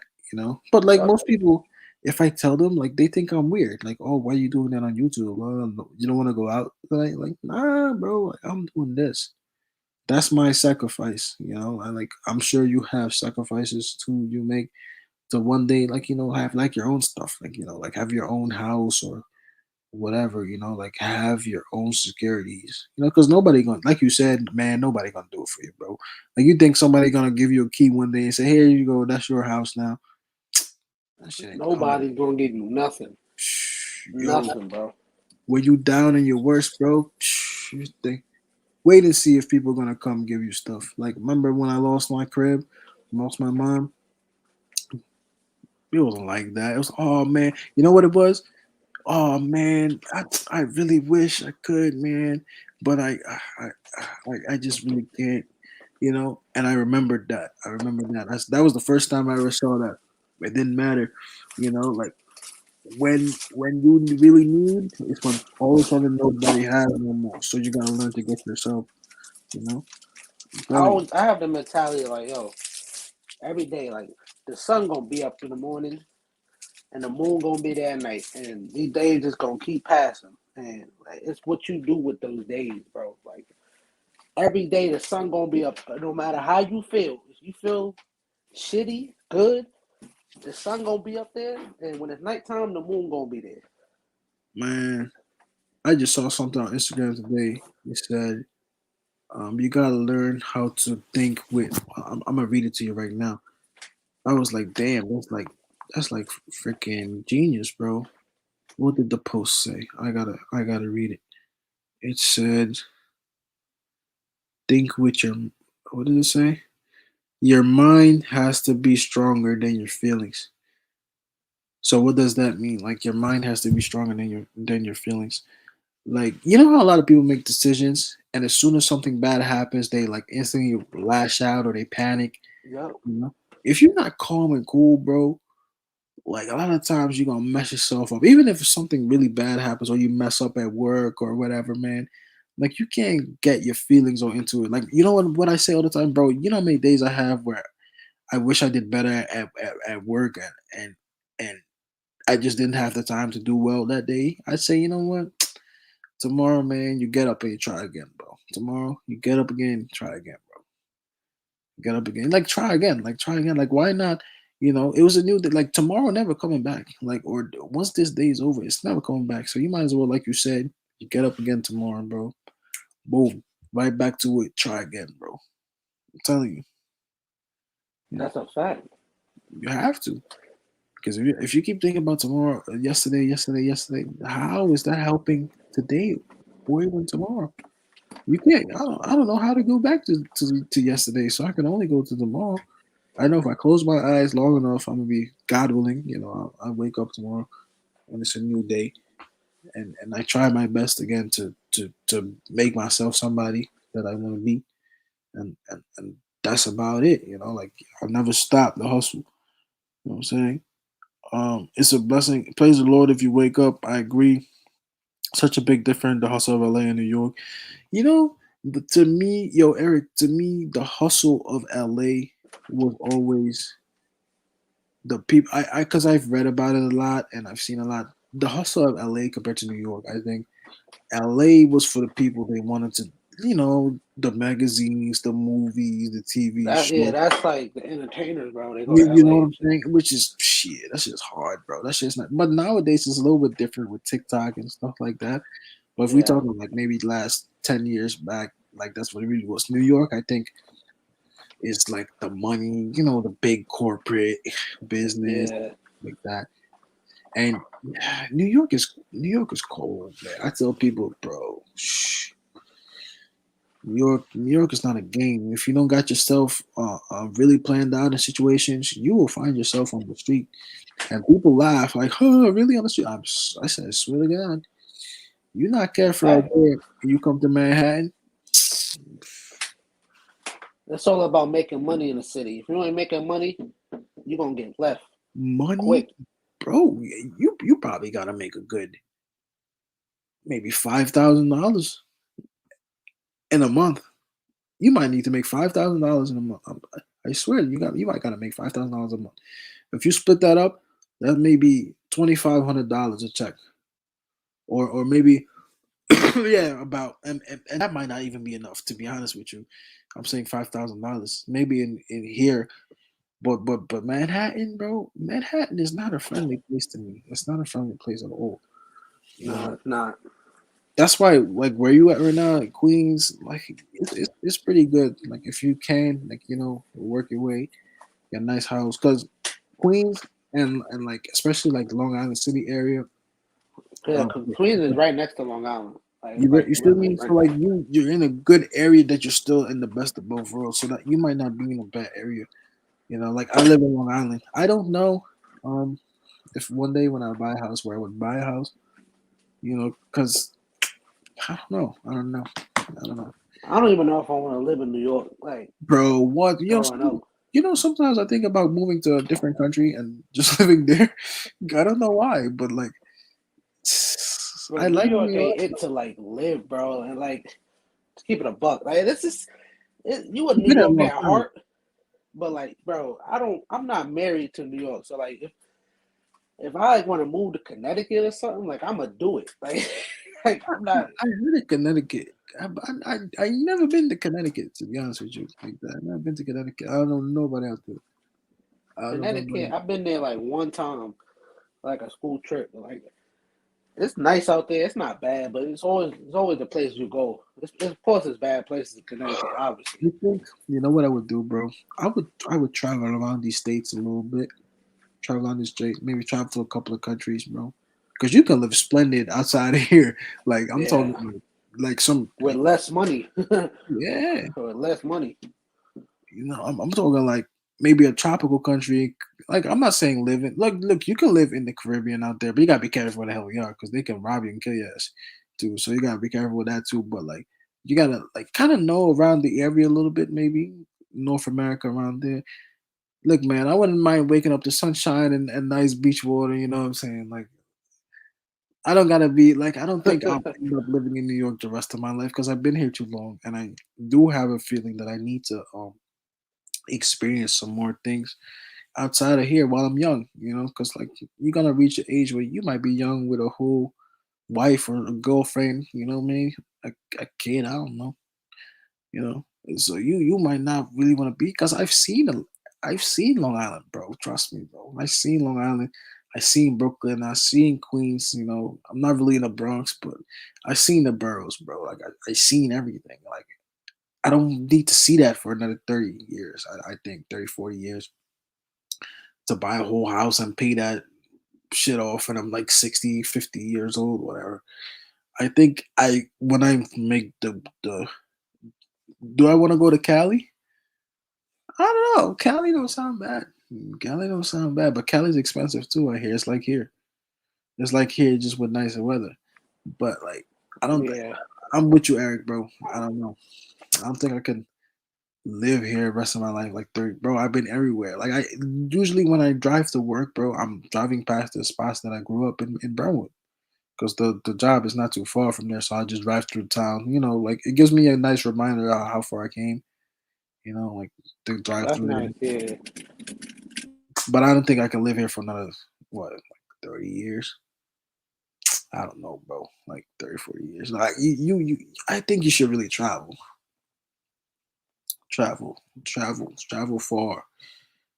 far, and sometimes there's always that one place that like you ever been somewhere it left a good impression on you. Like I think that you could Um, like somewhere. Niagara Falls in Canada. I've been there. That shit It's was like, beautiful, bro. You been there? yes, I did. Yo, it's so beautiful there, bro. I have Oh been. my I god. was there. That was honestly one of the last things I did with my mother before she passed. Actually, I remember that. Niagara Falls, Niagara Falls. Even though the food, we were on the American side, and the food wasn't good. The food was shit. I remember that food was shit, but like the place was nice. You know, It's like that place, probably like Lakewood, New Jersey. That's how nice. New But I Jersey? Like like certain my places. dad lives in New Jersey.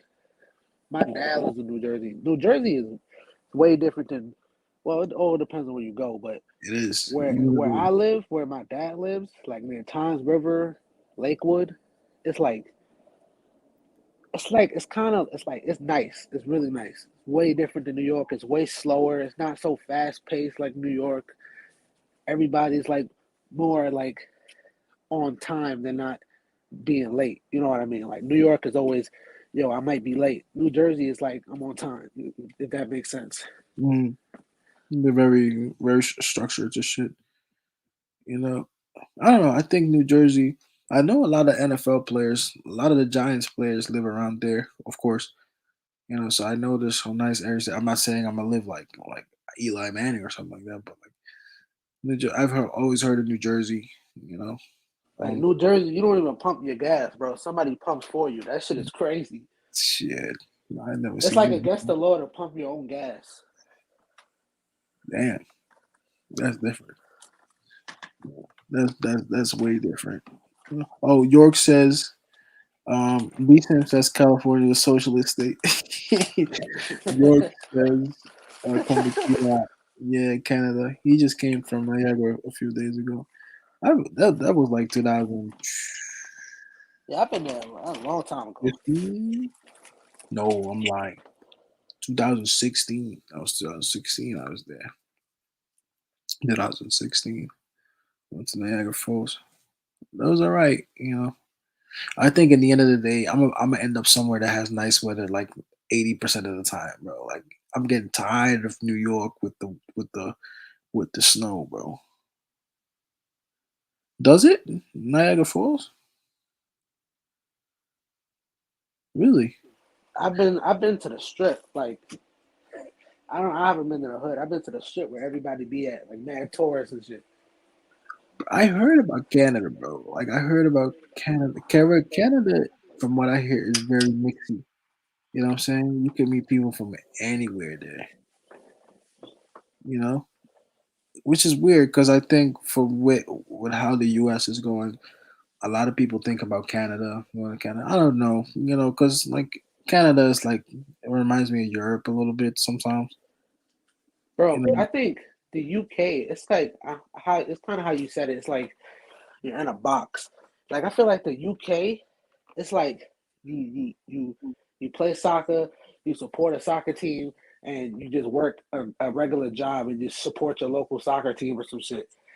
I think that's just how it is, bro. bro. Like, but the thing is, like, when you're a kid, that's that's great, But like, Yeah, I'm saying, if I'm older, like I'm going in my 20s, my mid 20s, my 30s, and I'm starting to have ideas of maybe something that I can do for myself or whatever. Like realistically, like would I really be able to do that over there? Like not know. Okay, maybe I wouldn't know how the United States is, but like if I can get to the United States, if I was living in the UK, that would be a dream come true. I would think. Because honestly, like, what the fuck? Like, how are you gonna do that from there? Like, what are you yeah, gonna start? A business out there? You're gonna start like a business? Like now, okay, the internet is different now, but I'm saying, like, in the United States, bro, you can travel to different states from probably like $100. That's totally different from where you are. You can go to California, you can go to Miami. Bro, that's a dream come true. yep, What? Like, I can't imagine living the rest of my life in the Netherlands, bro. I've been trying to tell my mother that for years.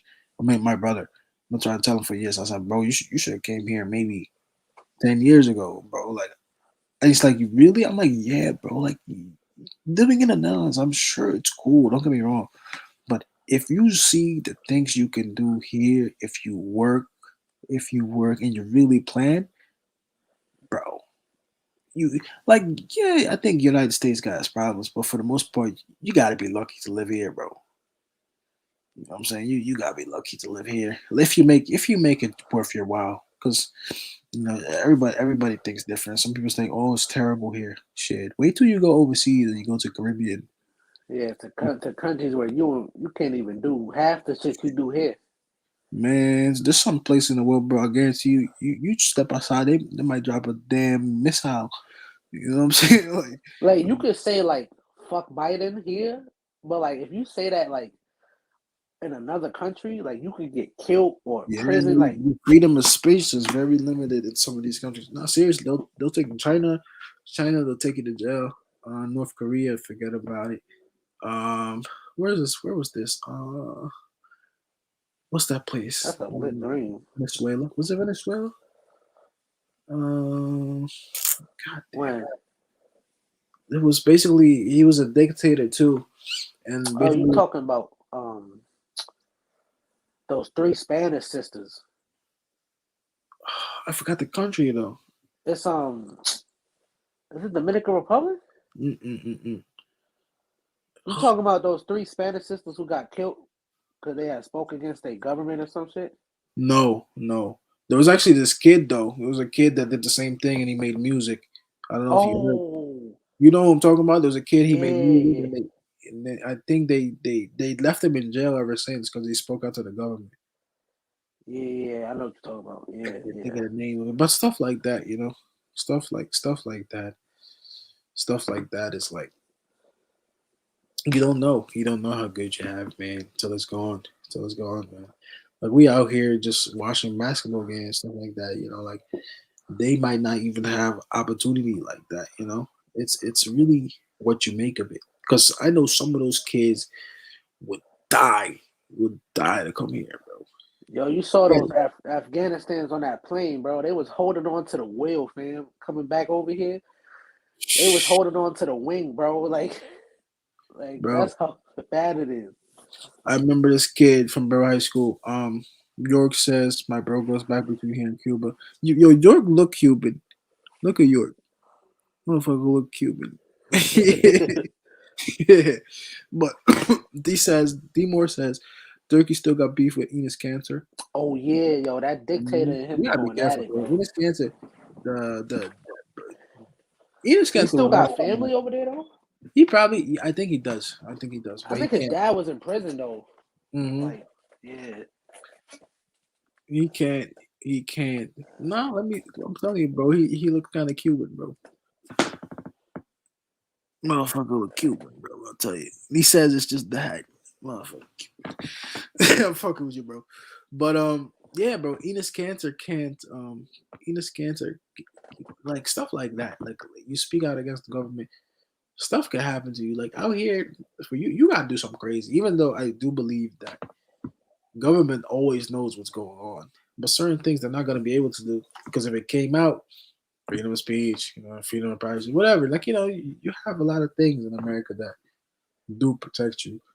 Yeah. Even though life is not, life will never be 100% how you want it to be, but it could be worse. It could be worse. Trust me. Oh, I was gonna tell you a story because you was talking about Afghanistan. When I first came here in Brentwood, there was this kid. He and I took ESL class because like certain words in English you don't know that well, so they put you in class to help you English and stuff. Yeah, so yeah. Yeah. So there was this kid. His name I'll never forget it, bro. His name was Arshad, and he loved to play basketball. Like that was his thing. Coincidentally, like we have basketball. Time. He loved to play basketball, and he always took the paper. He would crunch it up, and he would throw it in the garbage because he wanted to play basketball. That was his thing. And I was with him in class for about a month. And a month go by, get a knock at the door. Look, they coming for Arshad because Arshad is going back home. You know what I'm saying? And this was like 2006. Like that war stuff was pretty heavy at the time. Like Oh it was shit. pretty heavy. Like Afghanistan, like the stuff was going on every day. You used to see it on the news. Yeah. If you saw the look in his eyes about him hearing that he had to go back home, bro, I never forgot it. To this day, I wonder what happened with him. I wonder. I really do, because it was so painful to see that because you could tell how about to tear up nigga shit. Like Yeah. you could tell how bad he wanted to stay here and like he didn't have that opportunity, son. Like because where he was going, like you knew, like you could die tomorrow. Seriously, like that was at the time where they were shooting like. Oh, that's when that was heavy. Those heavy, Yes, like, yes. yeah. Oh, It was around yeah. 2006. I remember because it used Yeah. to be on the news all the time. And if you used to see the look in his face when he heard he was going back, damn, son. To this day, I swear to God, I could just imagine. Like, that's mad man, sad, yo. that's that was very sad. I hoped I was praying maybe he makes it back here one day, but usually the way that goes, like if they go back home, it's gonna be hard for him to come back. Like not because he can't, because he was around my age, but he probably had family back home over there too. And that's tough, man. Damn, that's really tough. Oh, that's fucked up. Ain't Man, gonna lie. he looks so he. The look in his eyes was almost like somebody please help me, like try and stay here, like because like they Oh, it came was to like kill him. that. Yeah, and I was just like I'm like 10 years old, but I'm looking at this kid like there's nothing I can do. There's nothing I can do because like you're a kid and you can see it in his eyes how bad he wanted to stay. And then after that day, I never saw him again. Never saw him again after that last time. And it goes like that for a lot of kids. When you're in the programs, the ESL programs, you might come here for 3 months, you go back. Yeah, I know a lot of people who come here just for a little bit and they go back to their country. Yeah. That ass. Never come back again. You know, but that's how it was, and uh, I'm sure that he would have made a great life for himself here. But the sad part is like he didn't get that opportunity, Like he he didn't even have that chance, like to see like what he can be. Like if he stayed here, like maybe till he was like 30, 40. And then you got people complaining out here about, oh, this is bad, bro. You don't know how bad some people's lives are, bro. Some people's lives are terrible, and they probably wouldn't even admit it. They probably wouldn't even be like, oh well, it is what it is. Mm-mm. Not him. Like that's why me, where I am today, was a lot better if I would have stayed back home. Like not that back home is hood. It's fine. It's the neighborhood, regular. But Yeah. I don't think in the end I would have been satisfied, like with the potential things I could do. I think. I don't know about you, but that's how I'm thinking of it. I want to be satisfied. Europe, not for me. A lot of people ask me if I would go back home one day and live there. You would never go back to the Netherlands? I would, but not to live. Not to live. I want to go to the Netherlands just No, to travel. like it's weird because if you would have asked me when I first left, I could tell you everything about it. But now I've left 2005, 2015. So it's only 15 years ago. Yeah, it's not that long. But it feels like a long time. It feels like a long time. 15 years ago is nothing, but a lot has changed, man. 15 years, a lot has changed. Like I think just from music to culture, and a lot of that has to do with the internet now. You can look up YouTube videos right now about any country you want, and there's probably somebody who recorded it. So everybody's getting exposed to different culture. So you can see like, oh, maybe I would like to go here or live there. Me try heading to Cuba for the winter. And yeah, I have lived most of my life here now, and I remember all of it. I remember sixth grade, seventh grade, eighth grade, ninth grade. I remember everything, every year. I remember When something you about came here, like 2005? yeah, 2005, 2005. Listen, bro, I remember I came here in December, a cold December day, and I remember JFK, and you open the door. I said, "What the fuck is this?" Like I'm looking around like, first of all, I had never seen that much snow before. Like it used to snow, but not, bro. I'm talking a couple inches, bro. Maybe not even to your ankles. Like snow was it was not that common back in the day. But I think the weather has changed a lot over the last 15 years. I don't think they got snowstorms out there where I used to live, but it was nothing like what you, bro. What? I remember going to the I was hungry. So the first thing I ever ate, American food, we went to Checkers, I think. I got Checkers fries with a burger. Oh, that was the first shit? First shit. First shit. Remember that. And then another thing I remember about America, like that shocked me. I remember turning on the TV. I couldn't believe how many fucking channels there were on TV, bro. like, like that ass. Like I could understand how one TV could have that many different channels to watch. Even basic cable got like Basic, even basic, bro. It made no sense because back home, like if you had basic cable, it didn't really go past like. I swear to you, I swear to God, maybe not past 15 channels. Maybe not even 15 channels. Maybe 10. I swear to you, there were not that many different TV channels like that. You did what you had. The rest you had to pay for. And back then, since it's Europe, you got to have some type of satellite because the basic cable is going to cover like your local area. You know what I'm saying? But I always get choked up when I talk a lot. But like, it's not going to cover anything else. So you would have to get a satellite. And ain't nobody paying for a damn satellite. So yeah, that's what you had. When I came here, fucking bro, it's Stars, Cinemax, HBO, And at the time, like like where we were living, we had all the channels, but we quickly stopped that because it's first of all it was too much money, but it happens at beyond, like so I couldn't believe that there were that many different channels on TV because I was home for the first month or so for get to school situation. So I'd be like fucking black home alone, just be home watching TV, eating food. Starting to tell, oh, I want to go to school. Want to go to school. First day I go to school, I was like, man, take me back home, man. Shit's crazy. Devin asks, what about the language barrier? Yeah, I was gonna ask you about that.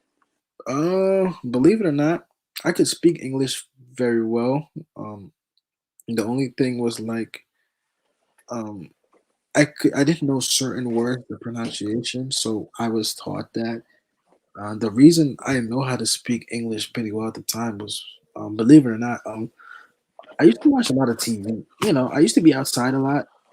Somehow, I don't know how I did it as a kid. I felt like I played a lot of video games, but I was outside a lot at the same time and watched TV a lot too. I have no idea how, but that's the way I remember it. So for the time I spent watching TV, um, at nighttime, the cartoons would switch to English. Right now, I would still watch, but they would have Dutch subtitles. So I would learn the word, and I would hear it, and I would hear the pronunciation. And not before long, I think by the time I was 8 year old, my English was pretty good already. You could speak Dutch fluently. Yeah, That's I so speak Dutch crazy. fluently, but the only person I can really speak with is my brother now, and that's it. Really. Ain't too many Dutchmen around here. I, Oh, st- I, still, shit. I still got a language down and stuff like that. It's always cool when you hear somebody speak Dutch on TV, or the coolest is when you read something on like social media and it's in Dutch and it catches you by surprise and you read it like in English and then like before you Oh, know, okay, yeah. yeah, before you know, you just speaking straight Dutch, but it's a different language. Like it's a language you definitely gotta be grow up with to really grasp everything. Even though I did see a guy, he was I think they call him a polyglot or something like that, somebody who learns a lot of languages. And it was scary that he was able to figure out Dutch because he would know words that you ever know like in different language there's certain words you would only say if you were really from there. Yep. And he would know those words too because Dutch is not a easy language to like. I can speak Dutch for you right now, and you'd be like, "Yo, what the fuck? Like, how how do you even speak that shit? Like, like what makes you say the words like that? Because it's not. Most people are used to Spanish, Italian, French, and could still hear some of the sounds in English. In Dutch, it's not like that at all. Maybe there's maybe a couple of words that sound like the English word. The rest is all like it would be like gibberish almost. But it's not. It's really a different language, and everybody in the world has almost their own freaking language somehow, which I think is even crazier, bro. Like you ever thought about that, bro? Like how the fuck you have all these countries in the world and they all have different languages? Like that shit it don't make no sense. Bro, that shit like bro, you know how many countries there are in the world that have their own distinct languages and then there's native people to that land have their own native language? Yep. The native people. Like that shit is crazy to me. That is extraordinary even though the universal language is English. Yo, what up, Rage? Universal language is English, like me and you speak. Like most places in the world speak English at this time. You know, I don't know why they decided English to be the universal language, but they did. You speak sign language? You speak sign language? I wish I did, but I That's the don't. only shit. I know sign language and English. That's it. You speak sign language? Yep. I wish I did, man. It's because my mom is deaf. Like that's how we talk. Wow. Yeah, I don't really speak to her much in terms of like voice. She can read lists, but most of the time it's sign language. But have you ever heard her voice? Yeah, she talks, but mostly it's sign language because she taught me and my sister how to speak sign language at a young age to communicate with her because it was to a point before she couldn't even read lips. She does better now, but before she couldn't even read lips, so that shit was real tough. Wow, man. Man, I'm happy that you're still able to communicate with your moms, man. Because like when Yeah. my mother was sick, like somehow, some way, like she had cancer and like it got so bad, like she couldn't speak anymore. Like Oh this shit. is like deteriorating, bro. Like and like those days, I wish that like you could like say something, like because like I think she knew like the time was like running out, but like wanted to say something and you can't. So like Yeah. like being able to communicate with your mother like still at all times is very, very, very, very important that you can, man. Because like being able to get your thoughts out somehow, some way, is the only way that you can feel what somebody feels. Like you can't get True. it from just staring at a person. Yeah, man, that's that's really crazy. I didn't know that. I wish that. Yeah. York says, "Y'all ever get a fresh haircut and feel the bro? Why you think I always get these hair? I think they think I'm crazy. I think they think I'm a rich man or they either think I'm crazy at the barbershop. Because I get haircuts like every 2 weeks because well I try to. Some weeks I go like 4 or 5 weeks without a haircut because my Haircuts barber. are mad expensive. How much your mine is $30, bro. It's a lot of mine is $30 too. It's a lot of money. And I used to pay him less, but he got mad because he was like, "Yo, I give you a haircut, a shave. Gotta pay a little more money." Yeah, I get a shave too. They be like, Like, yeah, it's really 25, but you get like a $5 tip. yeah, if I got tip, so whatever tip I have, I give. Him. Rage says he speaks Turkish. Oh, that's Oh, you that's and dope as hell. yeah, that's dope. I used to have a lot of friends from Turkey, and Netherlands has a big community of Turkish people, Moroccan people. Very, very, very big, very, very big community. Very big. I know it was big before I left, so I probably only grew. Devin says he stopped getting haircut. Like Devin, bro, he's a trendsetter, man. He's doing his own thing. You're a trendsetter, man. Yeah, Yeah, I remember when a cut was like $5, $10, bro. I remember. Yeah, I remember when it was $10. Yo, let me tell you this story, bro. This story changed my life as a man. This saved my life as a man, and it's actually related to haircut. So one time, I went to the barber shop, got a haircut, regular shit, whatever. But I learned a lesson that day about dishonesty. How? I'll tell you. So I get my haircut, I go to the car to get the money, but let's say the haircut was $10, right? Yeah. I gave him a $20 bill. I gave him a $20 bill and I walked away. And I come back and I go to the car. I just gave him the $20 bill, not thinking, the cut was 10. So I go to the car, my mother asked me, said, "Yo, where's your change? Go get the change." I was like, "All right." Go to the car. Come out the car. You already know what's about to happen next. Yeah, I Yeah. already know. Shit done. He's like, "What are you talking about?" Like, I don't owe you money. Some big fat dude at halftime, Devin. You know how they used to be at halftime. I don't know what you're talking about. You owe me, and I kind of a little kid with squeaky voice trying to stand up for myself. It don't really work. He kind of like boxed me out of the shop, whatever, and go back. When I tell you, my mother was arguing with me for 20 minutes to get that money, and I ended up never getting that money. But why am I telling you this story? Um, when you're dealing with money and you're doing a business transaction, bro, always be alert. Always be alert when you're doing a business transaction because people can. He basically stole from me. Basically, yep. He knew Yeah, what he was Devin doing. knows about halftime. Devin knows about halftime. That's like the barber shop that was close to the high school. But people stopped going there because they would always do you grimy. Either it's a bad haircut or something like that happened. But I learned, and I was how old was I? This was before high school. Nah, a little bit before high school. when you're dealing with money, always make sure you do a proper business transaction with somebody. Because somebody can get over on you quick, bro. You don't look like you give somebody a $20 bill, you walk away. Or you turn your back, this dude gonna say, I don't know what you're talking about. You gave me 20. You know what I'm saying? You gave me 20. I thought you gave me 20 for the haircut. Like, I don't have your 20. He know, but like he was older than me and he knew what he was doing, you know? Like he just basically he took $10 from me, basically, from a kid, you know, like but like he knew what he was doing. Me, I didn't realize, turn my back to him, money's gone. So like life lessons sometimes, you know. No, that it was a fat black dude. Never forget that fat black dude. I remember exactly how he looked. I never seen him again. I don't think he cut hair anymore. Fat black dude. This is years ago, bro. So it could be anybody, but you would recognize him. It's not the dude that used to walk with the limp.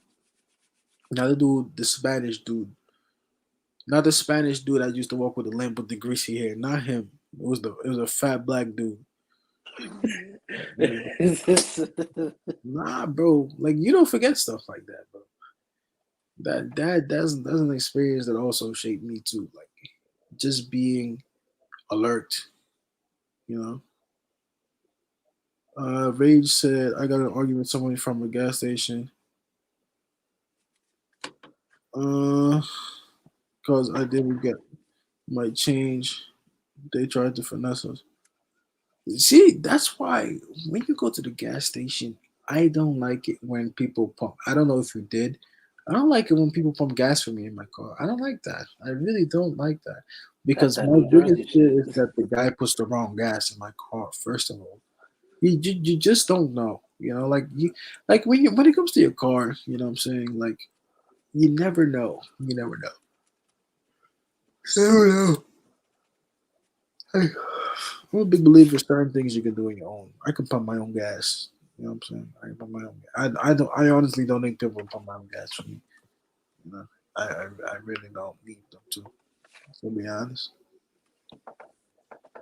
Shit, I've been telling y'all life stories the whole time. Yo, what we gotta do? We gotta have more podcasts, like maybe podcasts like these too.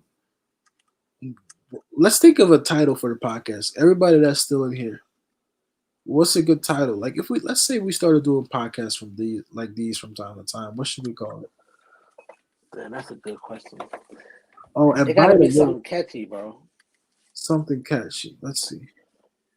By the way, York and Rage knows York. If you want, I'm gonna drop the link for the Discord. I don't know if you're on Discord, bro, but you can still keep up with us on there. A lot of the people in the X90 chat are are on Discord too, and I always like the guys channel. Um, what's this? What's the name of it?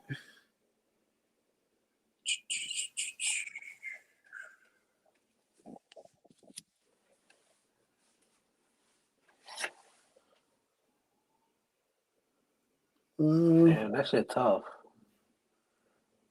X90 podcast. Yeah, you know, like I've been doing the play by play for a while, but like I didn't know like we had so many different things in common. To be honest, to talk about, like everybody here literally has something in common with each other. I didn't know that. So this is the Discord.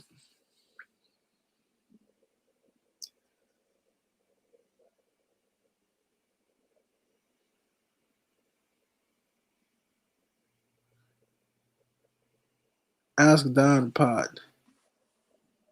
Ask Don Pod. I can't put that. Yo, y'all ever seen girls on Instagram that you try to get at and like at first it's working, but then like like me, sometimes I'm casual, bro. Like I'm very laid back because I feel like you have options. You know what I'm saying? Well, as a man, I always feel like you should have options. But then you see the one you let get away, you're like, damn, what the fuck I did that shit. Yeah. It should be like that. There's always that one like you got goddamn. I should have fucking like paid more attention, like, cause like women, it's a game, bro. You gotta play the game, bro. That's when they say play the game, you gotta play the game. Especially with women, yeah. Because if you don't play the game, they're gonna play you, man. But this is a Discord. That's another thing. That's another thing I learned. Man, like I was never really a ladies' man or anything like that. Devin tell you, I was just, you know, those girls want you to make it known early.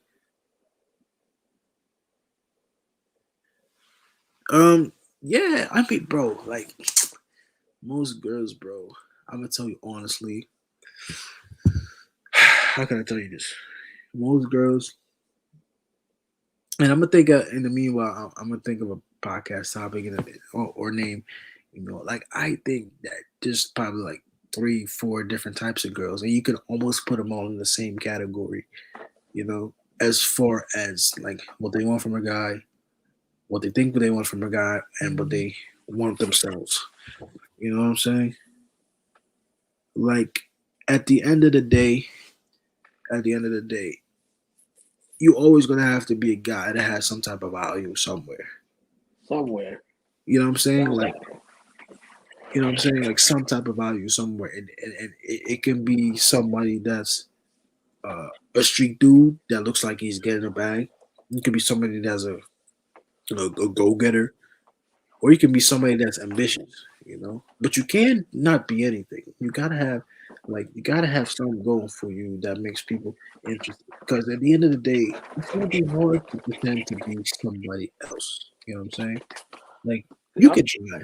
You know, I see a lot of dudes on here. They give the advice and shit like that. Oh, you gotta do this and this and that, which I think that's cool.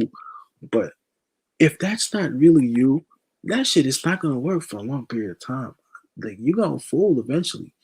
You know what I'm saying? Like even if you go on a couple of dates, whatever the fuck, whatever, it's cool. But that stuff fades because it's not you. You know what I'm saying? And even the guy giving the advice, he's telling you his perspective. You know, that's Oh, not. you talking about that Fresh and Fit podcast? Nah, I'm talking about that. The dude with the beard. Um, hey, look, man, we all seen his videos. Yo, what's up, Oh, Clutch? I know exactly who you're talking about. You don't even gotta What's say up, that. Clutch? We out here doing a life podcast, man. Yo, Clutch, what's a good name for a regular podcast? How are you, brother? Like, if we started doing regular podcasts and talk about life, what's a good name for a podcast? I'm good, man. The Knicks won tonight. We so happy the Knicks won tonight. We still talking about life, man. Oh, clutching it in here. Yeah, Clutch here, man. Clutch doing his thing. Wait, what were you saying? Sorry for cutting you. You said something before that. Who me? Yes. Yeah, I know exactly who that dude you was talking about. Yes, the Yeah. dude with the bald dude with the beard.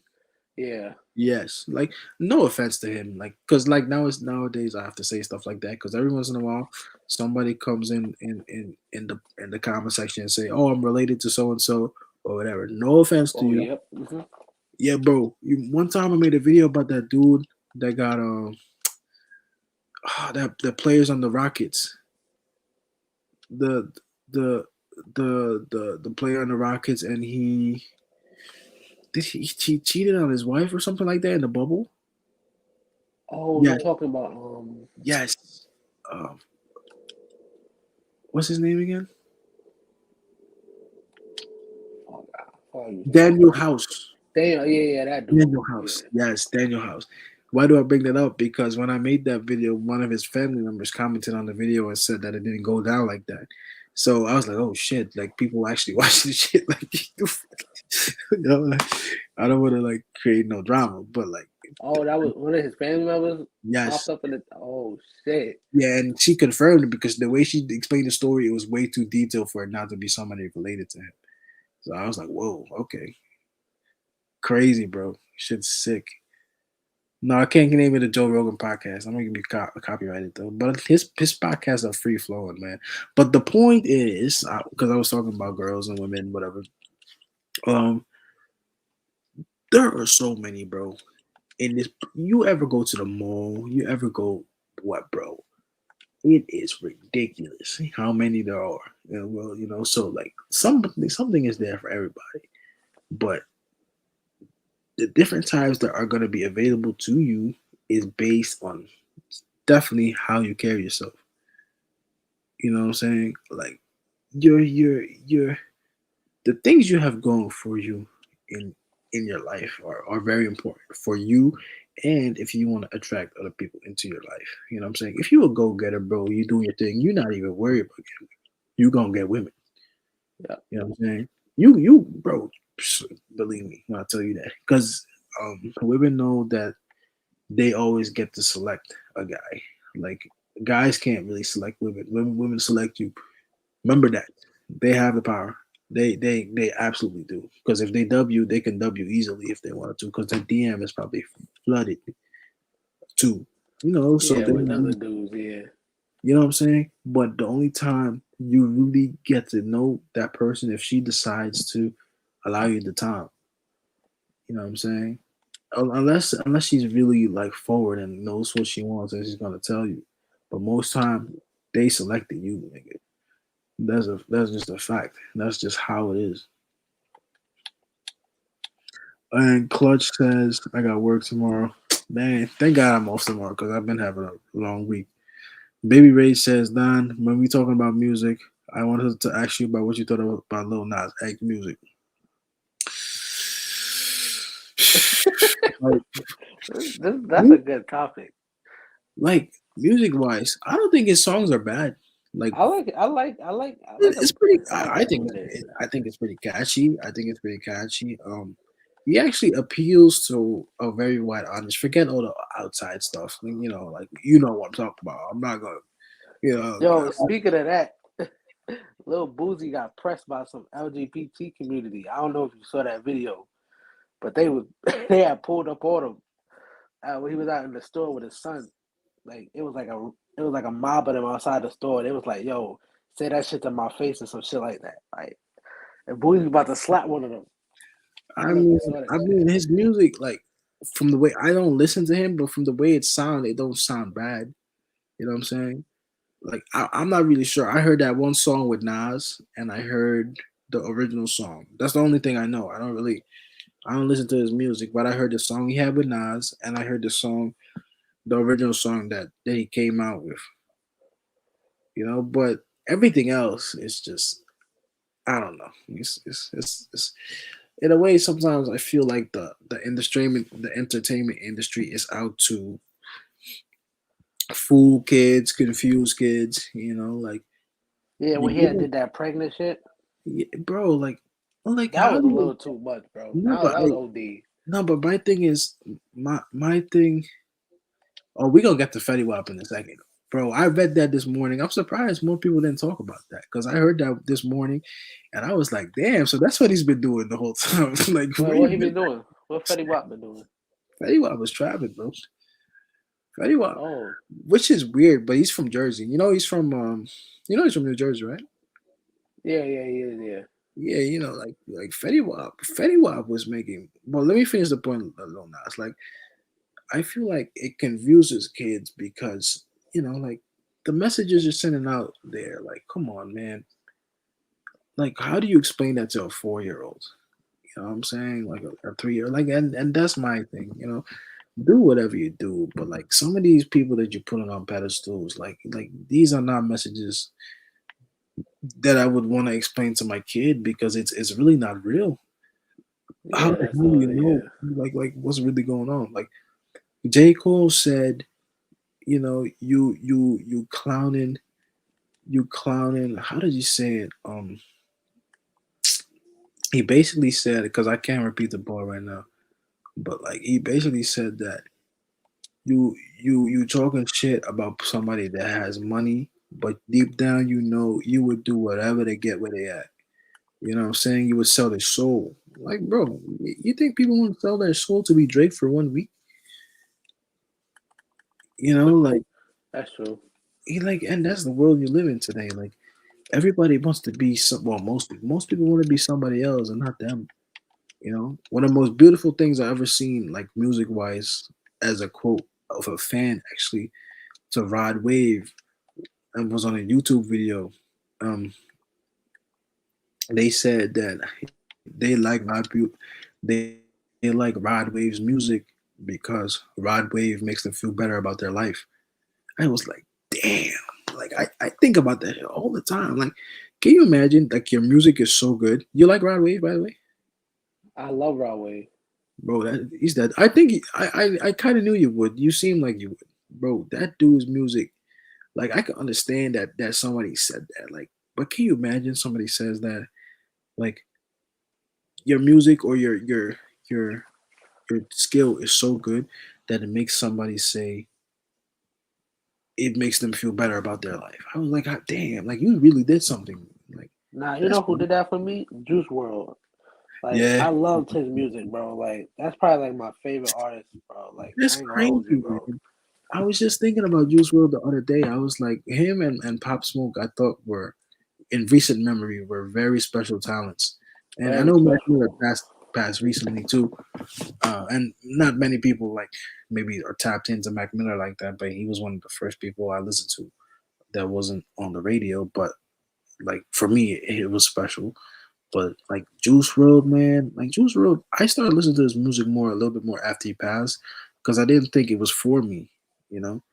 But it Yeah. was like there was a lot of talent in there, that damn, He you just wasn't talking about the normal like shoot niggas, F your mama. Like it was like he was talking about like real life shit that people going through. That's the type of music I kinda like, especially now. Like Rod Wave does it a lot. Like he talks about the stuff like normal rappers won't talk about, like heartbreak and losing somebody and shit like that. Like they don't talk about that shit. That's why I like him a lot. I He like ain't a that. normal dude. I like that. And you see rap is kind of deteriorating. And York Baller says they either want to be the next rapper or they want to be Kyrie. Which, like, in a sense, like, shoot for it, but, like, have options. Like, I'm never going to tell somebody not to be a ball player. Like, what? That's the most amazing thing in the world. But the reality is that there are ball players everywhere that are better than 80% of people that they will ever play and still don't make it. And I'm not being Yeah. pessimistic. I'm being real. Like you have to understand, like to be in the NBA, it's a different level. And you can make it 100%. But do you have the dedication? Like, I remember watching Carl Anthony Towns in high school, not knowing who he was because he was on like MSD varsity. And there was this kid, bro. When I tell you Carl Anthony Towns was so nice, I was like, how is a center shooting 3 pointers? Like, I don't know if you saw Carl Anthony Towns in high school, but that dude Nah, was, he was cold. bro, he was shooting 3 pointers as a center. I think he was playing center. He was just shooting threes, bro. Like, damn, like, how can you do that? He was unstoppable. He was like, yeah, he's gonna go to the league. I see him in college. A few years later, I'm like, oh, that's that kid, and now he's in the NBA. Like that's talent. That That's was like Brandon Ingram for me. I saw that dude since high school. yeah. Yeah. Like a skinny dude that he is now. He was taller. Some of those dudes, you gotta be gifted, man. You be gifted. And Baby Race asked me if I like King Von. When I tell you, bro, King Von, to me, is so talented. And unfortunately, the life that he was living didn't allow him to really show what was. I do like King Von, and that's another dude. I'm sorry to say, some dudes, I'm not gonna lie to you, I listened more to after they passed because I wanted to hear. I wanted to hear more of their music. I always do that with everybody. Anybody that passed, I play their music and I try to experience it if I didn't listen to him like that, just to hear the sound. And King Von impressed me. I was like, that dude was so talented, but unfortunately, the life he was living didn't allow him to. Why is my nose itching like that? Allow him to really live, a life that allowed him to display his talents. You gotta remember some of these dudes is doing it for real. Not many, but some doing it for real. It's a dangerous life. You can't gang bang and rap, bro. Like you gotta pick either one. You can't gang bang and still I be mean, moving.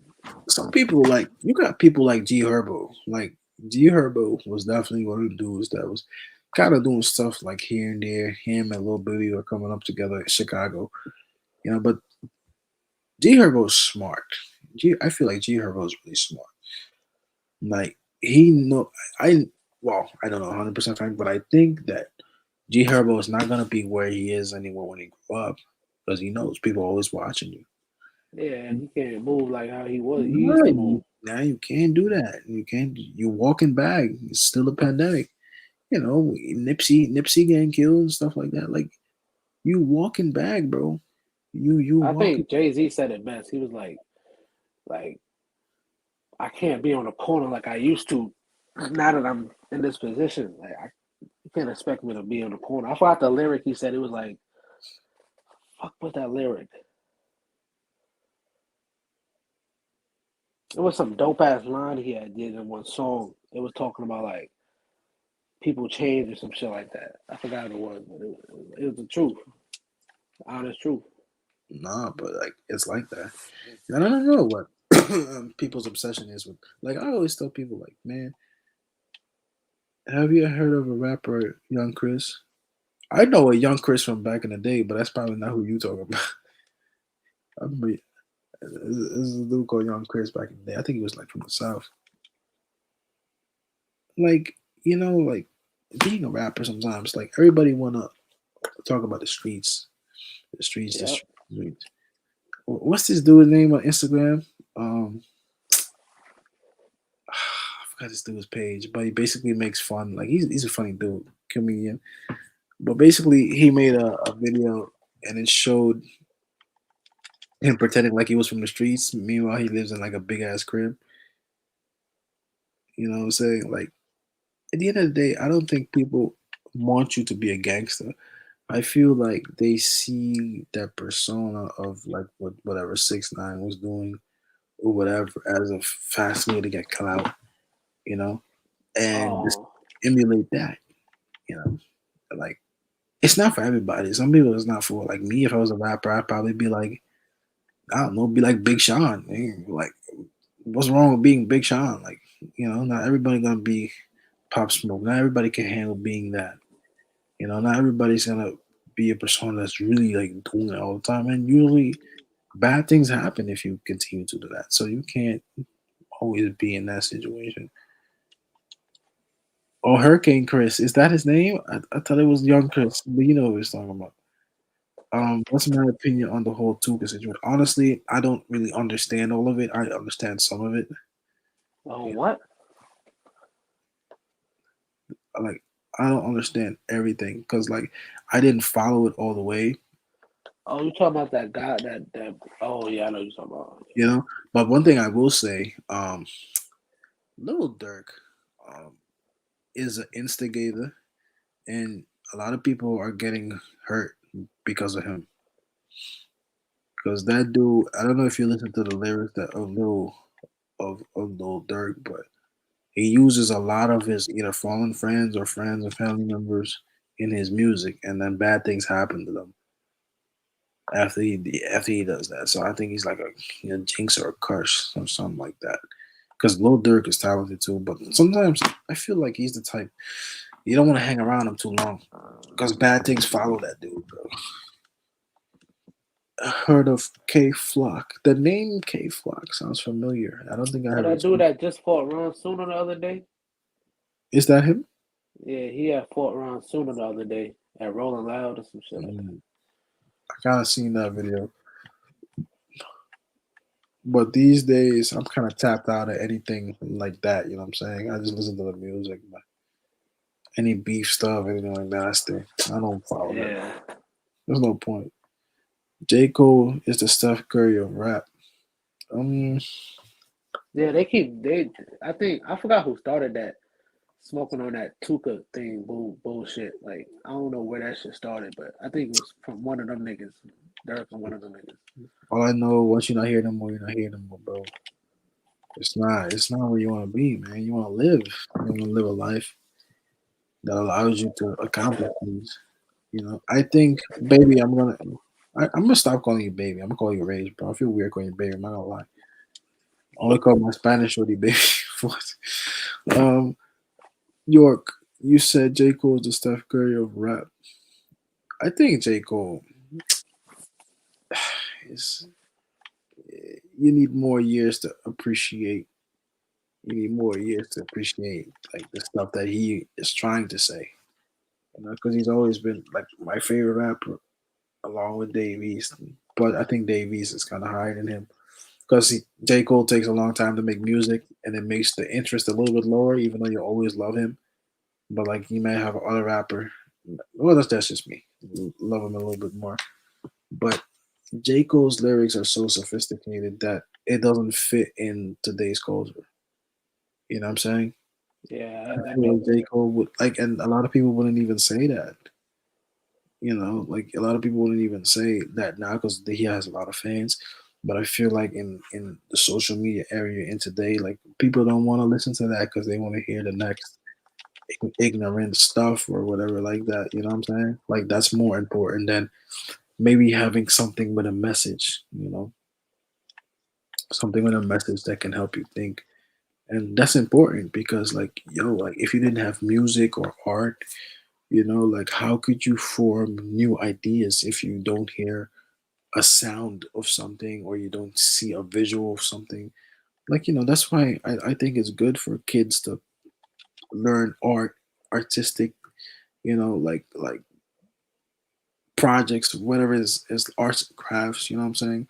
Like have that type of creativity because it allows your brain to think of society in different ways that maybe one day you can make something that's like a new idea, you know what I'm saying? Like I think that's what music is for, and arts and sciences is to just try and find new ideas. Like you don't want to think the same way all the time. You know what I'm saying? Like if everybody thought the same way, we'd never have new ways of doing things that may be better. Jada J. Kid's Cole. fire. Hmm?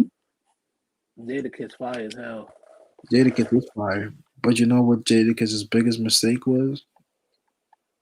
Jadakiss is one of those rappers, and I think they were talking about this like after the verses. Like if you look at Jadakiss is a very talented rapper that didn't really promote his music well. I think I don't think Jadakiss promoted his music well at all. Because more people in New York would really like we know, like if you're from New York, you know Jadakiss, of course. But like Yeah. some rappers that were nice back in the day, I think Jadakiss, maybe trying to think, trying to think a good example of someone who probably should be bigger than what he is. Give me an example of somebody who's bigger than what he is. Who Um, is bigger than what he is? no, that should have been bigger than what he really became. Damn. Mm, Like a lot of people like that. I think Jadakiss is the perfect example, but I'm trying to think of more people. Bro, Jada Kid's flow is probably like one of New York's best to ever do it. He is. To be honest, bro, York Lupe fiasco. Look, this is just my opinion, and I know people share this. Not everybody, but some. Me, Lupe Fiasco, and Kid Cudi, to me, were always a little bit overrated. I'm sorry, that's my opinion. Some people think I'm crazy. I never thought Kid Cudi was that good, and I also like Lupe Fiasco was alright. Like I think there was a time in high school that people were like, "Oh, you listening to that?" Yeah, Rakim, another example, good example. To me, I never really. Oh, yo, yes, yeah, That's that's a a good very one. good example. Very good Good one. example. But why did I say that? Jay Electronica was yeah no Jay Electronica was I think he was coming up in like 2013. Like like why did I say that? Because sometimes when you make music, I think who was talking about that, the business side. Who was talking about? Yep, York Bowler. He was talking about the business side of music. Like not everybody want to do that business side. And I think that sometimes if you do the business side, you can get stuck in them contracts and not really make money. Nah, Fat Joe, believe it or not, Fat Joe has been around a long time. Like I'm talking like early thousands, even before. You know, I think Fat Joe had had some pretty good success. I wouldn't say superstar. Actually, nah. Fat Joe did well for himself. No, not saying that for. I'm saying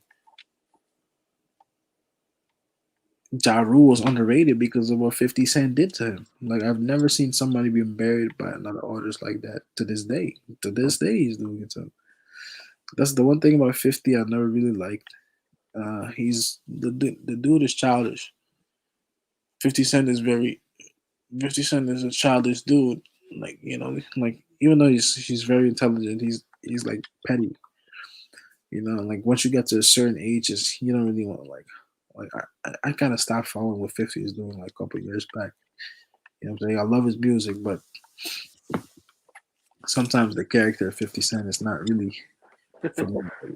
Yeah, true. You know what I'm talking about though, right?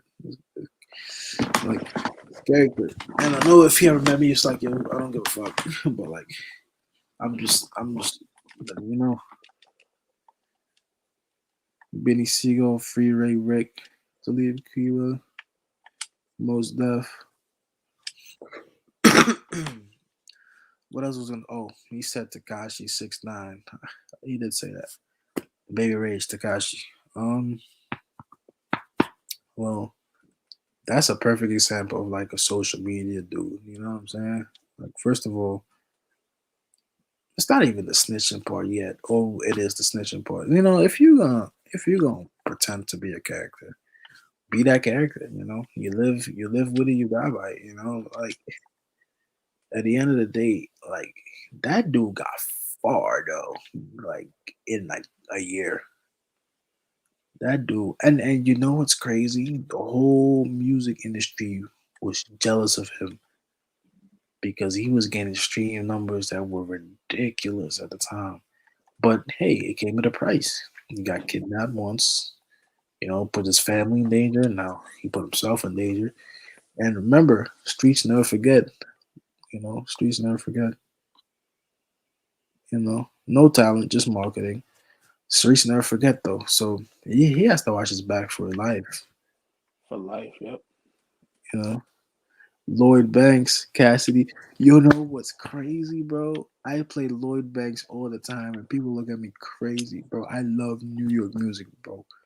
If I play that new Lloyd Banks all the time. People look at me like you playing Lloyd Banks, you playing Lloyd Banks. I'm like Lloyd Banks from New York. You know what I'm saying? Like New York music. New York music is the best music in my opinion. There's no better music than New York music. Hell no, especially rap. And it's not better than New York music. You can't tell me. You cannot tell me, bro. Even though them Florida boys, like out there in the South, yeah, they doing their thing out there too. I like Florida music. Um, I'm starting to tap into Detroit a little bit. Like doing their thing in Detroit.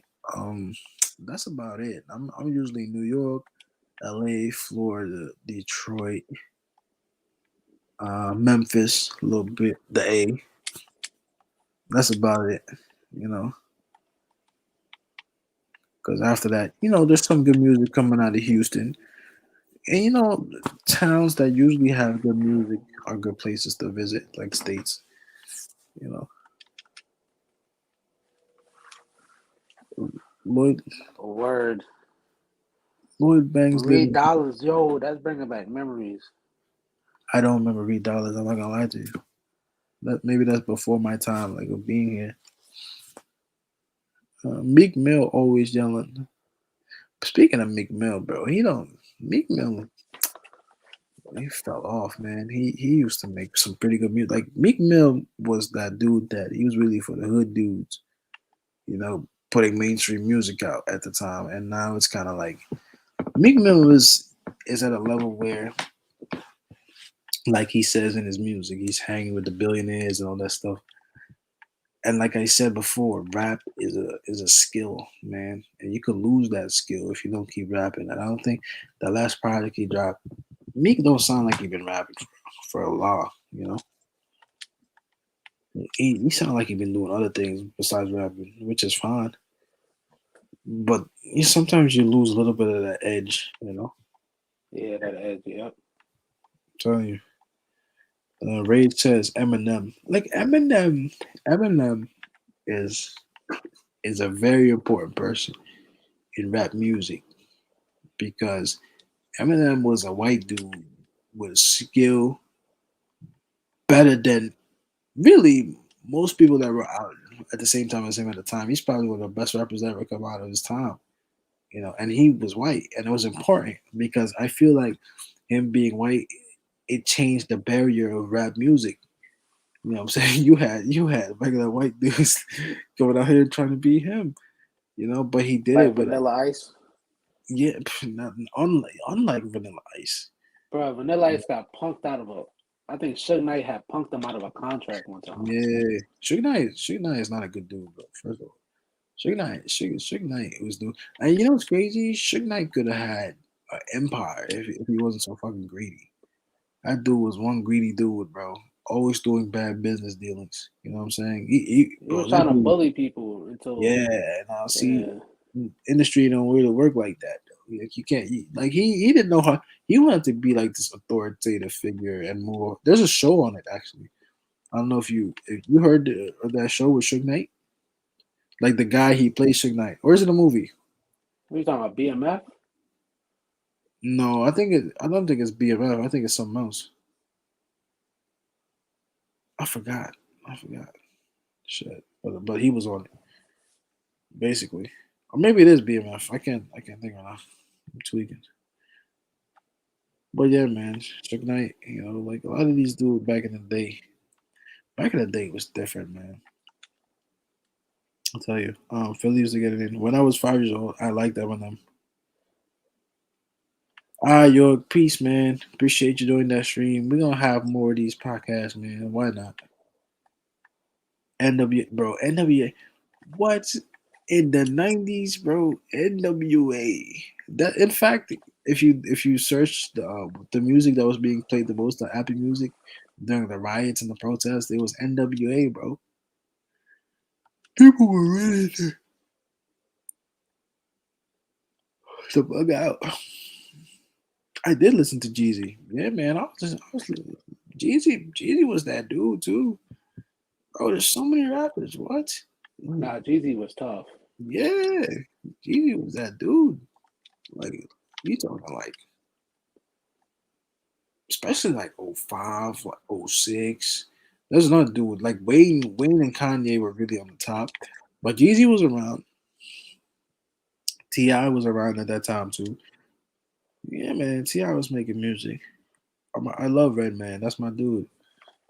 Redman, that's like back in the day. Like back in the day when I feel like making music, like Redman's era, you know, '90s rap was music. The rap music was art. You know what I'm saying? It was a real art to it, from the CD cover to the way they played the track, from the way the track goes, the way the track flows, how they rap, what they talk about. You know what I'm saying? Like it was what they saw, but like that stuff is real.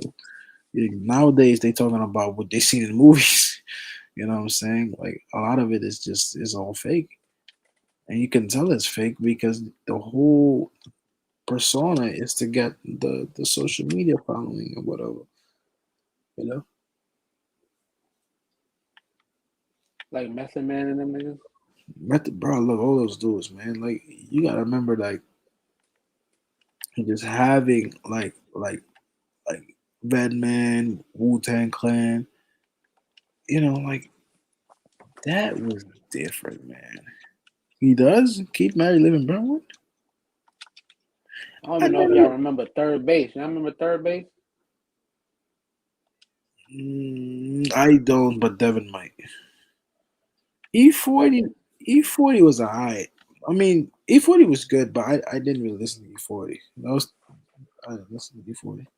He passed a couple years ago, right? Like probably a couple years ago. Like I'm talking like maybe 4 or 5 years ago now. Or he's still alive. I'm bugging.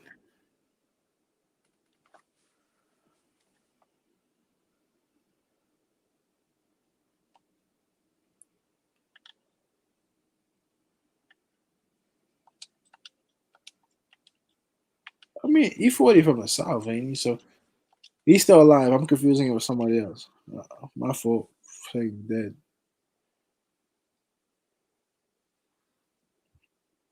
E40, I think he is from the South. Huh? E40, is he from the South? No, he is. No, he is alive.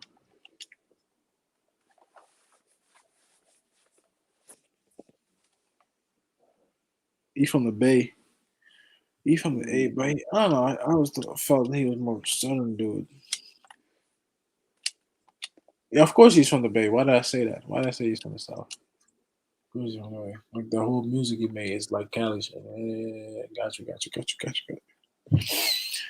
don't know why I said that. But yeah, man, so many other dudes. Like a lot of these dudes, you know, proudly saying so, we're from Long Island, bro. Like dudes like Five Dog. You know, I met Five Dog's father once. Like nothing He major. did?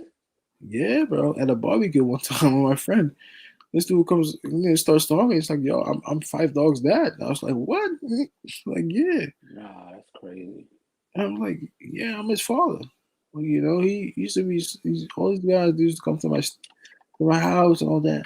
A lot of these dudes, you can ask Devin. All these dudes, a lot of these dudes from back in the day are from Long Island, bro. They're from Baldwin. They're from around here, bro. Like they're from like back in the day, bro. Like a lot of Long Island, man. Yeah, Raheem from White Ash. A lot of these dudes is all from Long Island, bro. You know, I was thinking about Snoop Dogg like probably 5 minutes ago when we were naming people, and I don't know. Like, I mean, Snoop Dogg is always gonna be one of my favorites. Like, but like Snoop Dogg is like he's like traveling in a time machine, bro. Like that dude, like he lives Yo, many different lives. yeah, Snoop Dogg be doing everything, bro. Like, bro, one week he's cooking with Martha Stewart, another week he wrestling, bro. Like, He's wrestling, then he's commentating on boxing, then he's back on TV. then this dude's streaming. Like, Bro, it's crazy, bro. Do I ever listen to British rap? Hell yeah. Are you crazy? I'm listening to this guy Billions, bro.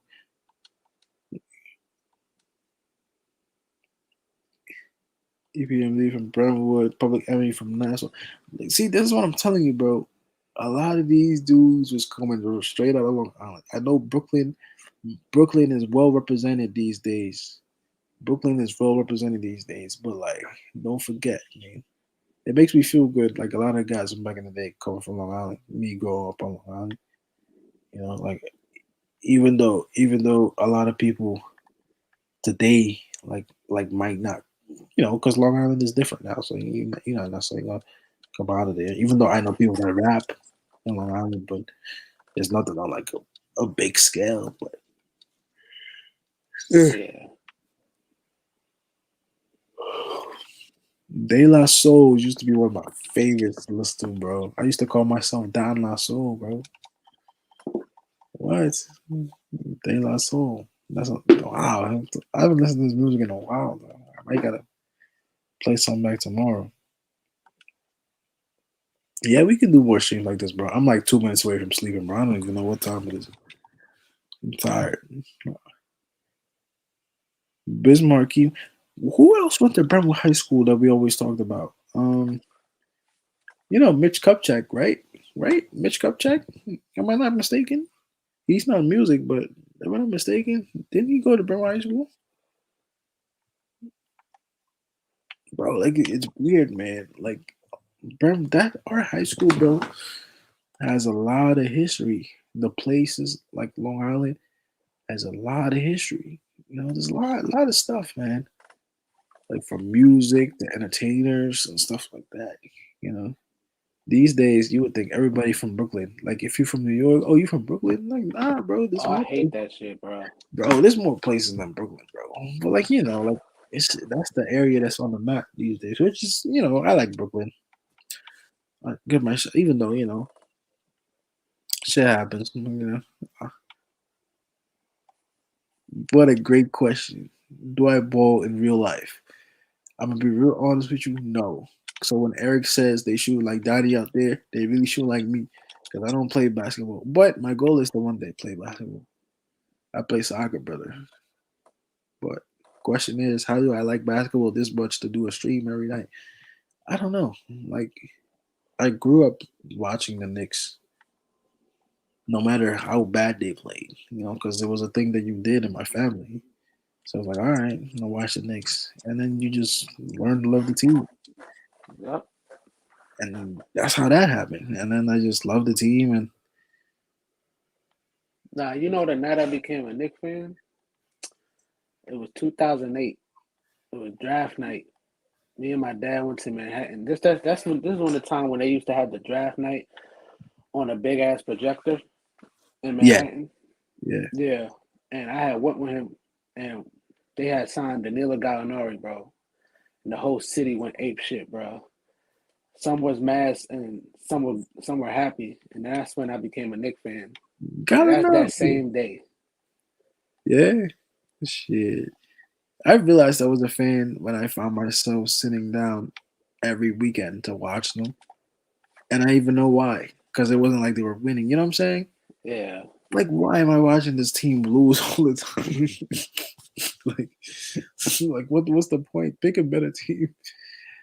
And I couldn't. It wasn't even like they were. I just love the passion of the team. Like, Like, I love the court. I love them being in like Manhattan, middle of the city. yeah, It was just so many things. They weren't good, but like it felt like that's what I wanted to join. Yeah, I'm a Manchester United fan. Big Manchester. We actually play at 8:30 tomorrow morning. oh yeah, Well, we don't play y'all City. play? Y'all Shit, play Man City. Man City. Oh, that's gonna be a good game.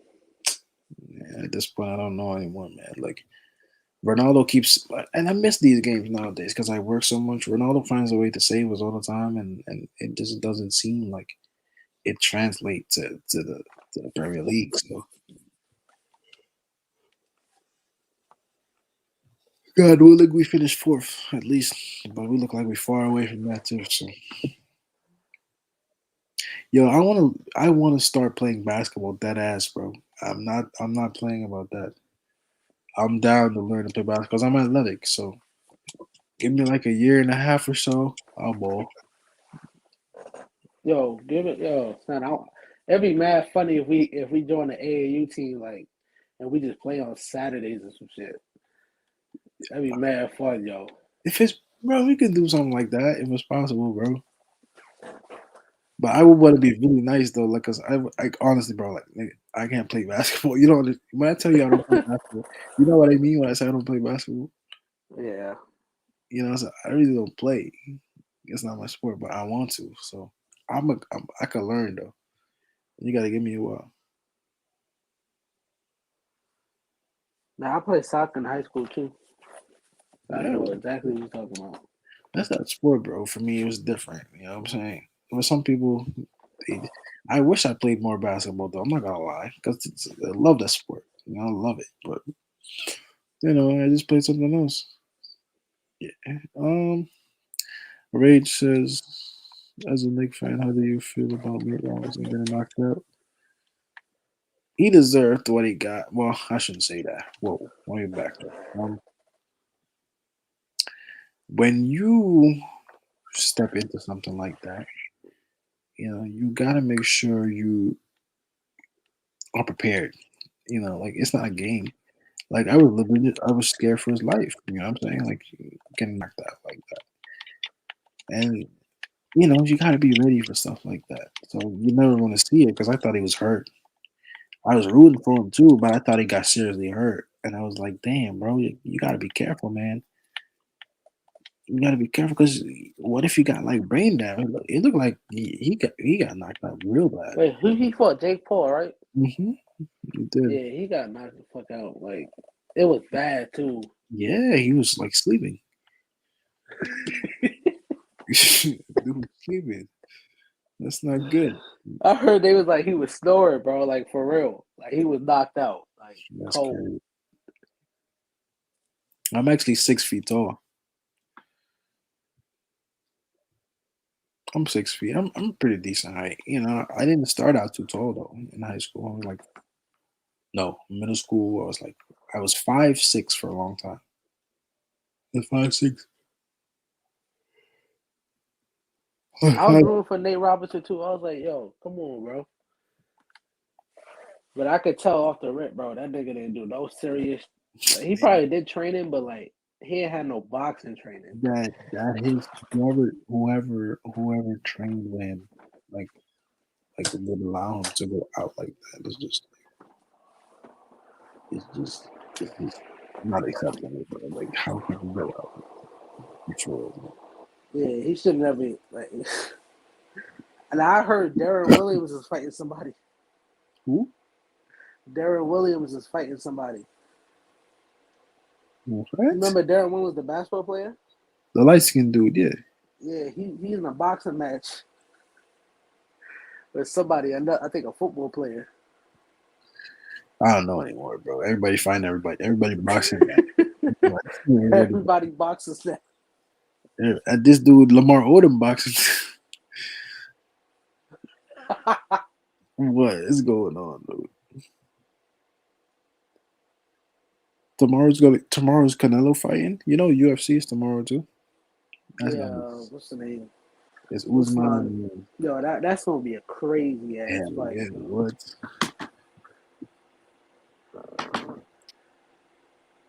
No, he said Darren Williams. The dude he used to play on the one that used to play for the Nets. The Nets, yeah. Yeah, that dude. I didn't hear that. He's fighting like a football player. I think he's fighting on that Jake Paul fight card shit in December. This is a side note. Hell yeah, UFC's free. I'll be streaming that shit, boy. No way I'm paying her that. Wait, where you been streaming that shit on? I got a new one. I'm gonna send the link, bro. I don't want to get taken down. I'm gonna send it. I'm putting it in the chat. Cause I be watching people Discord, but that should be ass. Like, really? There be too much people in there and shit. I got a new one for you, bro. This one.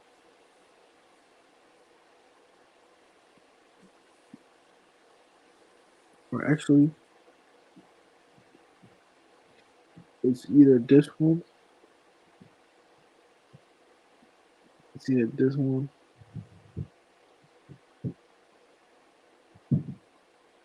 Nigga said don't make it hot. Damn right. Damn Nigga, right. I think they got cracked streams, bro. I think they starting to pick up on that shit. Nah, this one been working for the last 3. So we going for 4 for 4.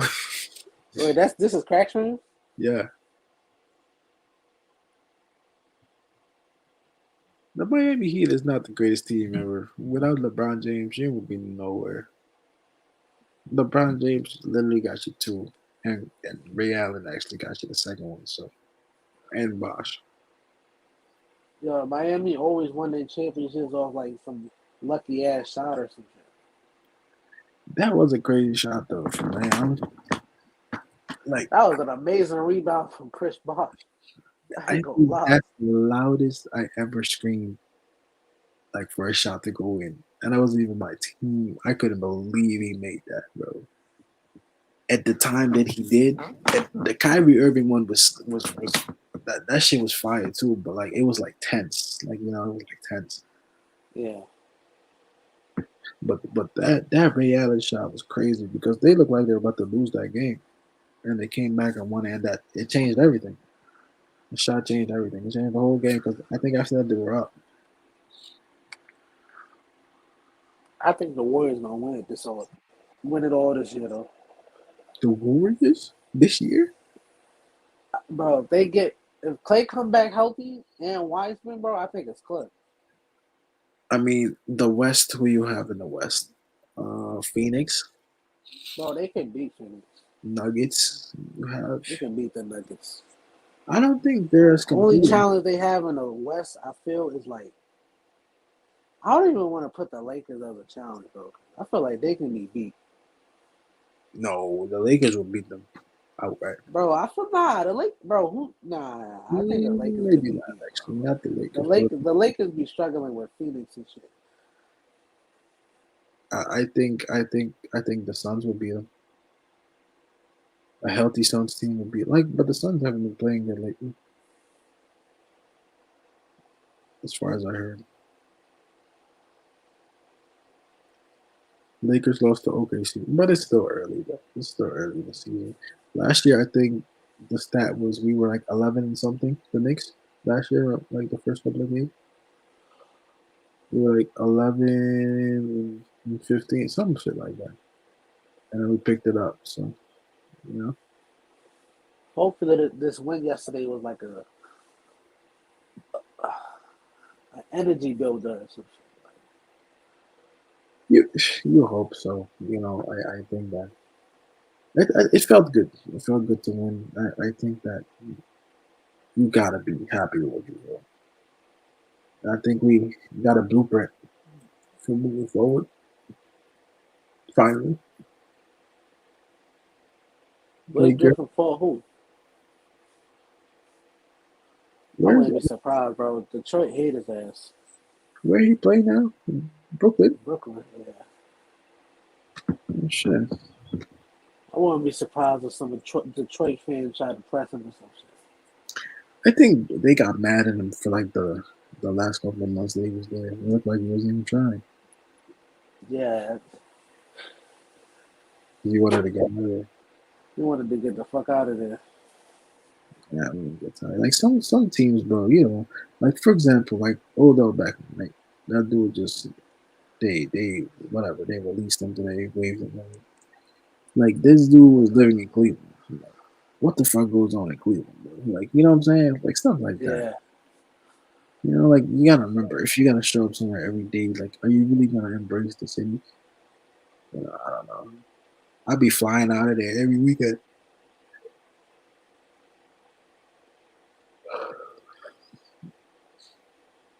I want to know who he fought after that. I'm gonna go to sleep.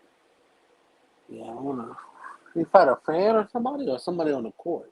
Don't tell me it's like a Malice in the Palace. Yo, that Malice in the Palace shit was pretty ridiculous, bro.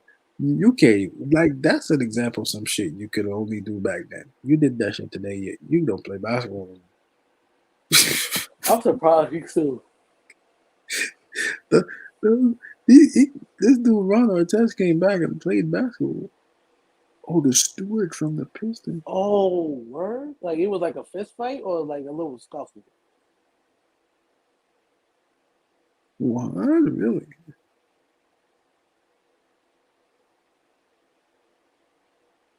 They threw blows or like it was like a little in each other's faces. Back then, bro, they were throwing blows. Real. Like you had to like really fight. Like nowadays, they push each other.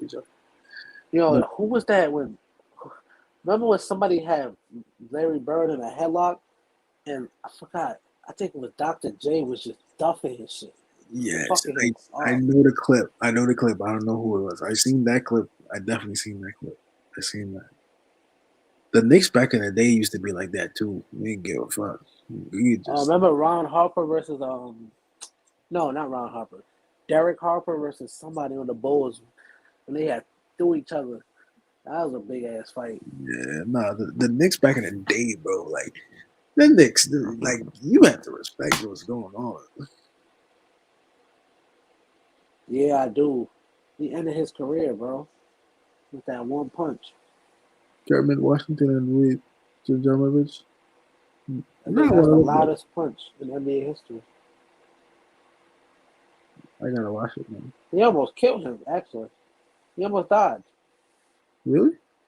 Because he had punched. So I think they were fighting, right? And that Rudy Tomlin, he was running up to like break it up, and that Kermit Johnson dude just, as soon as he was running full pace, that full speed, that Rudy dude, and Kermit just decked him in the fucking eye, bro. I'm watching him now. Let me see. Oh, he's running here. And boom. And he got hurt. He punched him in the face, and then I think Kareem Abdul was like, it was like a watermelon hitting the floor. And that's how loud this shit was. And he had like internal bleeding and shit. Why can't I hear this? Damn, he punched him like that. He still played. I thought he must have played for like another season, but his shit was definitely stopped short.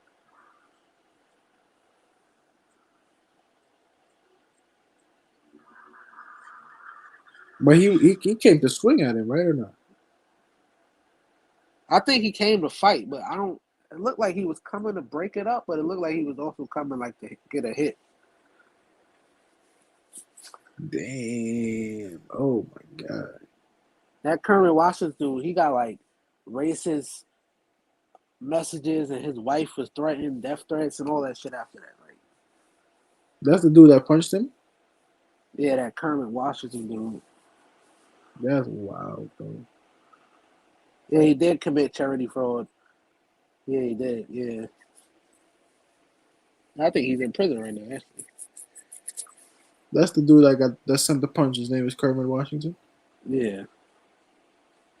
Damn. I do I remember that clip? Vaguely, but I didn't know y'all was talking about that. Kareem was like, it was like a watermelon dropping like 100 miles an hour on the floor. Like, that's how loud it was. Thank God Kareem didn't throw that punch because he wouldn't have been in the Hall of Fame. Yeah. That dude would have probably been arrested. I was surprised he didn't get that Kermit dude didn't get arrested. Hey, Baby Rage, you got a friend, man.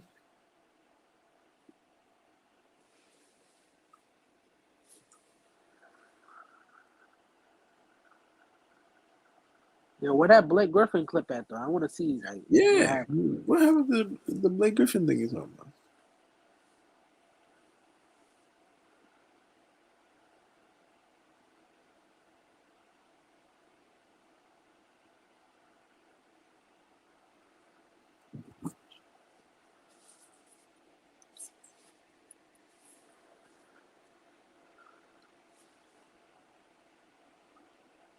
All right, guys. I'm like 1 minute away from going to sleep. Yeah, I'm about to knock out too. Yeah, it's tired, I'm bro. gonna see you on Sunday. Yes, sir. I think Sunday we play an early game. Really? You know what Like time? I feel like Sunday don't we always play like 3 o'clock or some dumb shit? Sunday is like that. It's usually before 6. Let's see. I'll tell you right now. I'm actually on the ESPN side. We play. If we play late, I'd be surprised. How the fuck this shit takes so long to load? What's going on?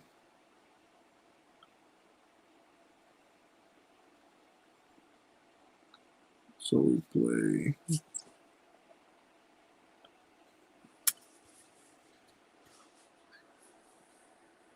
All right. Cavaliers at 6 tomorrow. 6. 6 o'clock? Damn. Yeah, 6, and then we play Monday again at 7. Oh, this is our first back to back. Yep. I hate back to backs, bro. But you know what? Now it might not be a bad time because Yeah. 2 games we could win. Wait, who 2 we games. play on Monday? Hmm? Who we play on Monday? Philly. Philly again? We beat them before. Yeah, And that was, I think, with less confidence than we have now. So, well, let's hope. yeah, but I'm gonna holler at you, bro. Yes, sir, Go to man. bed. Hell, man. It's late. Appreciate the stream, man. I'll see you. Have a All good right, night, bro. bro. All right.